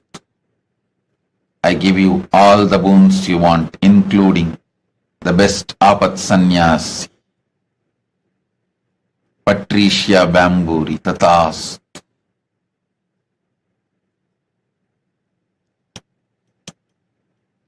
Om. Om. Om.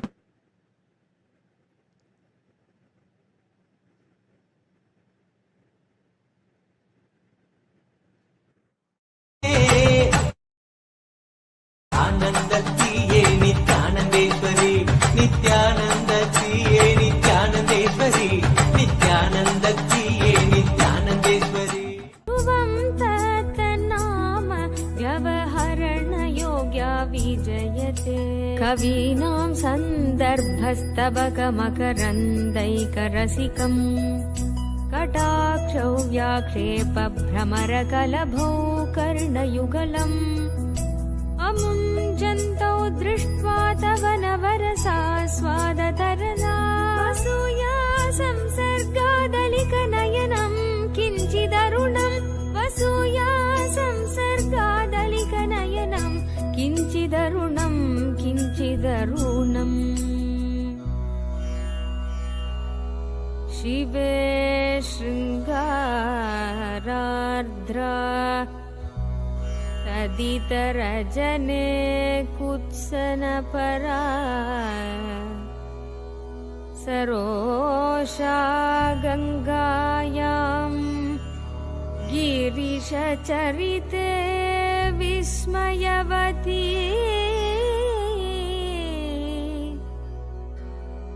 हराहिभ्यो भीता सरसिरुहसौभाग्यजयिनी सखीषु स्मेराते मयि जननी दृष्टिः सकरुणा सखीषु स्मेराते मयि जननी दृष्टिः सकरुणा गते कर्णाभ्यर्णं गरुत इव पक्ष्माणि दधति गते कर्णाभ्यर्णं गरुत इव पक्ष्माणि दधति पुरां मेतुश्चित्तप्रशमरसविद्रावणफले इमे नेत्रे गोत्राधरपतिकुलोत्तं सकलिके तवा कर्णाकृष्णस्मरशरविलासं कलयत विभक्तत्रैवर्ण्यं व्यतिकरितलीलाञ्जनतया विभाति त्वनेत्रहृदयमिदमीशानदयिते पुनः स्रष्टुं देवा Feeling connection and oneness. Testing is Paramashiva's work. Granting boon is my work. I am Jagat Janani, Parameshwari. I give you the boon of feeling connection. I grant you oneness and I keep you in the space of my compassion. Om.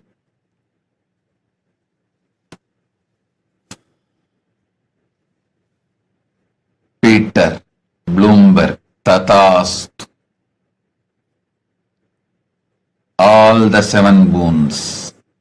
Tathastu, Tathastu, Tathastu, Tathastu, Tathastu, Tathastu, Tathastu.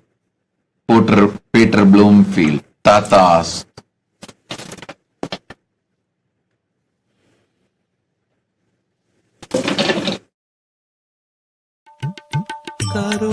करुणासागरि मा नित्येश्वरि करुणासागरि मा करुणा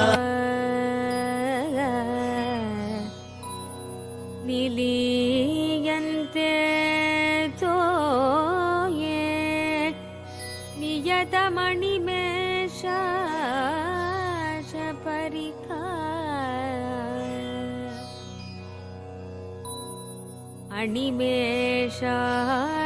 अणिमेषाशफरिका इयञ्च श्री भद्रच्छतपुटकवाटं कुवलयो इयं च श्रीर्भद्रच्छतपुटकवाटं कुवलयो जगोति प्रत्यूषे निशि च विघटय्य प्रविशति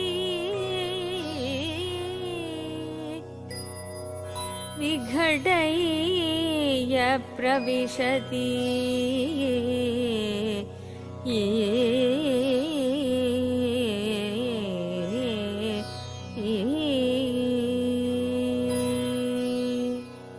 दृशा द्राघीयस्य दरदलितनीलोत्पलरुचा दवीयां दीनं श्रपय कृपया मामपि शिवे अनेनायं धन्यो भवति न च ते हानिरियता अनेवा हर्म्येवा समकर निपातो हिमकर परालं ते पालियुगळमकराजन्यतनये नगेशामाधत्ते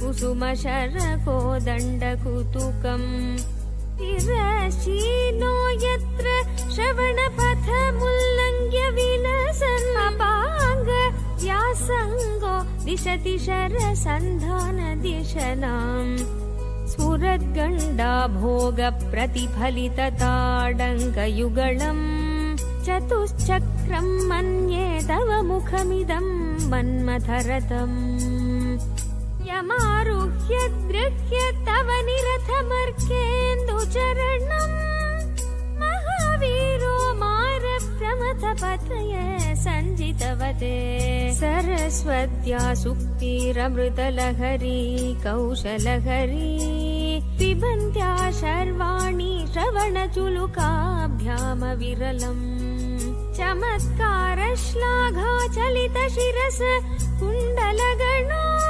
जनत्कारैस्त. Don't worry. I'll protect your elder son and I'll get all the money back to you. Whatever you invested, you will get it back. Don't worry. No loss for you and I'll protect your son. I'll grant you more than you asked.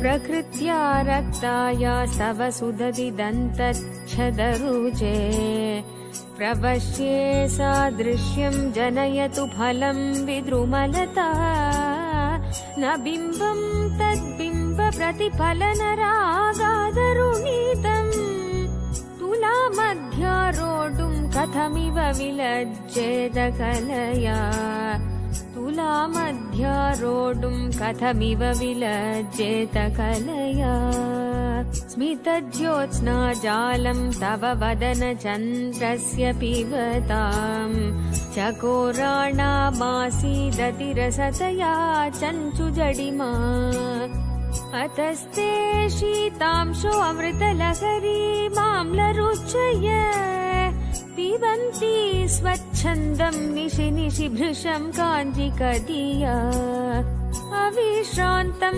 पत्युर्गुणगणकथाम्रेडन जपा जपा पुष्पच्छाया तव जननि जिह्वा जयति सा यदग्रासीनाया स्फटिकदृशदच्छच्छविमयी सरस्वत्या मूर्ति परिणमति माणिक्यवपुषा सरस्वत्या मूर्ति परिणमति माणिक्यवपुषा रणे जित्वा दैत्यानपहृतशिरस्त्रै कवचिवे निवृत्तैश्चण्डांस त्रिपुरहर निर्माल्य विमुखै विशाखेन्द्रोपेन्द्रै शशि विशद कर्पूर शकला विलीयन्ते मातस्तव वदनता. Your family built my home. I will build home for you. Michelle, I grant you this boon. Miraculously, I'll manifest money for you and new home for you. Tatast. Your family built home for me. I will build home for you now. I grant you the boon. Michelle. Tatast. Tatast. Tatast. I'll cause miracles now. You will see miracle happening in front of your eyes. Om. चुलयति चोलेन निभृतम्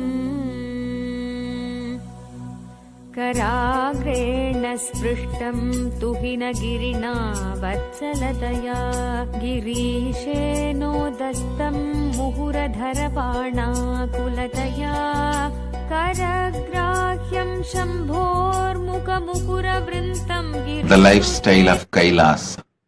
Arya Tatast. जम्बालमलिना Mrinali लालित्यं वहति यदधोहारलतिका गले रेखास्तिस्रो गतिगमकगीतैकनिपुणे विवाहव्यानद्ध प्रगुणगुणसङ्ख्या प्रतिभुव विराजन्ते नानाविधमधुररागाकरभुवां त्रयाणां ग्रामाणां स्थितिनियमसीमान इव ते Mrinali मृद. Do not worry about Kailas or Toronto. I decided I'll infuse my energy and cause miracles in spite of you all, without depending any of you all. Kailasa Toronto will manifest as I want.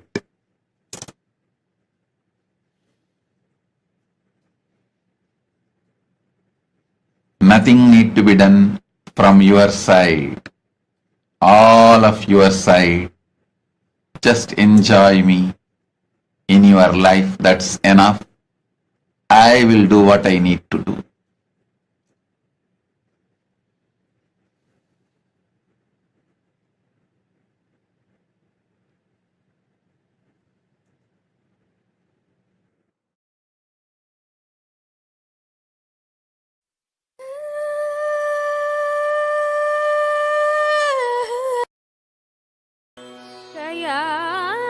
जिद्धा साम्यं भजतु कलया हन्त कमलम्. I'll heal your whole family.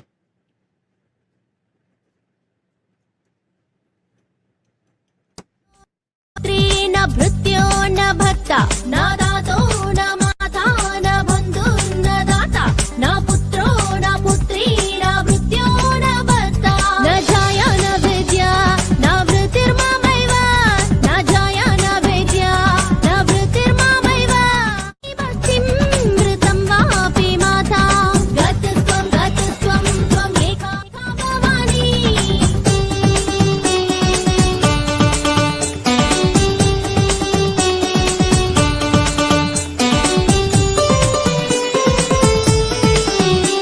कुकर्मी कुसंगी अरण्ये सरण्ये सदा मां प्रपहि गतस्त्वं त्वम् एका भवानी. अनादो दरिद्रो जरारोगयुक्तो महाक्षीणदीनः सदा जाड्यवक्त्रः विपत्तौ प्रविष्ट नष्ट सदाहं गतस्त्वं त्वम् एका भवानी. गतस्त्वं भवानी गतस्त्वं त्वम् एका भवानी. गतस्त्वं त्वम् एका भवानी.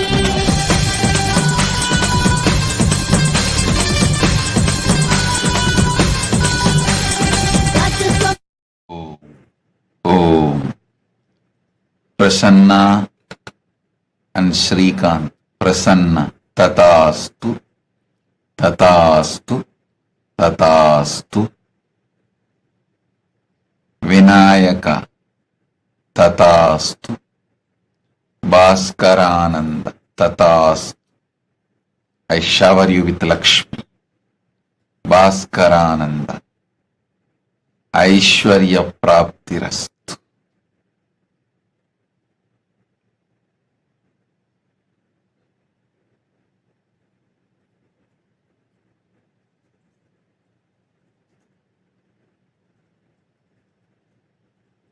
Om.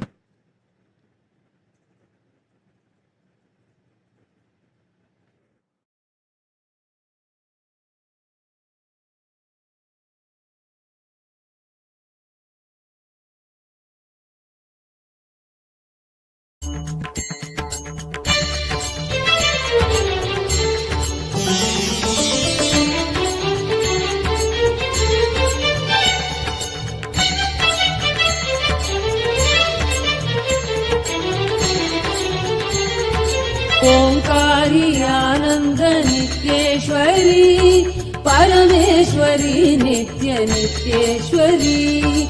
ओंकारी आनंद नित्येश्वरी परमेश्वरी नित्य नित्येश्वरी.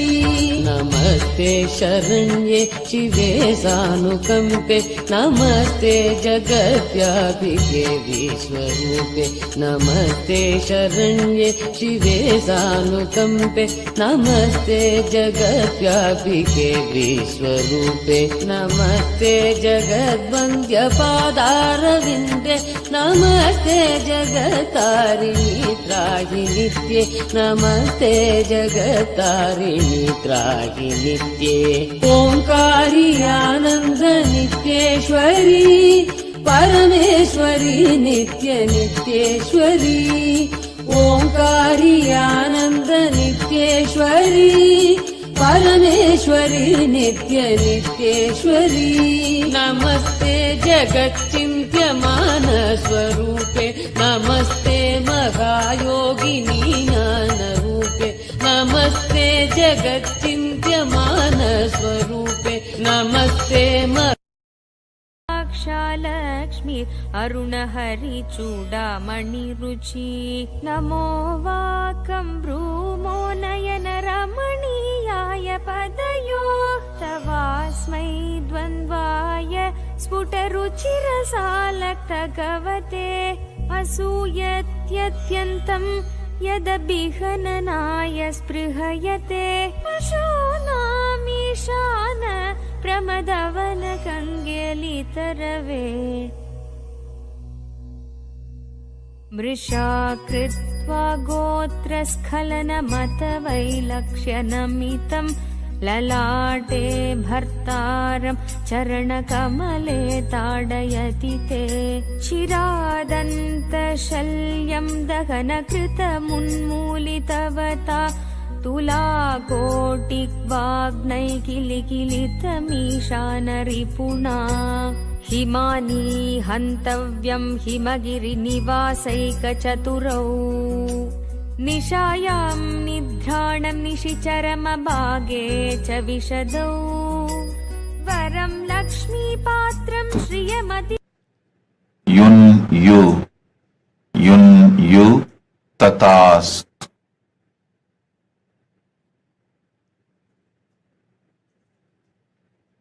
Do yoga every day, read living enlightenment, spread living enlightenment.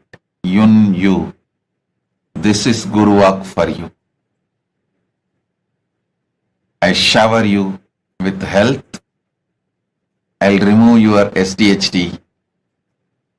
I'll heal your myopia.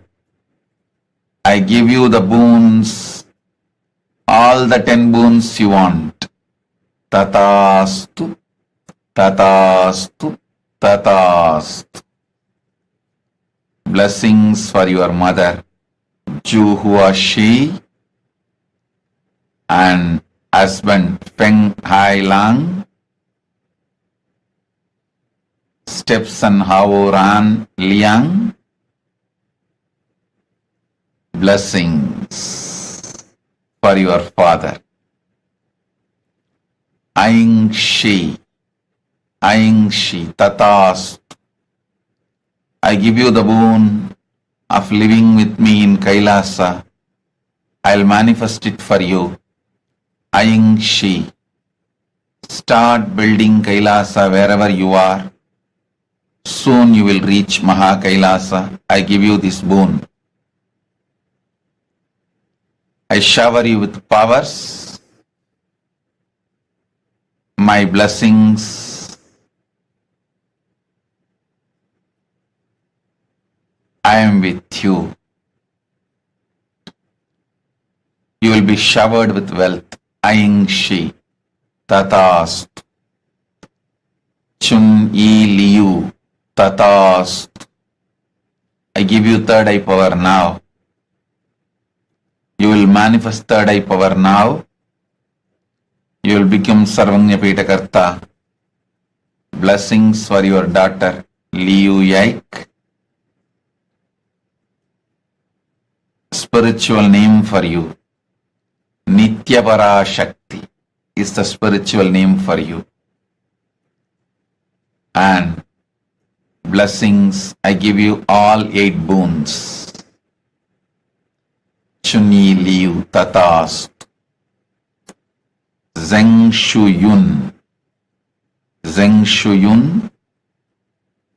I shower you with the love, feeling connection, Guru Bhakti.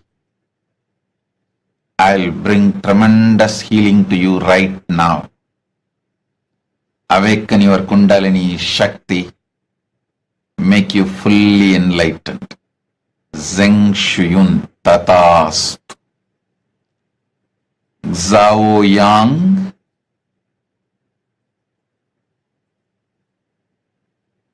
Zhao Yang, I grant you the boon. You will have a girl. I'll take care, don't worry. Blessings for Jingju.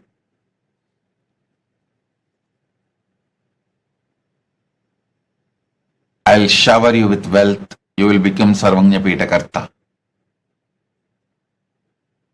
Your baby will be enlightened. My own energy. Shao Yang Tatast.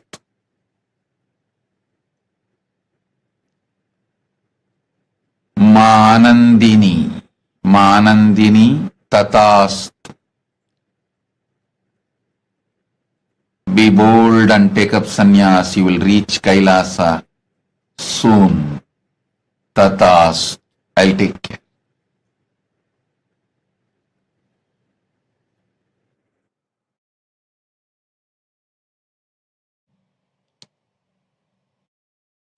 Omkari आनंद नित्येश्वरी परमेश्वरी नित्य नित्येश्वरी अरण्ये रणे दारुणे रात्रुमध्ये नले सागरे प्रान्तरे राजगेहे अरण्ये रणे दारुणे रात्रुमध्ये नले सागरे प्रान्तरे राजगेहे त्वमेका गतिर्देवि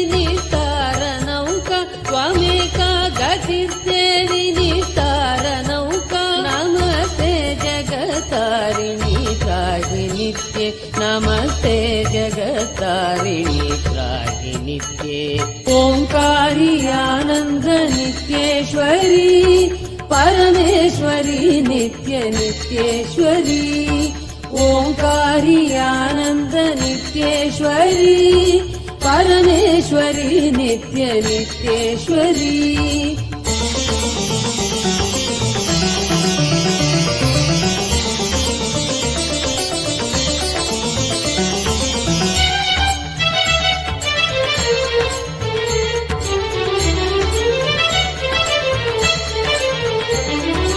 ओंकारी आनंद नित्येश्वरी परमेश्वरी नित्य नित्येश्वरी ओंकारी आनंद नित्येश्वरी परमेश्वरी नित्य नित्येश्वरी अपारे महादुत्तरेत्यन्त घोरे विपत्सागरे मज्जतां देहभाजाम् अपारे महादुस्तरेत्यन्त घोरे विपत्सागरे मज्जतां देहभाजाम् त्वमेका गतिर्देवि निस्तार हेतुर्नमस्ते जगतारिणी त्राहि नित्ये नमस्ते जगतारिणी त्राहि नित्ये ओंकारी आनंद नित्येश्वरी परमेश्वरी नित्य नित्येश्वरी ओंकारी आनंद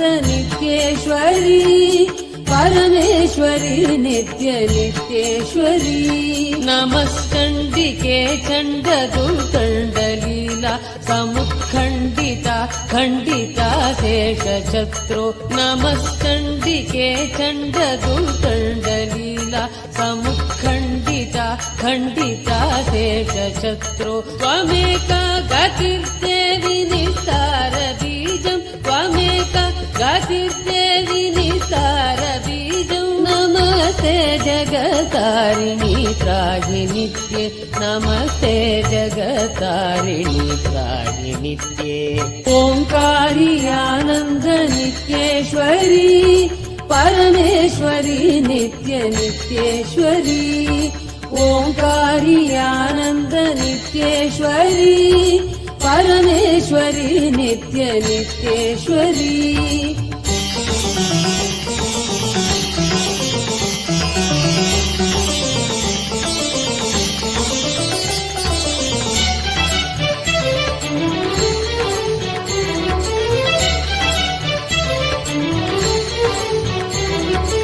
ओंकारी आनंद नित्येश्वरी परमेश्वरी परमेश्वरी नित्य नित्येश्वरी ओंकारी आनंद नित्येश्वरी परमेश्वरी नित्य नित्येश्वरी त्वमेवाघभावा धृता सत्यवादिन्या जाता जिता क्रोधनात् क्रोधनिष्ठा त्वमेवाघभावा धृता सत्यवादिन्या जाता जिता क्रोधनात् क्रोधनिष्ठा इडा पिङ्गळा त्वं सुषुम्ना च नाडि नमस्ते जगतारिणि त्राहि नित्ये नमस्ते जगतारिणि त्राहि नित्ये ओंकारी आनंद नित्येश्वरी परमेश्वरी नित्य नित्येश्वरी ओंकारी आनंद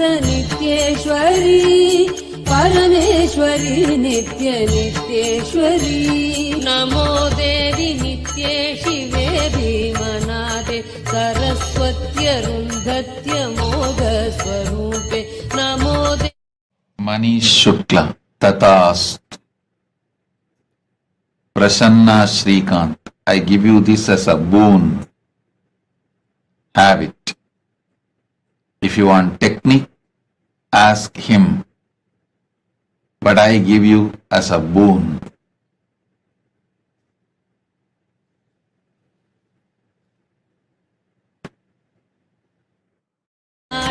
नमस्ते जगतारिणि त्राहि नित्ये नमस्ते जगतारिणि त्राहि नित्ये ओंकारी आनंद नित्येश्वरी परमेश्वरी नित्य नित्येश्वरी ओंकारी आनंद नित्येश्वरी परमेश्वरी नित्य नित्येश्वरी नमो देवी Om Sona Kamat. Blessings for your kids. Blessings to Hans, Ivan, Ihan. Blessings for their education. I'll shower them with wealth. Ihan's business will be showered. I'll cast miracles and shower wealth on him.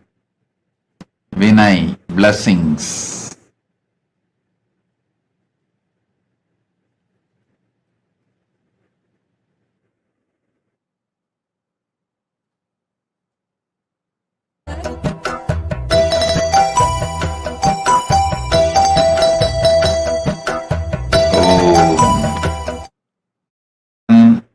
Ketan Gebaid, Tatast. Yogagnana Rupini, Tatast.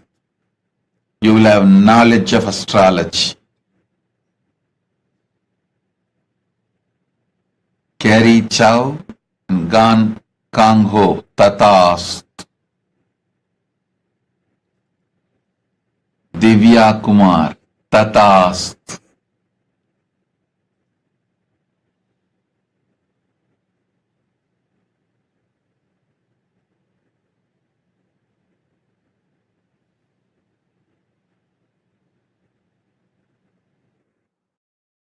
हर्म्यवासिने सुपर्णवाहनप्रियाय सूर्यकोटितेजसे अपर्णया विहारिणे धनान्धरेन्द्रधारिणे सदा नित्यानन्दरूपिणे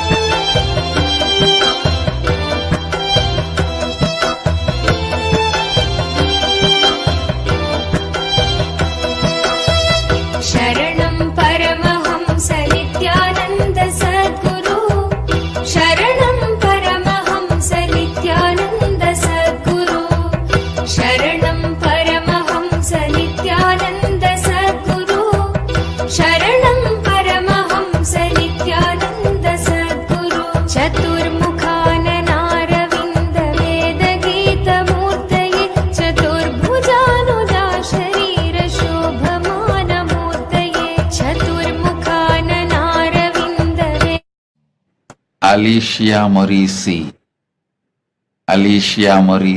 Tatast. I'll make your backbone, I'll make your spine completely straight now. I'll enter into your spine, straighten it now. You will hear the sound, your spine getting straightened right now.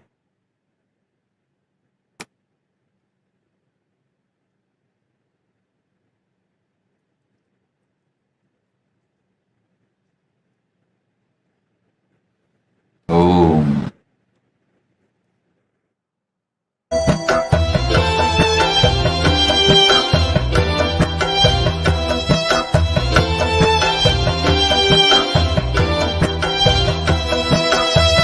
शरणं परमहंस नित्यानन्द सद्गुरु शरणं परमहंस नित्यानन्द सद्गुरु शरणं परमहंस नित्यानन्द सद्गुरु शरणं परमहंस नित्यानन्द सद्गुरु चतुर्मुखाननारविन्द वेदगीतमूर्तये चतुर्भुजानुजा शरीर शोभमानमूर्तये चतुर्मुखाननारविन्द वेदगीतमूर्तये चतुर्भुजानुजा शरीर शोभमानमूर्तये. Om. Now I enter into all your Ananda Gandhas, spiritual hearts,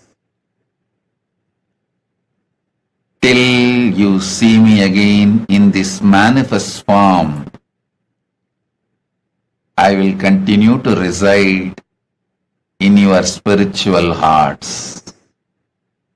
Tatastu, tatastu, tatastu. Om. Shanti, Shanti, Shanti.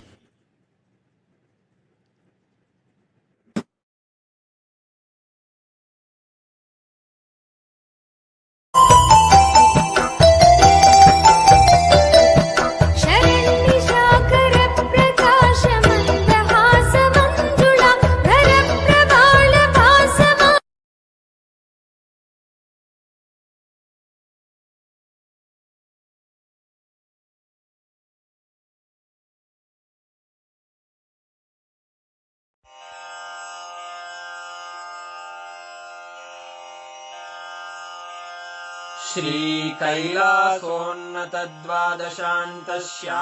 श्रीकैलासोन्नतद्वादशान्तश्यामलापीठारूढ श्रीमीनाक्षिसुन्दरेश्वरा भिन्नस्वरूप परशिवपुत्ररत्न Kumar गुरुमण्यतुल्यावतार श्रीपार्वतीस्तन्यपानलब्धदिव्यज्ञान विश्रुतसकलनिगमागमसारभूत Dravid वेद प्रवक्त्रे श्रीमत्परमशिवकरुणासमधिगत मुक्तामय चतुरश्रयान गीयमान छत्रचामर श्रीचिह्नकाहलादि समस्त बिरदावल्यलङ्कृत ज्ञान विज्ञान चक्रवर्ती सर्वजन संघ सद्यो निर्वाण दीक्षा व्ययापवर्गवर्ष विश्राण जीमूत परमत कलभकेसरी शैव सिद्धान्त स्थापनाचार्य श्रीराजाधिराज पाण्ड्य महाराज गुरु क्षपण शाक्यादि महान्धकार निवारण ज्ञान भानु वीक्षणानर्हार्हध्वजोच्छेदन पूर्वक श्रीमद्वृषभध्वजस्थापक शैव समयकर्त्रे सर्वज्ञपीठारूढ श्रीजगद्गुरु श्रीज्ञानसम्बन्धदेशिक स्वामि वागीश सुन्दर माणिक्यवाचक स्वामिनाम् अवतारभूत श्रीज्ञानसम्बन्ध स्वामि पुनरुद्धृत श्यामलापीठ सर्वज्ञपीठ त्रिनवत्युत्तरद्विशततम गुरुमहासन्निधान अरुणगिरियोगीश्वर परम्परा अरुणाचल सर्वज्ञपीठ गुरुमहासन्निधान कैलास परम्परागत काञ्ची कैलास सर्वज्ञपीठ त्रयस्त्रिंशदुत्तरद्विशततम गुरुमहासन्निधान नित्योत्सव नित्यमङ्गल नित्यकल्याण नित्यरजित कैलास परम्परागत आदिकैलास नित्यानन्दपीठ महासंस्थान महासिंहासनपीठकर्तः साक्षात् श्रीपरमशिव समुद्भूत कैलास परम्परागत वैवस्वतमनु इक्ष्वाकु हरिश्चन्द्र भगीरथ श्रीरामचन्द्र शूरसेन इत्यादि अनवच्छिन्न सार्वभौम चक्रवर्ति परम्परागत चतुष्षष्टि योगिनी मण्डित चतुष्षष्टि सम्प्रदाय प्रवर्तक मनुधर्मशासन सूर्यवंश प्राप्त सर्वज्ञपीठ सुराङ्गि साम्राज्य मूर्धाभिषिक्त चूडामणे साक्षात् श्री परमशिव समुद्भूत कपिल महागुरु पुनरुद्धृत महानिर्वाणिपीठ अष्टोत्तर सहस्र श्री महामण्डलेश्वर साक्षात् श्री परमशिव सिंहासनाभिषिक्त समस्त गणनायक श्री महागणपति समारंभ अनवच्छिन्न पीठाधीश्वर गुरुपरम्परा प्राप्त अटल पीठ अष्टोत्तर सहस्र श्री अटल पीठाधीश्वर धर्म मुक्ति स्वर्गपुर स्वर्ण पीठ त्रयोविंश गुरु महासन्निधान कैलास परम्परागत आदिपीठ सर्वज्ञपीठ जगद्गुरो श्रीकैलास पुनरुद्धारक श्रीकैलास परमाचार्य श्रीमत्परमहंस परिव्राजकाचार्य वर्य सच्चिदानन्द प्रणव स्वरूप श्रोत्रिय ब्रह्मनिष्ठ श्रीमज्जगद्गुरु श्रील श्री भगवत् श्री नित्यानन्द परमशिव श्री ज्ञान सम्बन्ध देशिक परमाचार्य स्वामिन् अत्रागत्य परिपाल्य च अस्मान् विज्ञान वितरणेन विजयी भव जय जय।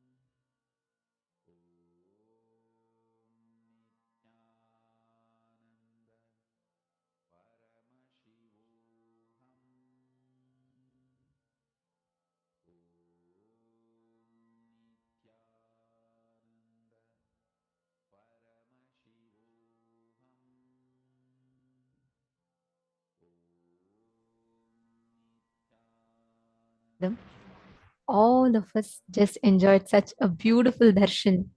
Understand? Swamiji is eternally available. Every time I just catch a glimpse of the darshan, it makes me feel so deeply like touched by that love of a mother, that intense energy of Devi Parashakti. How did you all enjoy the darshan? Can I request all you to post in the chat? How did each of you enjoy the darshan? And I request all the you viewers to comment in the comment section, and all the others to please post in the chat. Glad that all of you enjoyed. And Ma Istak is saying deep fulfillment. Ma Marlene is saying thank you, dearest Devi, and much gratitude, Ma Gebihem. Tomorrow we have a very important darshan. So all the participants, every one of you, tomorrow we will be having a very special darshan, and we request all of you to join the live darshan for by 3 p.m. for the preparation, and we'll be having a very special important darshan tomorrow. Do not miss it. And now, right after this darshan, just next 21 minutes, sit and intensely connect to Swamiji. Let us manifest the experience Swamiji has initiated us into as a power. In this round, I request every one of you, all the participants, to place a water bottle, and you're going to be toppling a water bottle. You can keep a water bottle inverted and you can topple the water bottle just through the power of your third eye. Understand, there are multiple stories in Hinduism how just through the will, people move the matter around. When you consciously will, when you understand that your existence, the source of you is Parashakti. The source of the universe is Parashakti. The metal that we're all made up of, the clay, the mold that we're all made up of, we're all just the same clay molded differently. That's all. The clay that all of us are made up of is same. Because we are all at the core one. When you will something, universe has to respond to it. Paramashiva very beautifully elaborates this exact thought current, how you need to cognize to manifest this experience. He tells very beautifully in the Vijnana Bhairava Tantra, क्वचिद् वस्तुनि विन्यस्य शनैर्दृष्टिं निवर्तयेत् तज्ज्ञानं चित्तसहितं देवी शून्यालयो भवेत्. He's giving a very precise description. If you listen to this, he tells, having fixed one's eyes on a particular object or a vastu, one should slowly withdraw the sight from that object as well as the thoughts and notions of it. Then, O Devi, one abides in Shunya, the state where there is nothing other than this exists, the state of all inclusiveness or infinity. This is the exact space what we call as Paramadvaita. See, every time when you connect to Swamiji, right after the darshan, when you experience that intense connection, Swamiji tells, literally, Swamiji is fermenting that consciousness in our inner space. That is why Swamiji tells after every darshan, it's crucial, it's imperative that we all manifest powers. Because every time you manifest powers, what Swamiji is initiated into you, right? You start beautifully flowering that in your inner space. I know many of you sitting here have been sincerely attending the programs, and you all have been having various different breakthroughs. Some of you are still having or taking that time to manifest. Every darshan, without giving up, sit and manifest. Even if you have not manifested, it will lead you to a breakthrough. Ma Lita, yes, we are live right now. You're asking if we are live or not. Yes, we are live. This is a live session. One thing, the darshan is beyond space, beyond time. Even if it's pre-recorded, especially when Swamiji is blessing, saying, today this particular darshan, today through this particular form, I'm going to be available. Swamiji is really manifesting through that form for all of us, and the Divya Sharira is extremely powerful, extremely powerful. The Divya Sharira is literally where Swamiji is going to be coming and manifesting for you there. See, when you're in the physical energy space, right? And you if you are distracted, Swamiji actually says, when even in the physical energy space, when you are there, the energy, physical energy itself does a lot to you. But if Swamiji is talking something and Swamiji is giving any initiation, when Swamiji is doing it through Divya Sharira, it's way more powerful because Swamiji is intensely manifesting through the subtle body. In the physical body, only when Swamiji is giving you initiation, within that physical breathing space, you'll be getting the initiation. But through Divya Sharira, Swamiji is going to be manifesting in a subtler body. That is why Swamiji said the first time when Swamiji conducted a Divya Sharira program, it was in 2019 or 2018, December 2018, when the Paramashivoham program was conducted first time. And personally, Swamiji himself took the sessions at that time. And Swamiji was telling everyone that don't worry, I'm manifesting very intensely for each one of you there. And so many participants had shared saying how they actually felt in a very physical level, their body responding in a way how it will be if Swamiji is physically there. And they could even smell the divine fragrance, the surabhi, the smell of Ananda Gandha of Swamiji, the divine fragrance. They were able to literally smell it because Swamiji is manifesting through his Divya Sharira for each one of us. Actually, just to add to that, Malita Seki is saying, even if it's live or alive, you feel it's so alive. Swamiji beautifully explains. I understood the depth of what it means, why Swamiji calls it alive after I listened to this clip. Swamiji explains that all the darshans, people many times come and tell Swamiji, you came in my dream. Swamiji, you answered this question. Swamiji tells that once one of the devotees asked, like, is he aware? Like, the Swamiji consciously decide he has to come to a person's, a person's particular dream to give darshan. I always used to wonder. I used to think like, oh, does Swamiji like consciously decide he has to give darshan to people, or like how does it work? And Swamiji very beautifully answered this question. Swamiji said, like how the moment you it's an automated intelligence. Like for example, there are a certain okay, let's say if your certain software doesn't work, right? There's an automated trigger that is sent, right? If there's a virus, let's say, in a particular software that is mass installed in many places, there's an automatic alert. When Google updates, it sends an automatic alert. When there's an iOS update, it's an automatic alert, right? Or when there's a certain uh, error, there's an automatic trigger in the app that is set by default, which warns you that okay, there's a malfunction, and your system needs a restart and so on, right? Swamiji tells Swamiji's physical body, which we all speak to, which we all interact with. He listens, he processes the information, everything, and that is God. Like we all can see it. Now, that layer, Swamiji has another body which is called the Divya Sharira. Swamiji uses a very beautiful word. Swamiji says that's the automatic intelligence, which Swamiji does not control it. It has its own independent intelligence. Swamiji tells, like how the moment if a particular software is having a problem, the alarm, the trigger is set such a way that automatically the alert pops up to us, correct? Same way, the moment a particular seeker or a particular devotee, anyone prays, the moment someone asks for something, automatically the alarm is triggered, and this cosmic intelligence body, the Divya Sharira, automatically goes and attends to those. Swamiji tells many times, Swamiji doesn't decide. It happens on its own. When someone prays, automatically Swamiji goes and gives darshan. Of course, he knows everything. But in this sense, Swamiji said it is not like uh,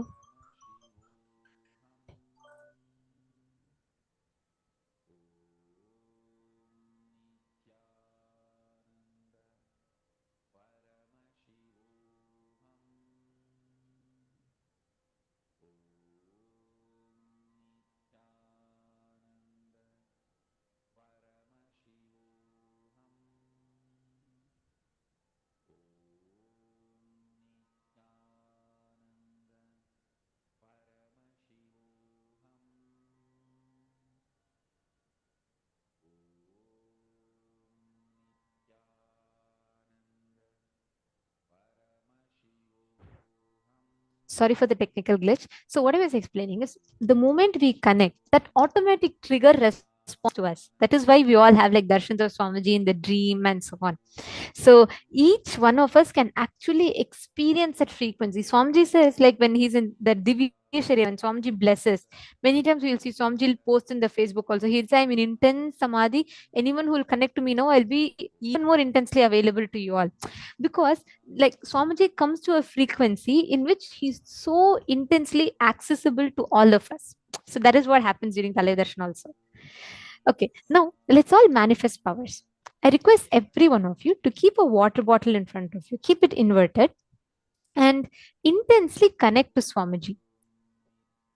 Now decide to manifest that experience of oneness, Paramadvaita, anything. Just visualize Swamiji, this intense motherly space. Just remember that face, that smile, and sit from that space of oneness and consciously manifest.